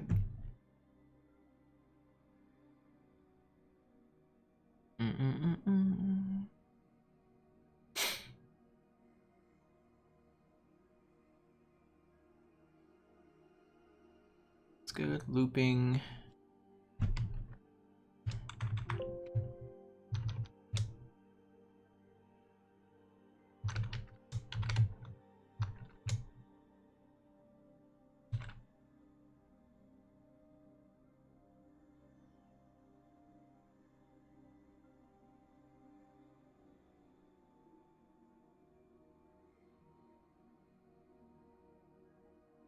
Variable mpause.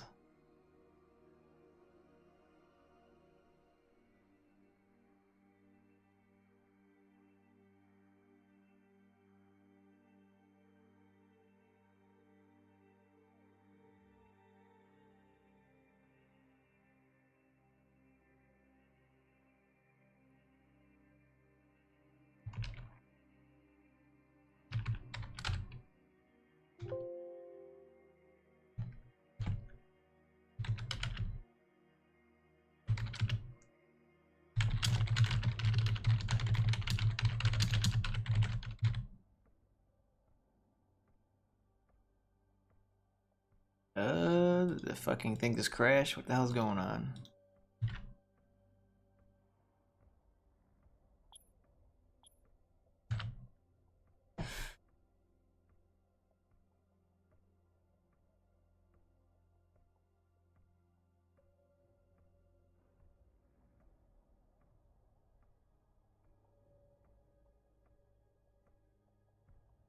work. Jeez.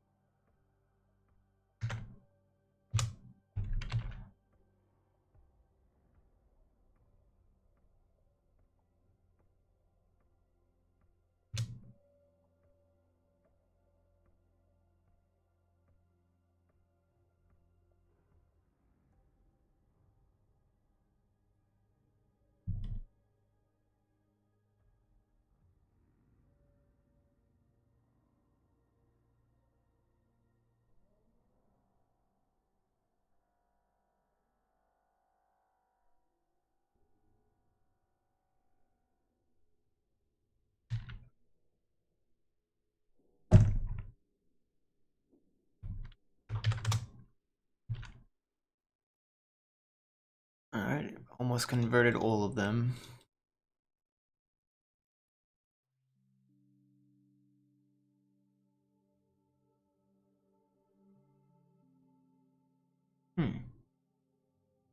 Wait, do private variables...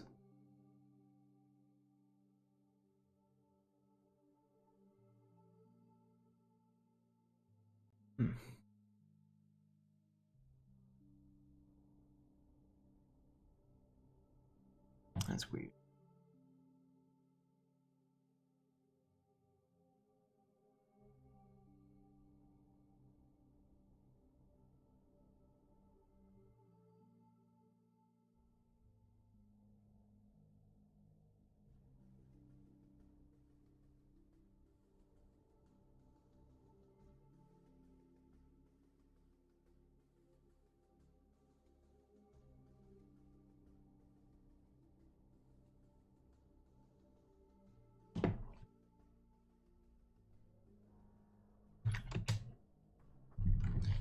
I don't know if there's gonna be any errors.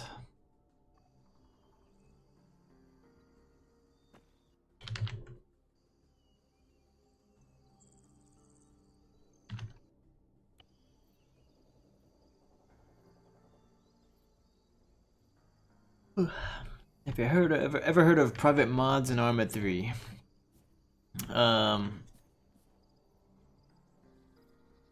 I mean, I don't know of a mod called private mods, but if you mean like, do I know how to make mods private, like exclusive, then yes. You just basically make a mod, you don't release it anywhere, and that's it.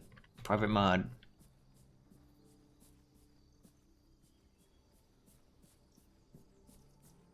If you make a mod and you don't create a buy key, and you don't, I mean, I don't know if you need to do the, you probably create a, yeah.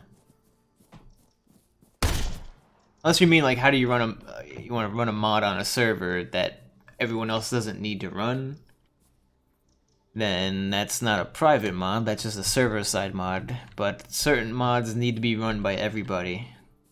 That's why you'll see servers where, like Cup Terrains maps, for example, you know, you need the terrain, you need the map to play on it, which you get from Cup Terrains maps, for example. So that's an example of a mod that everyone needs. Some mods you can get away with running on just the server, such as like any mods that only edit configs, like to AI or whatever. But sound mods, stuff like that, usually either need to be run globally or at least on the client side.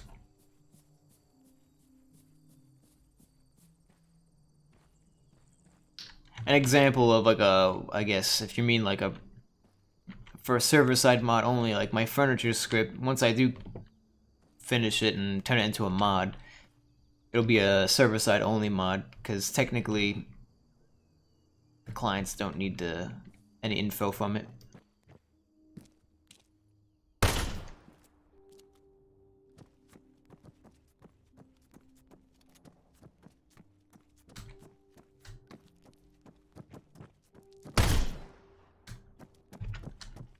So right now I'm just testing, see if there's any errors. In the bottom left corner, I'm waiting for it to tell me, like, you know, MPOS is nil. There's no reason in move position should be a nil variable, but I keep getting it. Ooh, do I have breakouts in the FSM?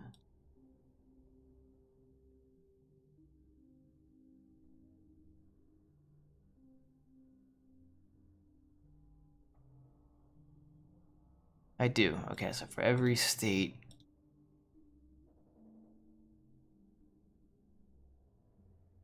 Okay, cool. Just making sure. So during every state, there's a condition that it checks for to see if it's dead or whatever, so it should be able to break out. No, actually, private mods ripped from other games like Call of Duty. I don't know about any, because if they exist, they usually get taken down because it violates terms or some shit.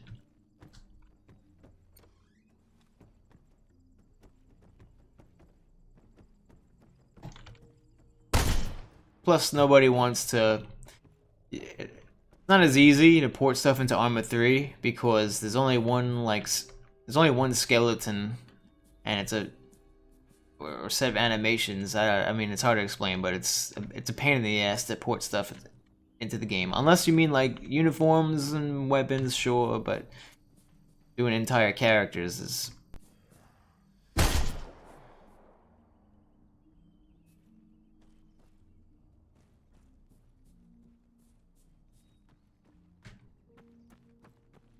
And that's also why those mods are private in the first place. If they do exist, then it's because they're not released. If they get released, then usually Steam Workshop will take it down, or the forum admins or whatever the fuck will take it down. I don't have any furniture spawning in here. I do in there.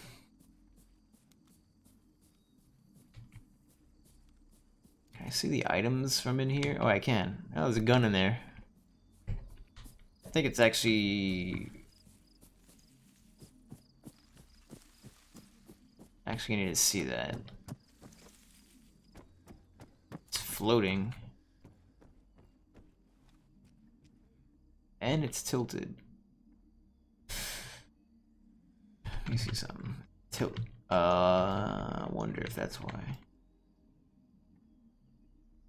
It's on a slanted terrain. I wonder if that's gonna fuck with the positioning of the weapons.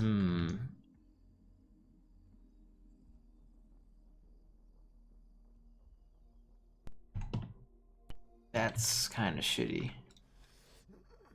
But whatever.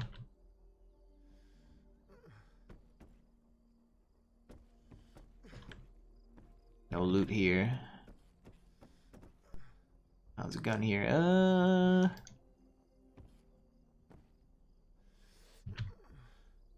That's a little buggy. It's because it's selecting an offset towards the end. Let me see.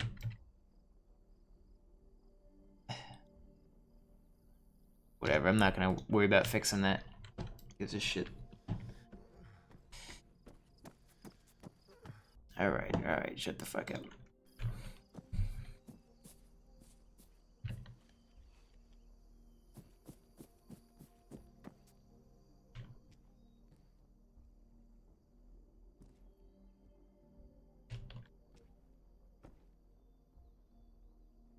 No loot there.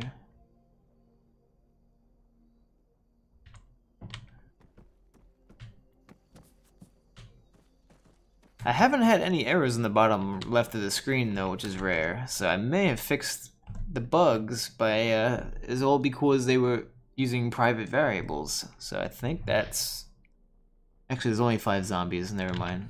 We go to an area where it's more of a problem. Try this.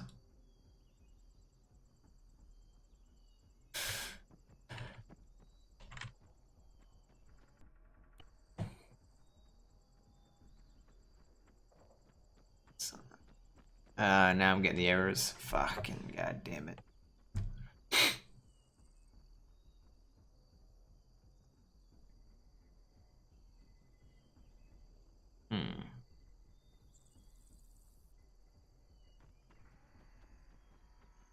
Yeah, something's fucked up.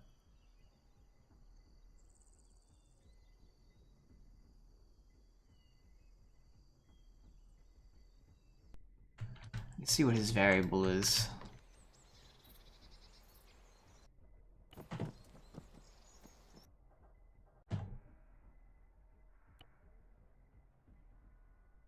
Cursor object, get variable.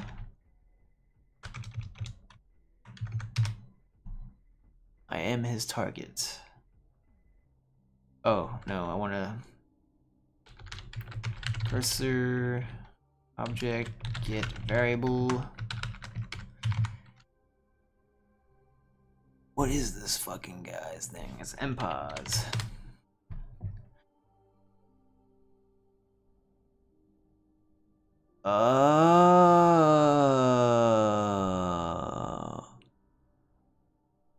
Well, that's the problem. mpos is returning only 2 elements. It is not giving an elevation parameter. Wow.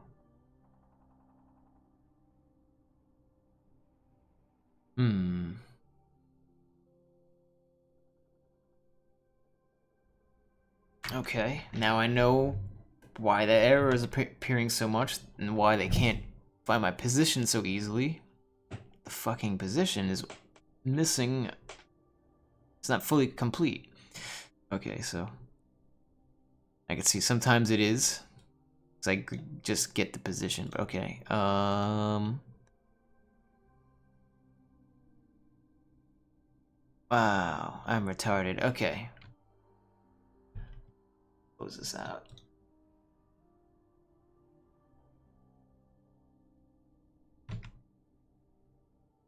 Finally figured out. So using local variables did help a little bit though, I think. But truly the issue is that I was just position is not it's returning only 2 elements. Anywhere where I use those commands, I gotta fix that, so. Has target.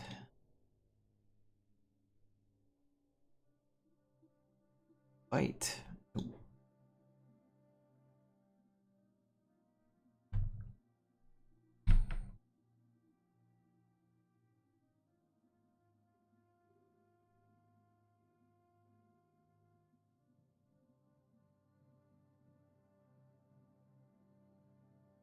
Okay, done. Move to get position a zombie. Wait. That could be a problem.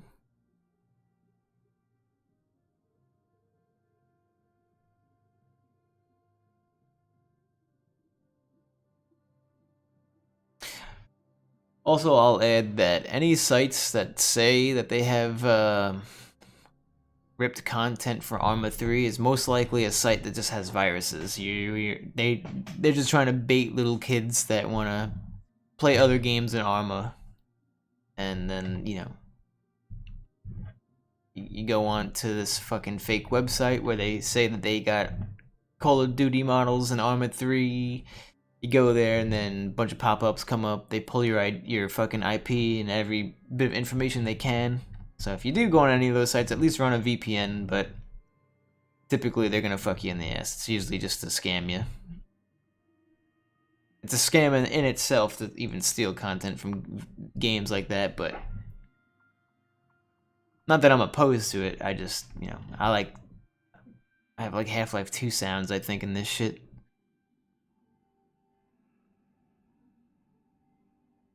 But knowing how hard it is to port anything over to Arma, you know how long it took Cup to fucking port everything over from Arma 2 to Arma 3? They're still doing it. I think they're gonna port shit, and that's from another Arma game. I think people are gonna port shit from other games into Arma. Forget about it. It ain't happening.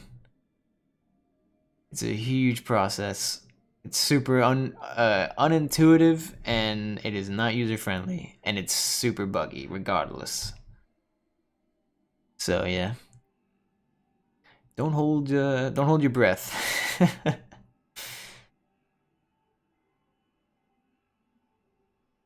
Okay, here we go. This is where I gotta define this shit.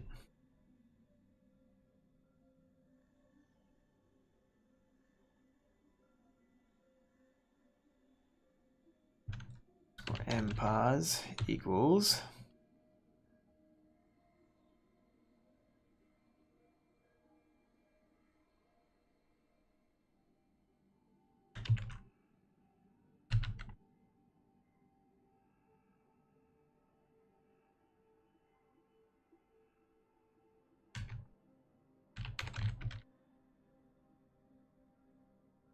oops.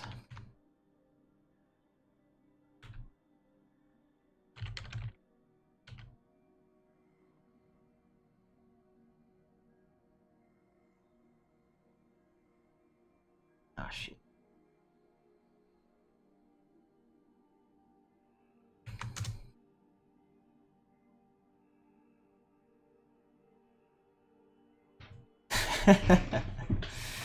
Yep, told you.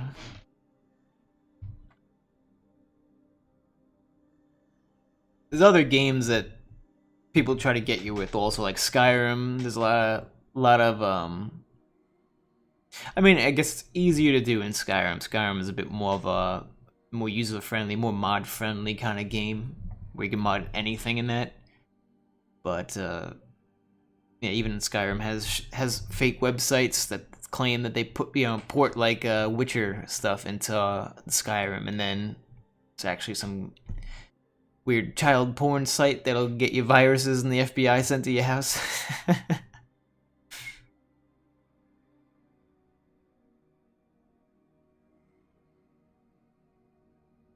Variable. Oh yeah, we gotta add another.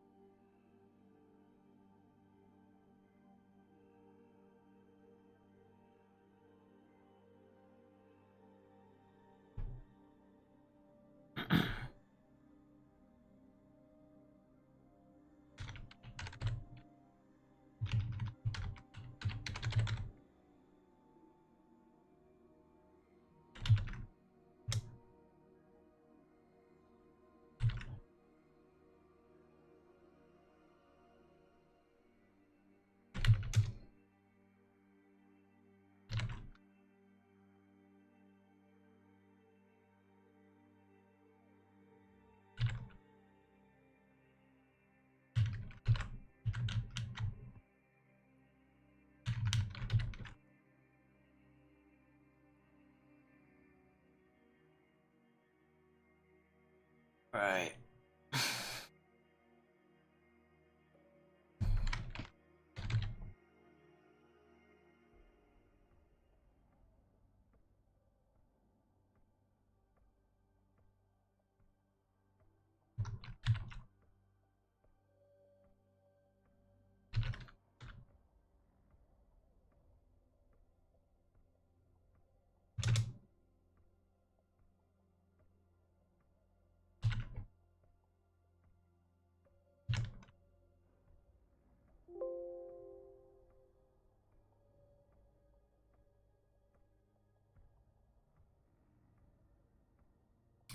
I had a fucking semicolon at the start of a what do you call it? That can cause bugs. I wonder if that was a problem too.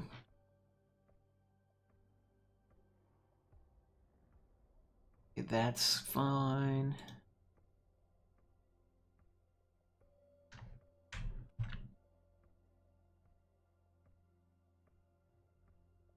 Need to fix this.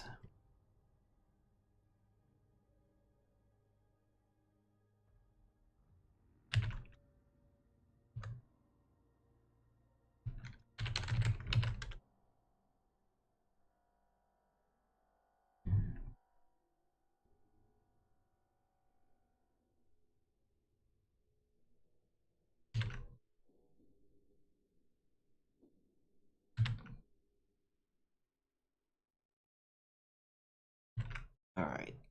That should have fixed like at least half the bugs. Oh, wait, one more. Got one more.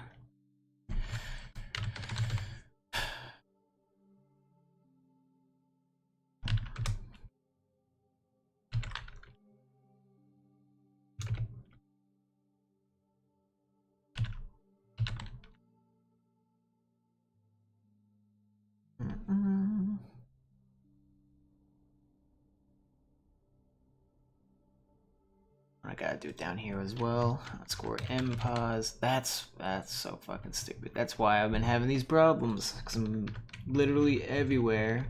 The position grabbing is fucked.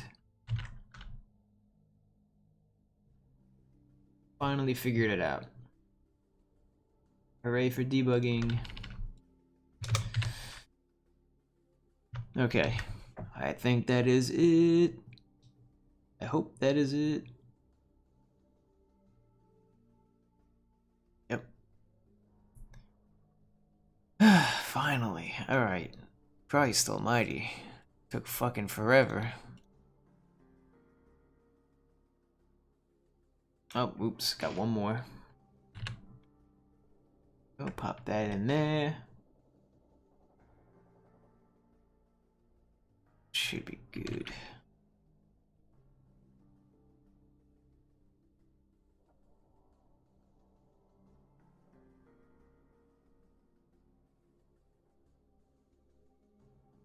Alright.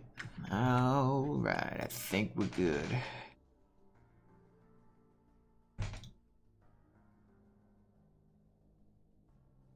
Okay.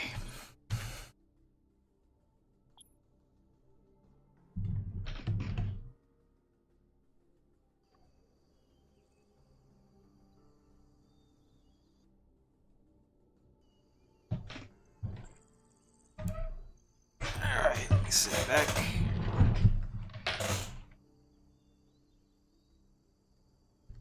Oh, got a script there. Missing a, oh. Deleted a comma by accident.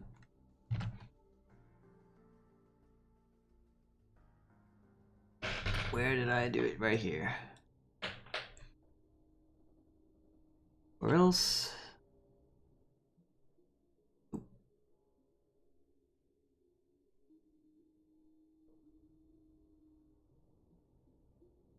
Alright. Hopefully that's it. No, you're not interrupting me at all. That's why I'm streaming. I'm tired anyway. That is the point of interacting with the stream, I guess. And what I'm doing is really not that crazy anyway. I'm just moving variables around.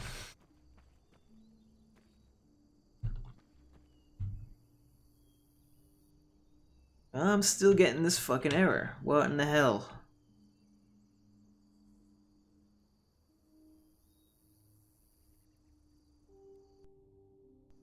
Let's see.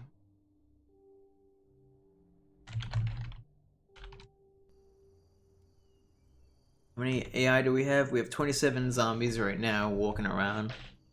No target. Somehow MPOS is nil. Okay, let's go back to no target real quick.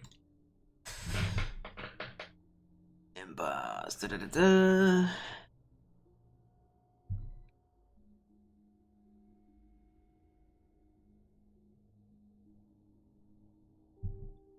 I mean, how in the fuck is it nil?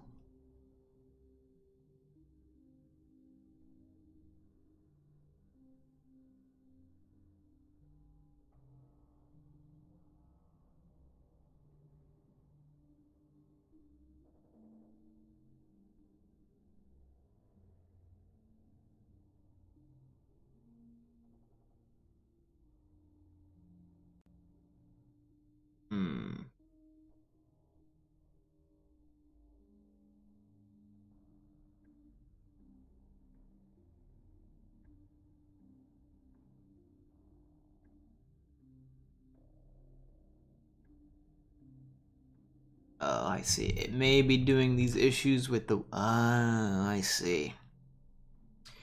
The zombies who don't spawn in houses. Because the FSM right here,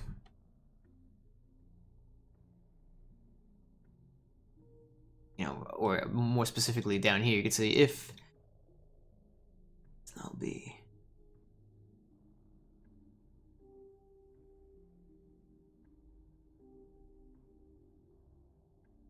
Actually, hang on. Why the hell do I have this here?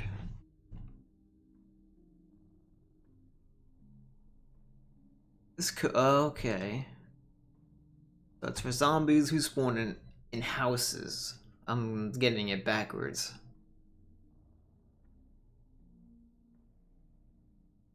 I think. Zombies in houses don't seem to have... Where the fuck is it?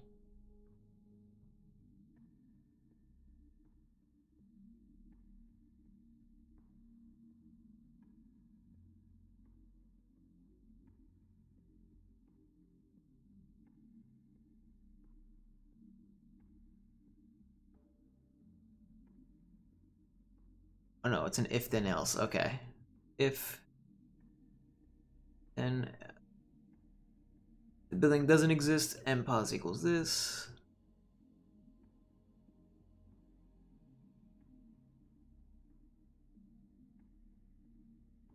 Okay, let's try doing this then. Let's in this scope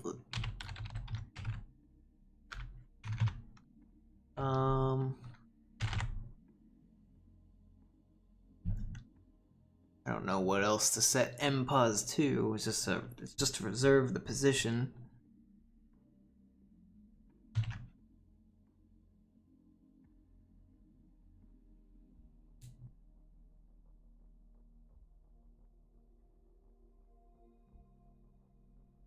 Should be good.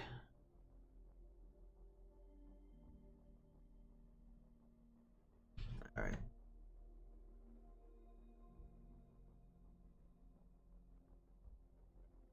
Else.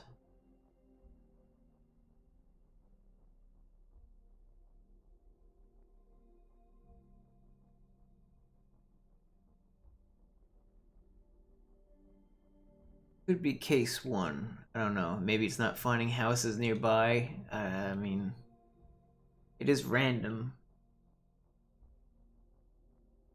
I don't know. This shit doesn't make any sense. The way I coded this makes no sense, and how this FSM is interpreting the code makes no sense.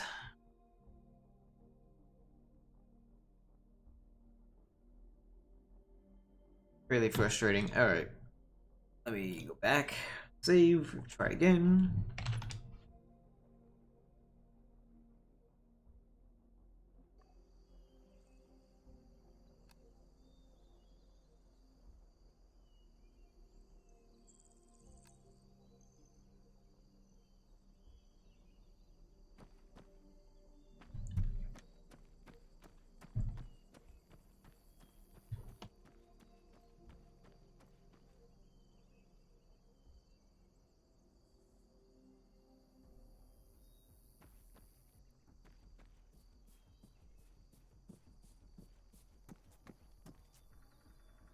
Still getting that fucking error.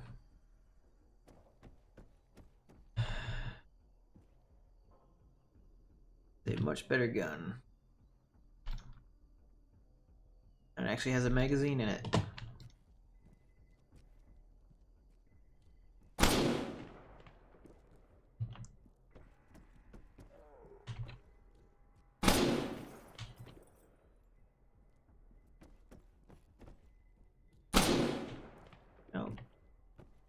At least I'm not seeing as many errors. Which implies that I'm getting well, how many zombies are there? It's 28, so that's a decent number.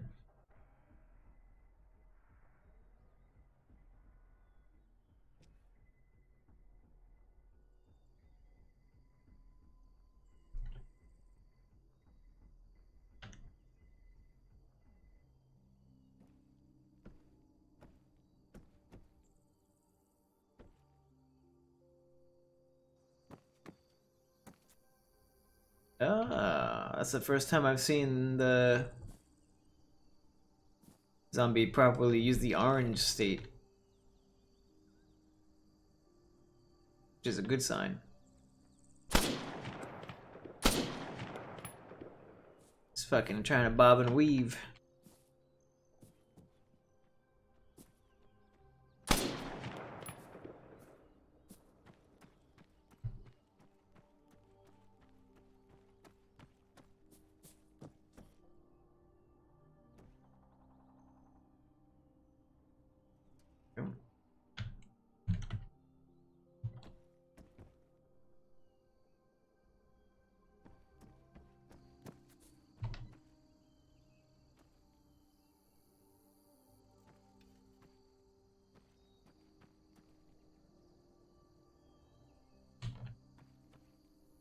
Let's see if I just stand here, if he aggroes me.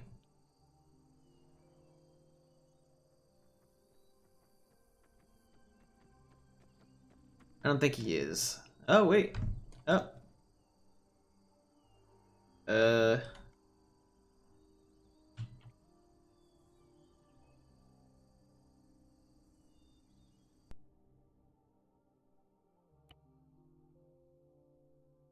Okay, he has a proper position.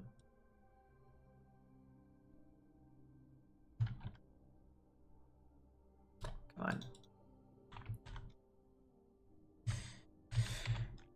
Distance player. 37 meters.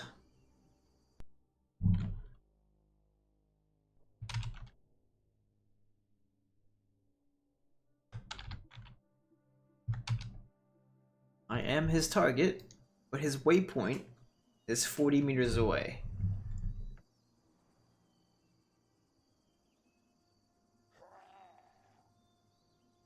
He's playing his aggro sound effects.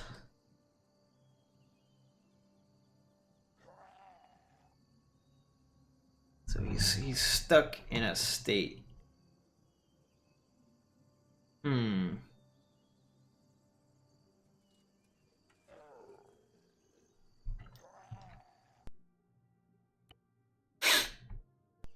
What if I move? He break out of it? I don't understand why he's stuck in that state. This happened to a guy. Oh, there we go.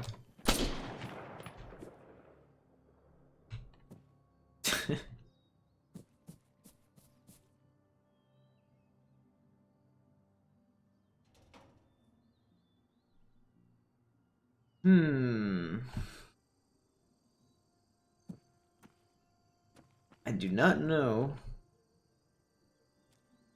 I was assigned as his target.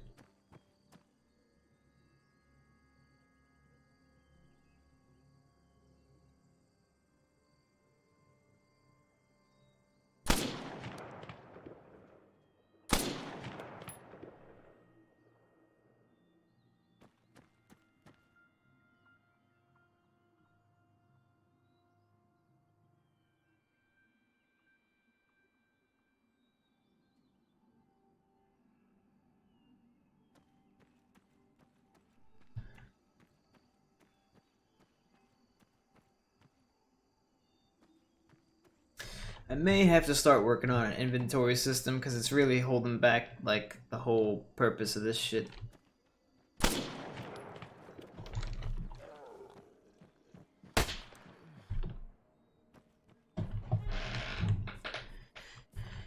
Because that's where all the cool stuff is. Being able to craft and all that shit. Combine items, pick up more types of items. Use different types of items like an axe as a melee weapon and stuff. So if I actually code all that shit, then right now it's just retarded.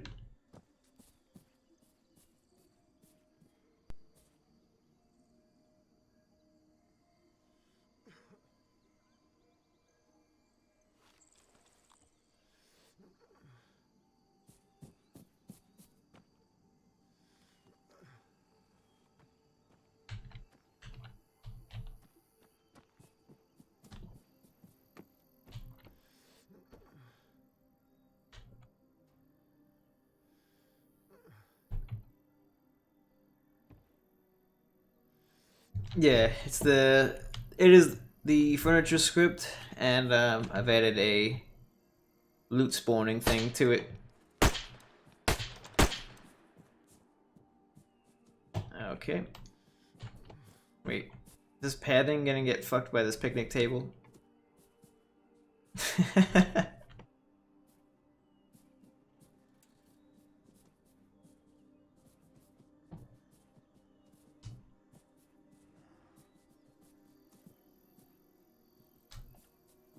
Alright.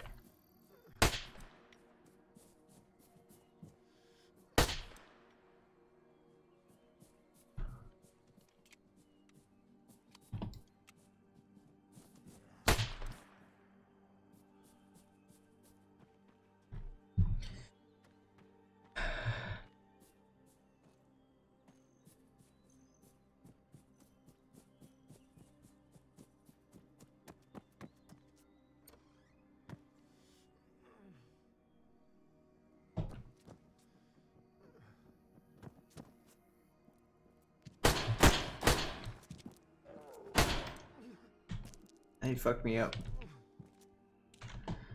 Let's see what my damage is at. Oh, I just healed myself. Oh well. I wanted to see how much damage he actually dealt to me. I think I was like a hit away from dying.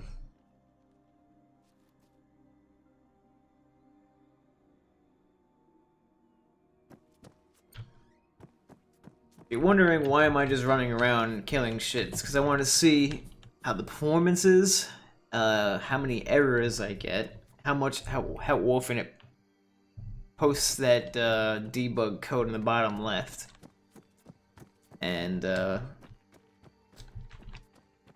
make sure everything's working with the furniture and the loot. Hey, another pistol. It lets me pick it up.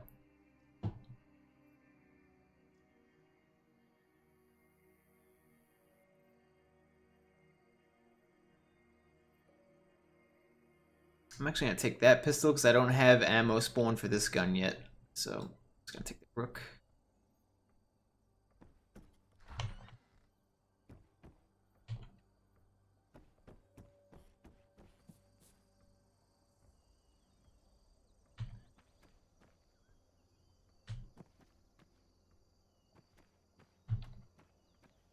I'm just gonna try to find a shotgun and then we'll move on to it. I'll teleport to another town, or actually I gotta test out how the zombies operate in the woods. Make sure that they're not shitting themselves, but they're still able to acquire targets.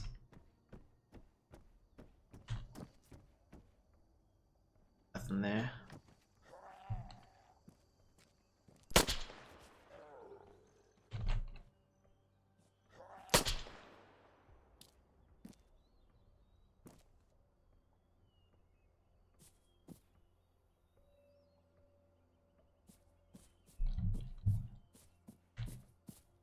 I have over 80 FPS right now, and there's 20 zombies that are alive still.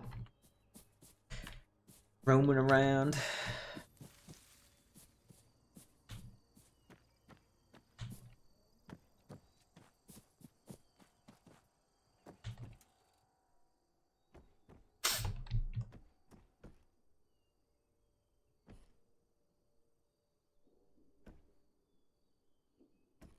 I haven't seen any loot spawn on this yet.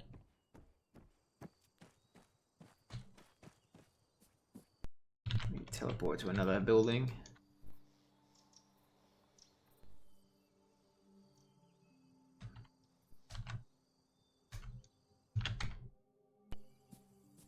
See if medical supplies spawn yet.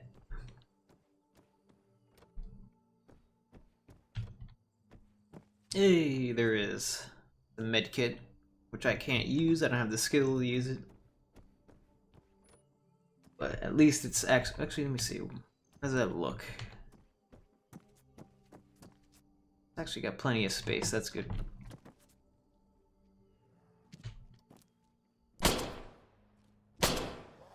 What the hell? Why won't he die? I was shooting him in the fucking head.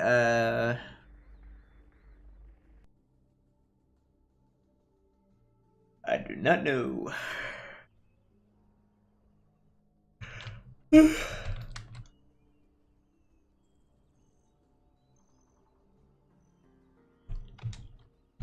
7:30 in the morning. Woo!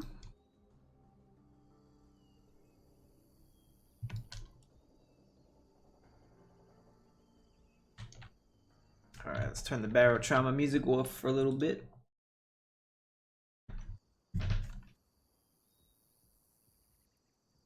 Zombies and Ravage can walk through walls. You know, I wonder how bad mine are gonna be.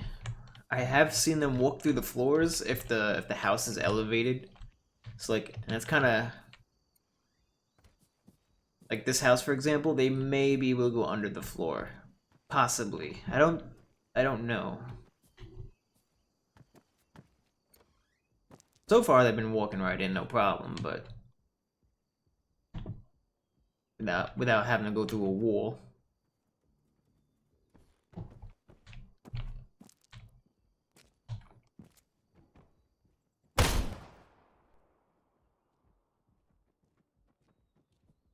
Where's his arrow thing? Oh shit!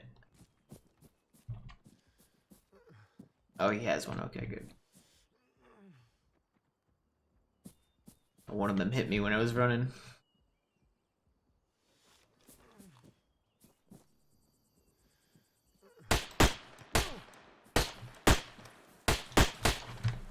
Ah!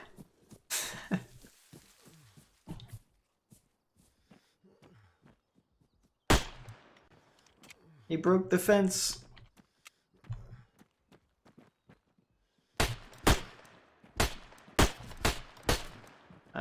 Something to do with the camouflage. Let me see what the hell that's all about. Zombies with camouflage faces seem to not die.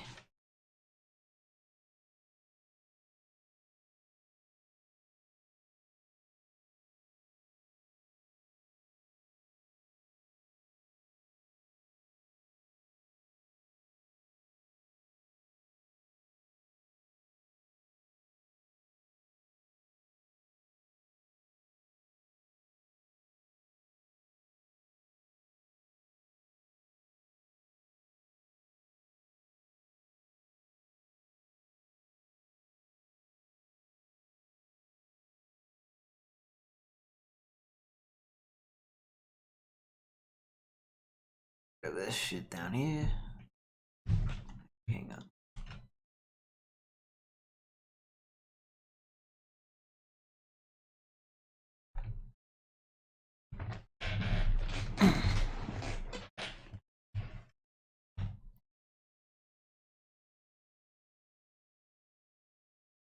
Oh, sorry, I wasn't even reading the chat.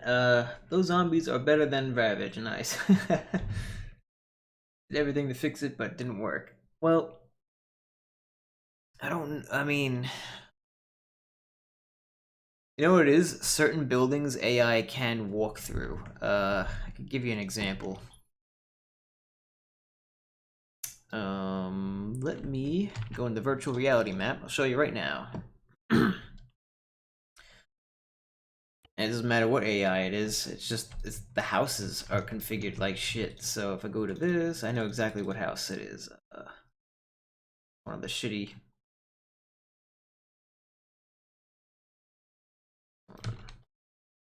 This is an example of a house where they could walk right through the wall. They could walk right through this wall right here. So I'm gonna put down I'll put down a group member.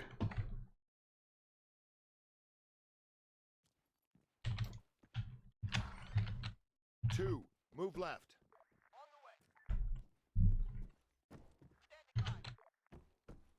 Two, move up.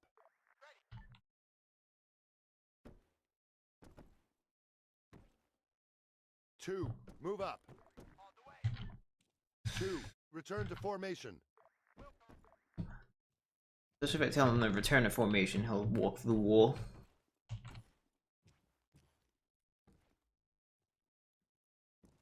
Come on.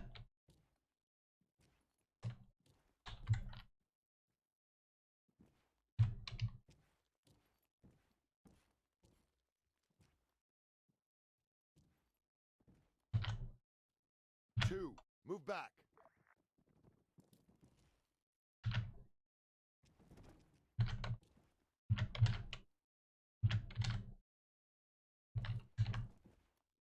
Let's see.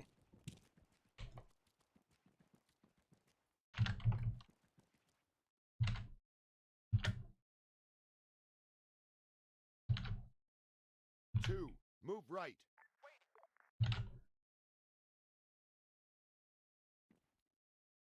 See, he's not sure how to get outside. He's eventually gonna just say fuck it and run to the wall.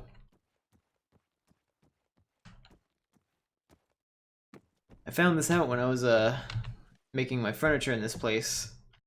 I do tests where I spawn them, or I move him to all the building positions and have them. I test their pathing, and sometimes they just run right through the wall. They may have fixed it, but I doubt it. Two, move right.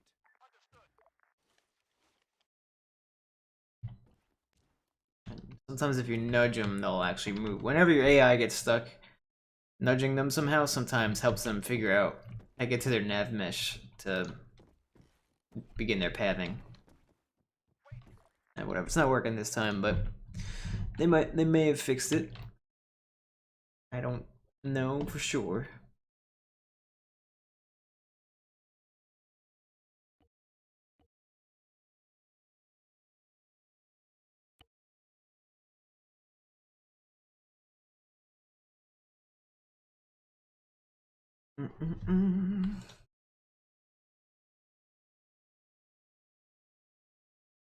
Let's see, what else do I need to do?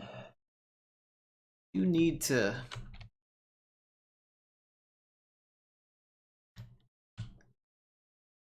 broaden the military loot.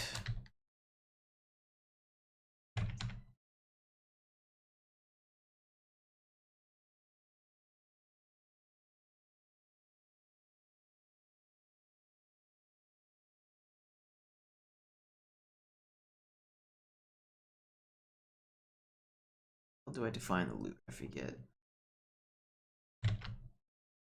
Oh, it's in the furniture code.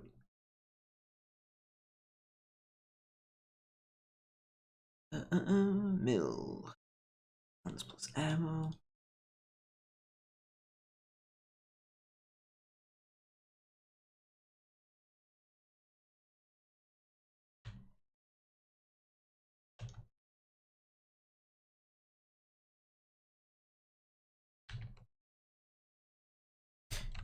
Let's do some more testing.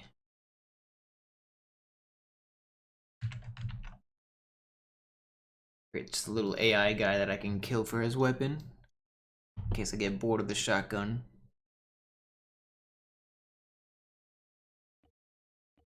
I'm bringing an AK-47, why not?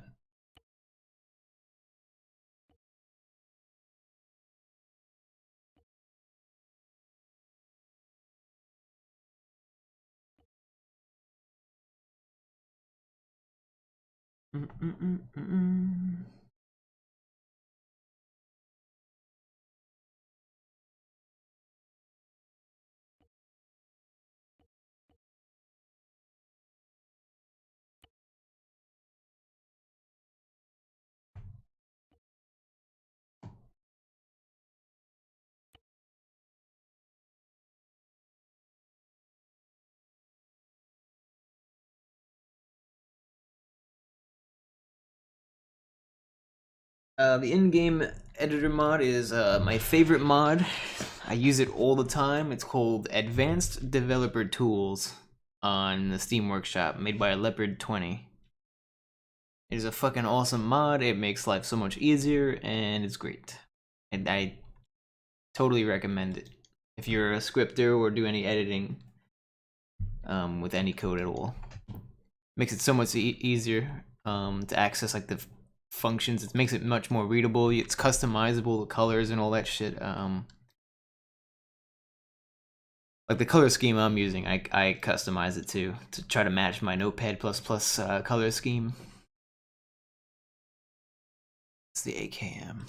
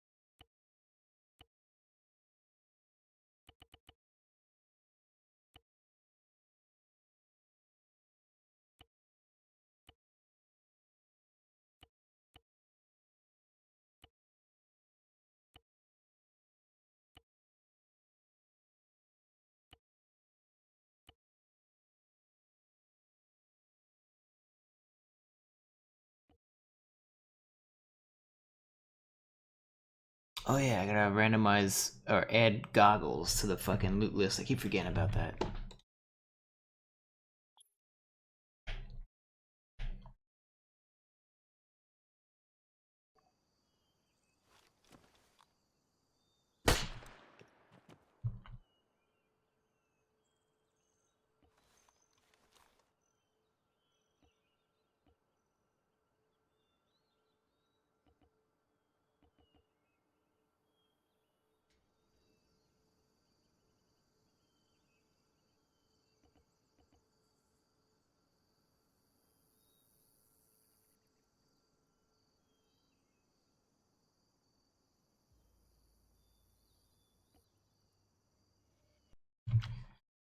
All right.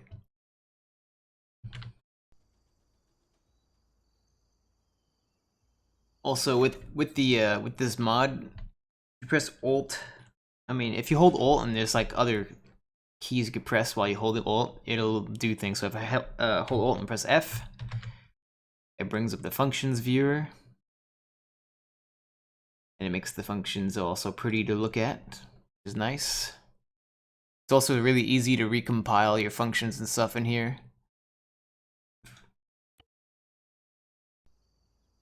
I think I have recompiling turned off for some reason on my mission.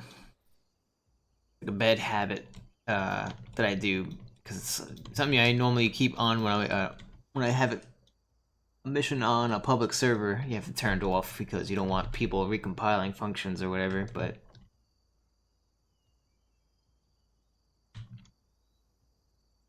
let's go to a different town.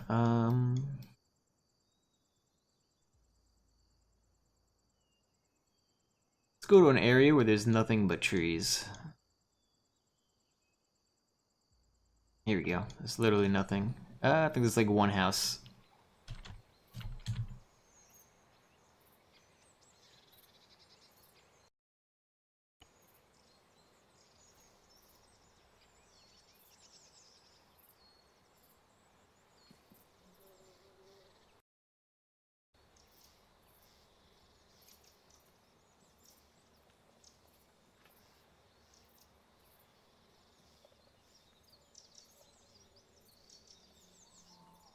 No target. Somehow MPOS is nil. Okay, now it's spamming it.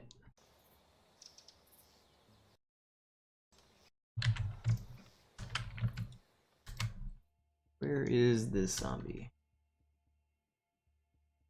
Thanks for the subscription. Yay. I'll be famous in no time.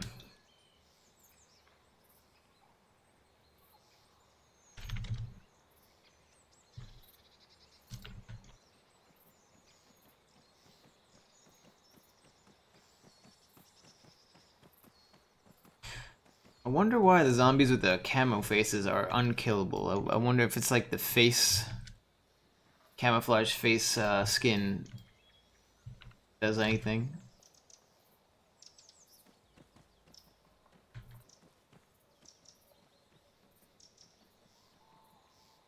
Wait, let me try something.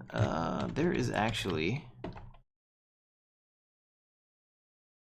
I haven't used the mimics command, I don't think. Have I? Let's check Z.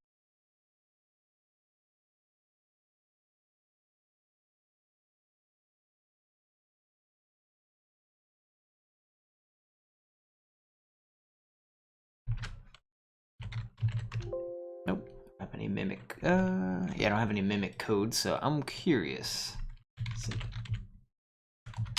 You could set mimics, which is basically you could set the facial expression on an AI. There's like predefined facial expressions you could give them. And I wonder if I could do some like zombie looking expressions. Set face animation is actually just their blinking, I believe. Like how fast they blink.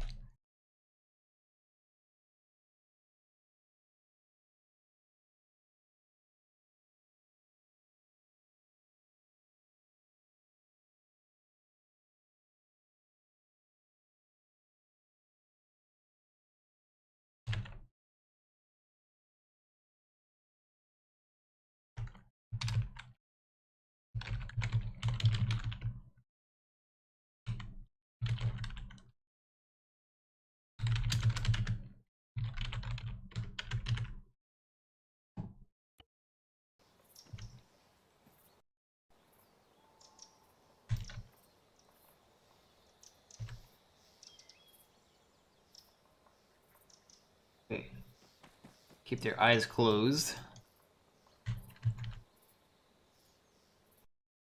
And also set it to, I think dead is another one.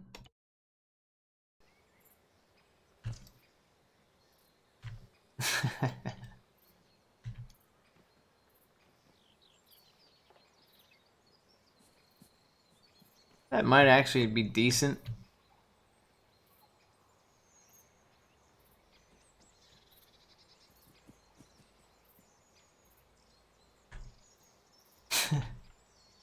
It actually is kind of a little bit, I don't know if that's creepier or if it's stupid, I don't know.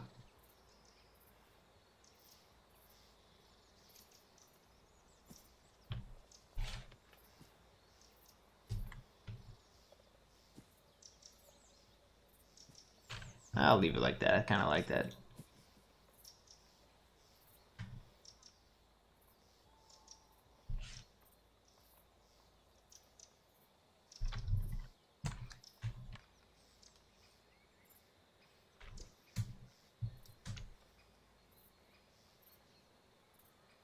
What in the hell?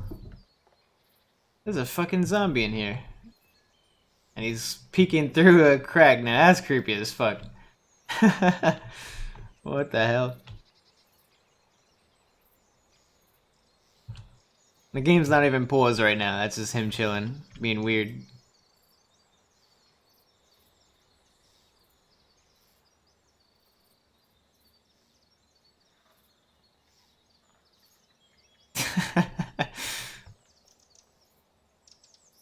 That's funny shit.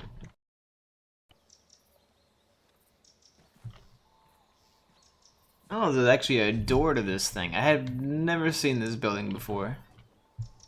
Oh shit.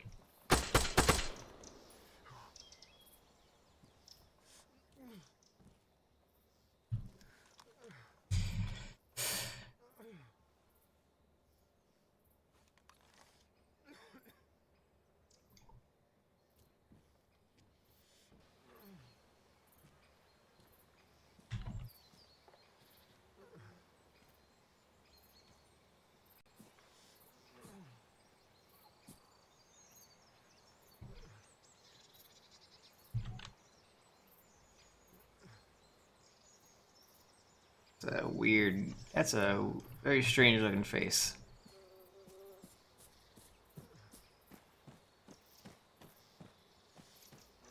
So, it seems like this error is occurring mostly with zombies who spawn outside, who don't spawn in a house. Getting a lot of this no target shit. It's only 5 zombies alive running around.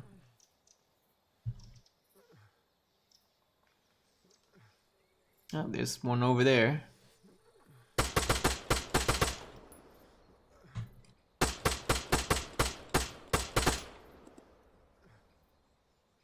I think that is that not triggering the fired near event handler? What the fuck? How does that work?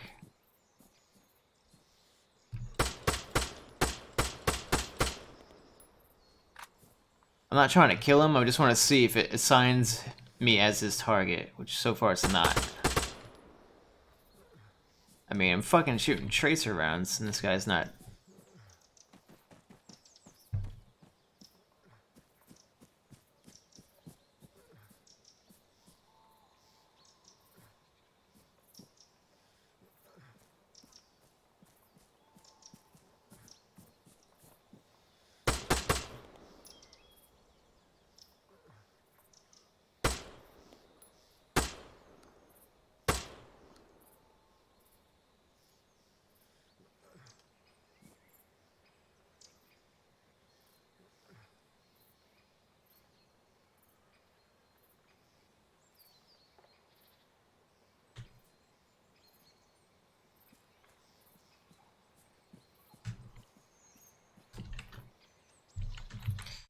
Alright, now let's spawn in an area where there's probably mostly...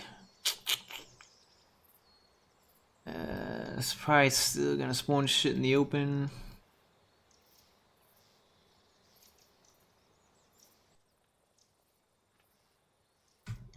I'm gonna do is put it at half speed.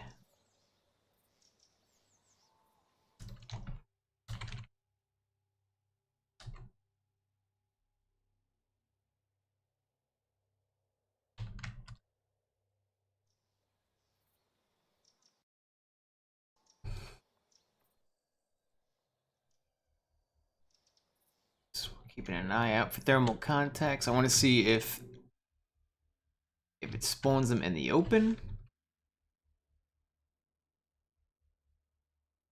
Oh, it is. Fuck. So, ones that spawn out in the open are gonna yep, that's 2 zombies spawned so far, and they're both throwing that fucking error. Oh no, that's me. That's a zombie.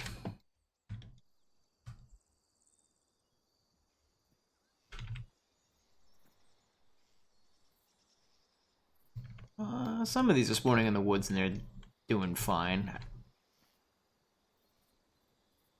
I think it's the zombies who, I was gonna say, the ones that have a move to position for a building.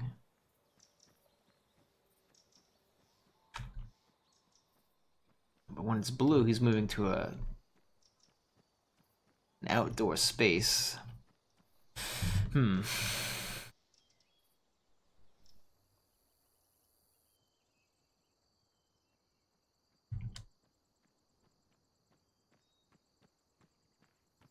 Bet you this zombie does not die when I shoot him.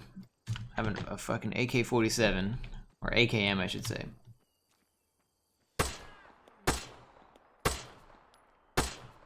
Oh, he did die. Maybe the pistols are not strong enough to count as damage to his head.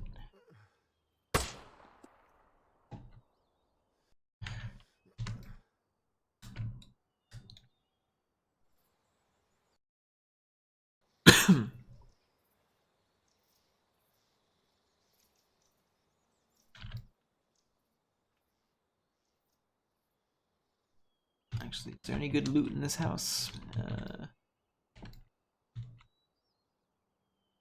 There's a shotgun in there.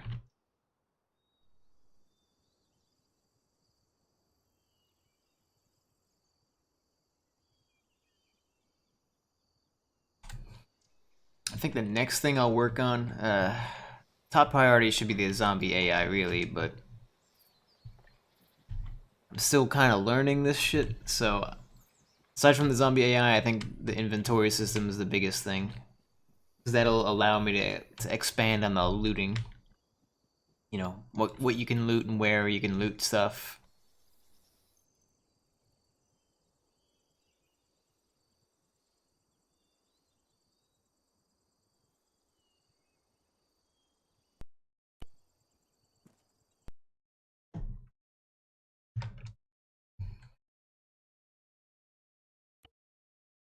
Actually gonna use this command.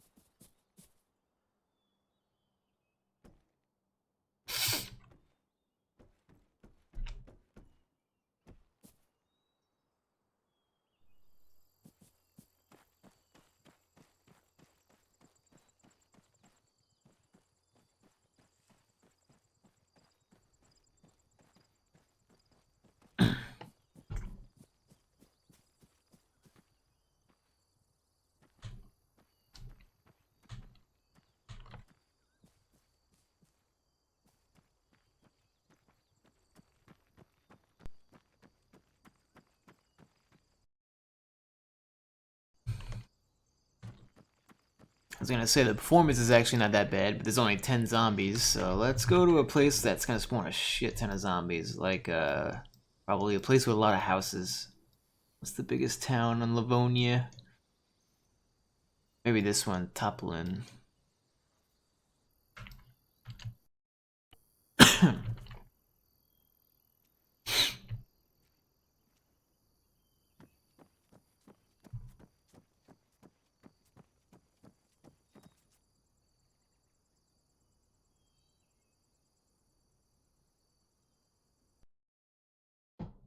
There we go, now we have 60 zombies.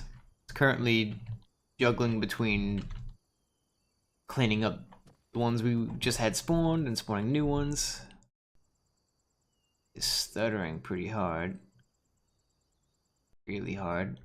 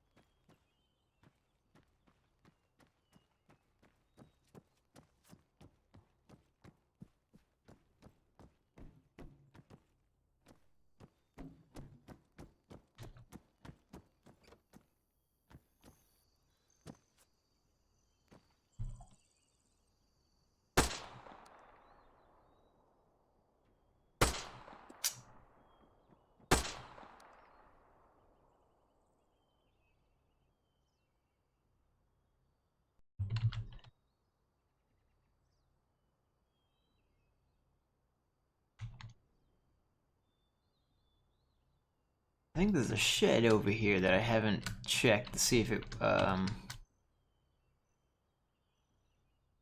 spawns the furniture and loot. Where is it?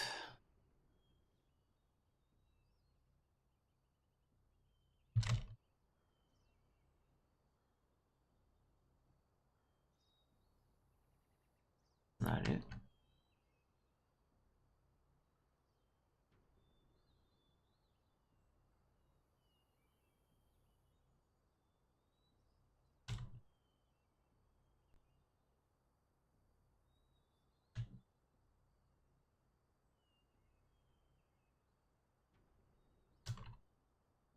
Hmm.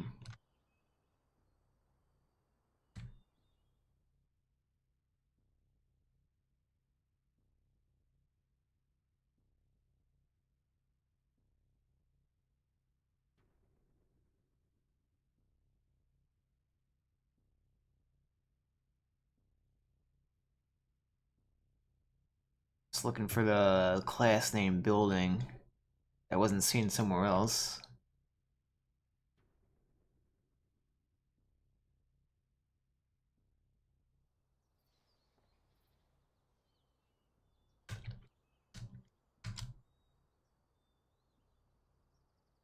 Haven't done that one yet.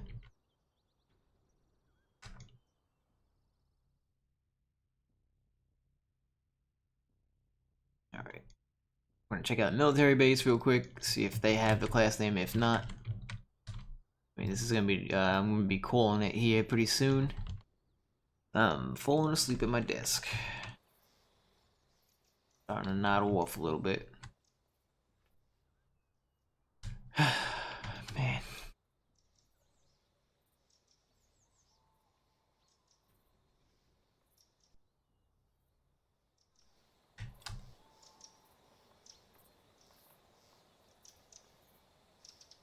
There's actually 2 class names I need to check for.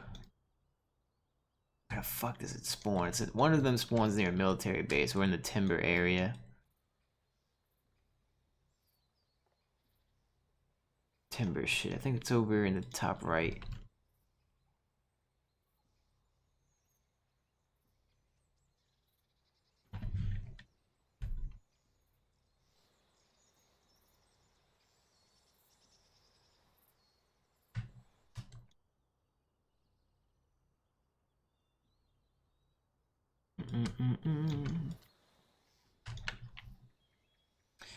Do not remember where the fuck the logging place is at.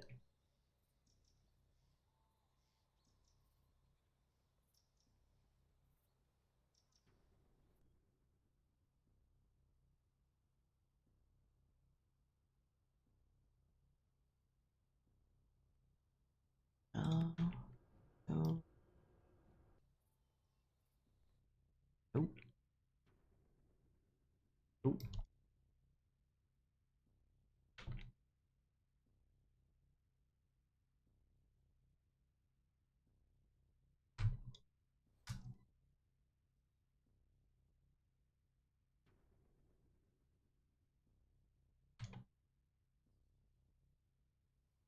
Do not see it. The hell is it?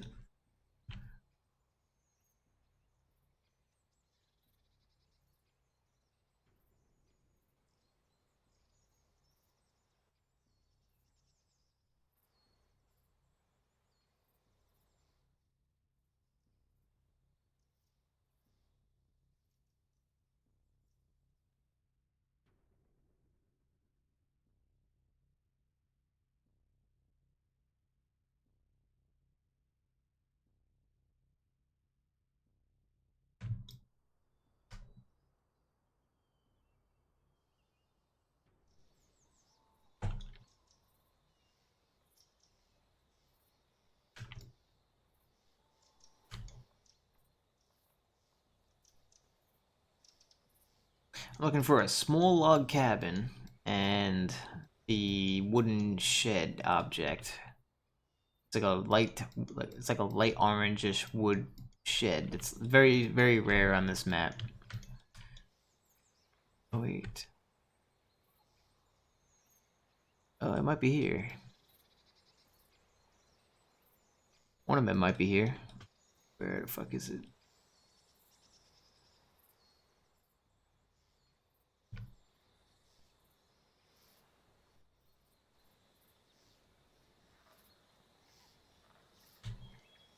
It has like a little front porch.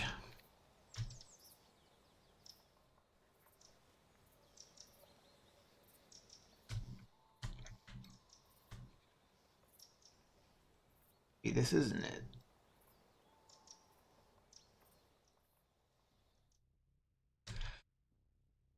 Damn.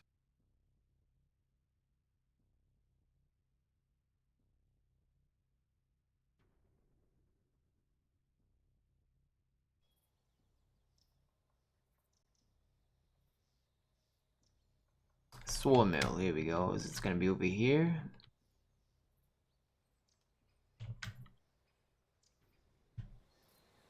Nope, of course not. Jesus, where the fuck did they put this goddamn building? Let me check the airbase at the top. Here we go, airfield. Could have sworn one of the objects was here.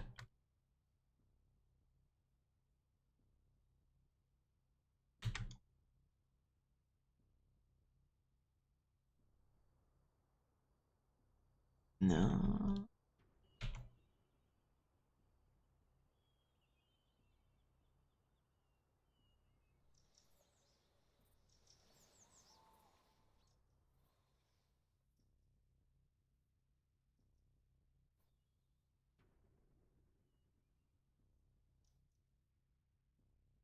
Literally cannot find this fucking thing.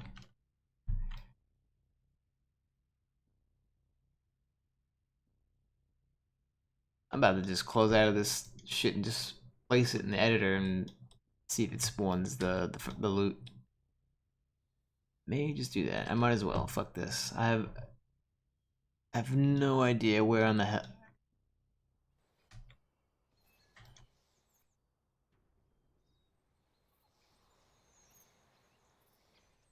Where?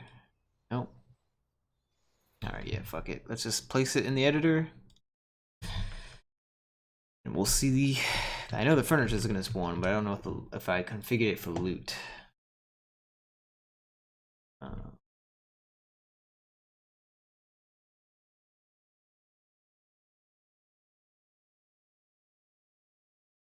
Industrial.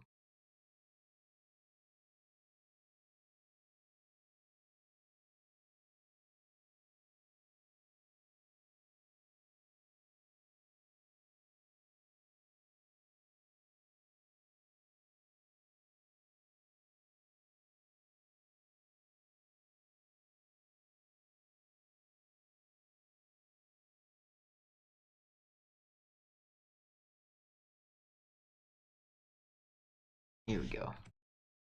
There's one, and there's like a little shed.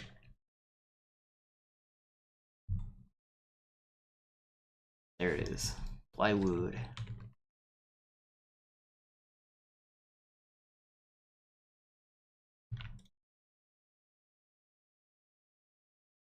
Any others? I feel like I did this one before.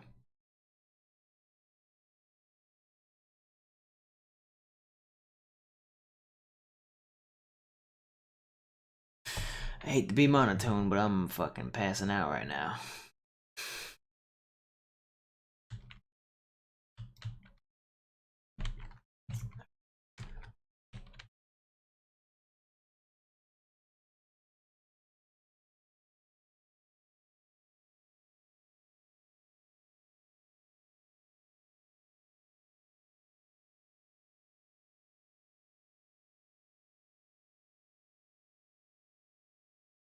That should be it.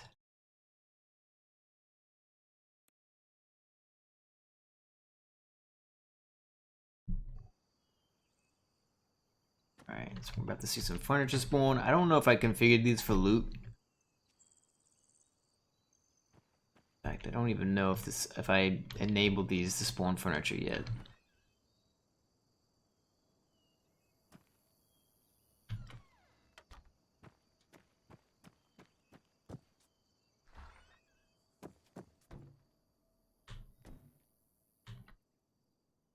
Yeah, I know I have loot to spawn on that shit. What is this class name? This is a... Oh, we don't want that. Camp House 01 Brown. Okay. Go ahead and edit that one real quick. Camp House.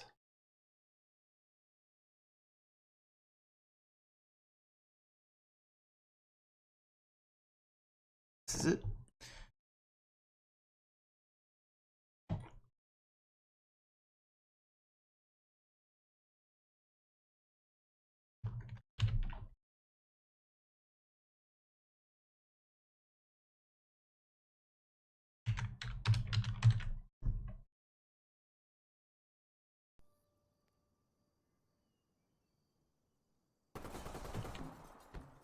The fuck? Scared the shit out of me. I'm like, what the fuck? I didn't put down AI. I forgot I did. Kill this of a zombie.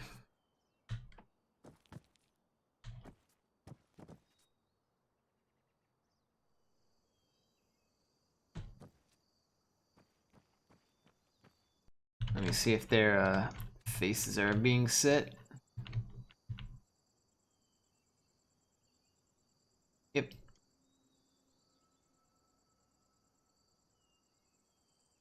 It's the dead facial expression. Actually need to remote exec that now that I think about it. But yeah, anyway. I'll write this remote exec code real quick, and I'm fucking out. Okay, gonna be in the Z function.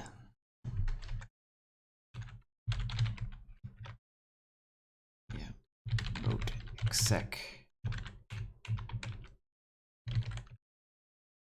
set mimic.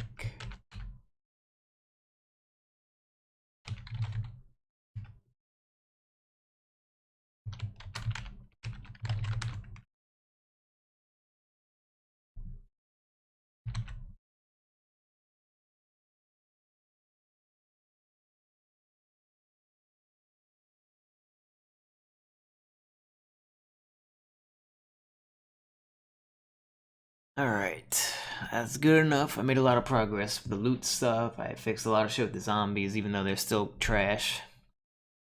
It's performing better and it's more stable, and they're a little bit better at maintaining positions or grabbing positions. I mean, before they weren't even properly grabbing a full. They're only grabbing just the X and Y position. They didn't have a Z axis, so they would just shit themselves. So I think I fixed all that. I'll take one last look at this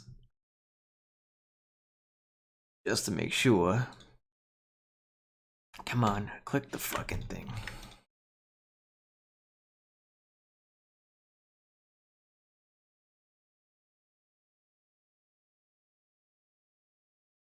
Variable.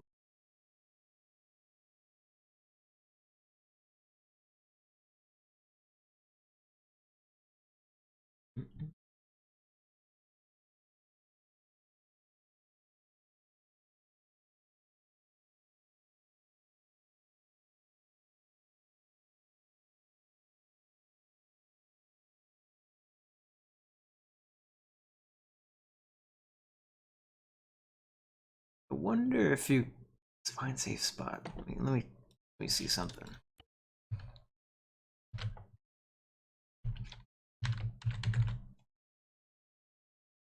Can you pass an object? Oh, it needs to be a fucking. Maybe that's why.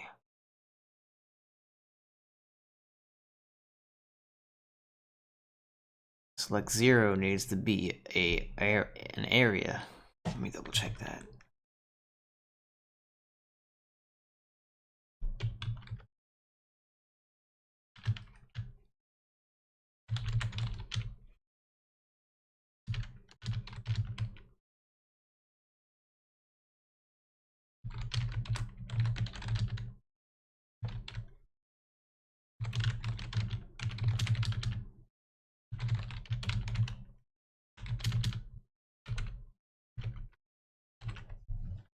Fucking computer's freezing up. Alright. Save. X that out. Cool, I may have answered my question. So I think that could be part of the issue. No passing.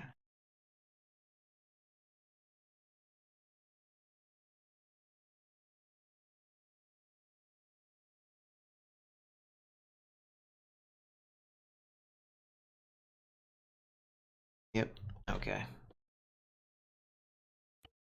I'll have to fix that tomorrow, but I'm just too tired right now to fix that, so some other time I'll stream again. I'm not gonna make it like an everyday thing where I stream. I just do it when I want to, when if I'm feeling it. Today I was, so yay. But yeah, anyway, I'm gonna make this video unlisted, so I guess save the link. I think if I make it unlisted, it'll still work, so yeah. But on that note, I'm gonna go to fuck to sleep. Thanks for watching. Thanks for engaging in the chat, and I'll see you guys next time. Take it easy.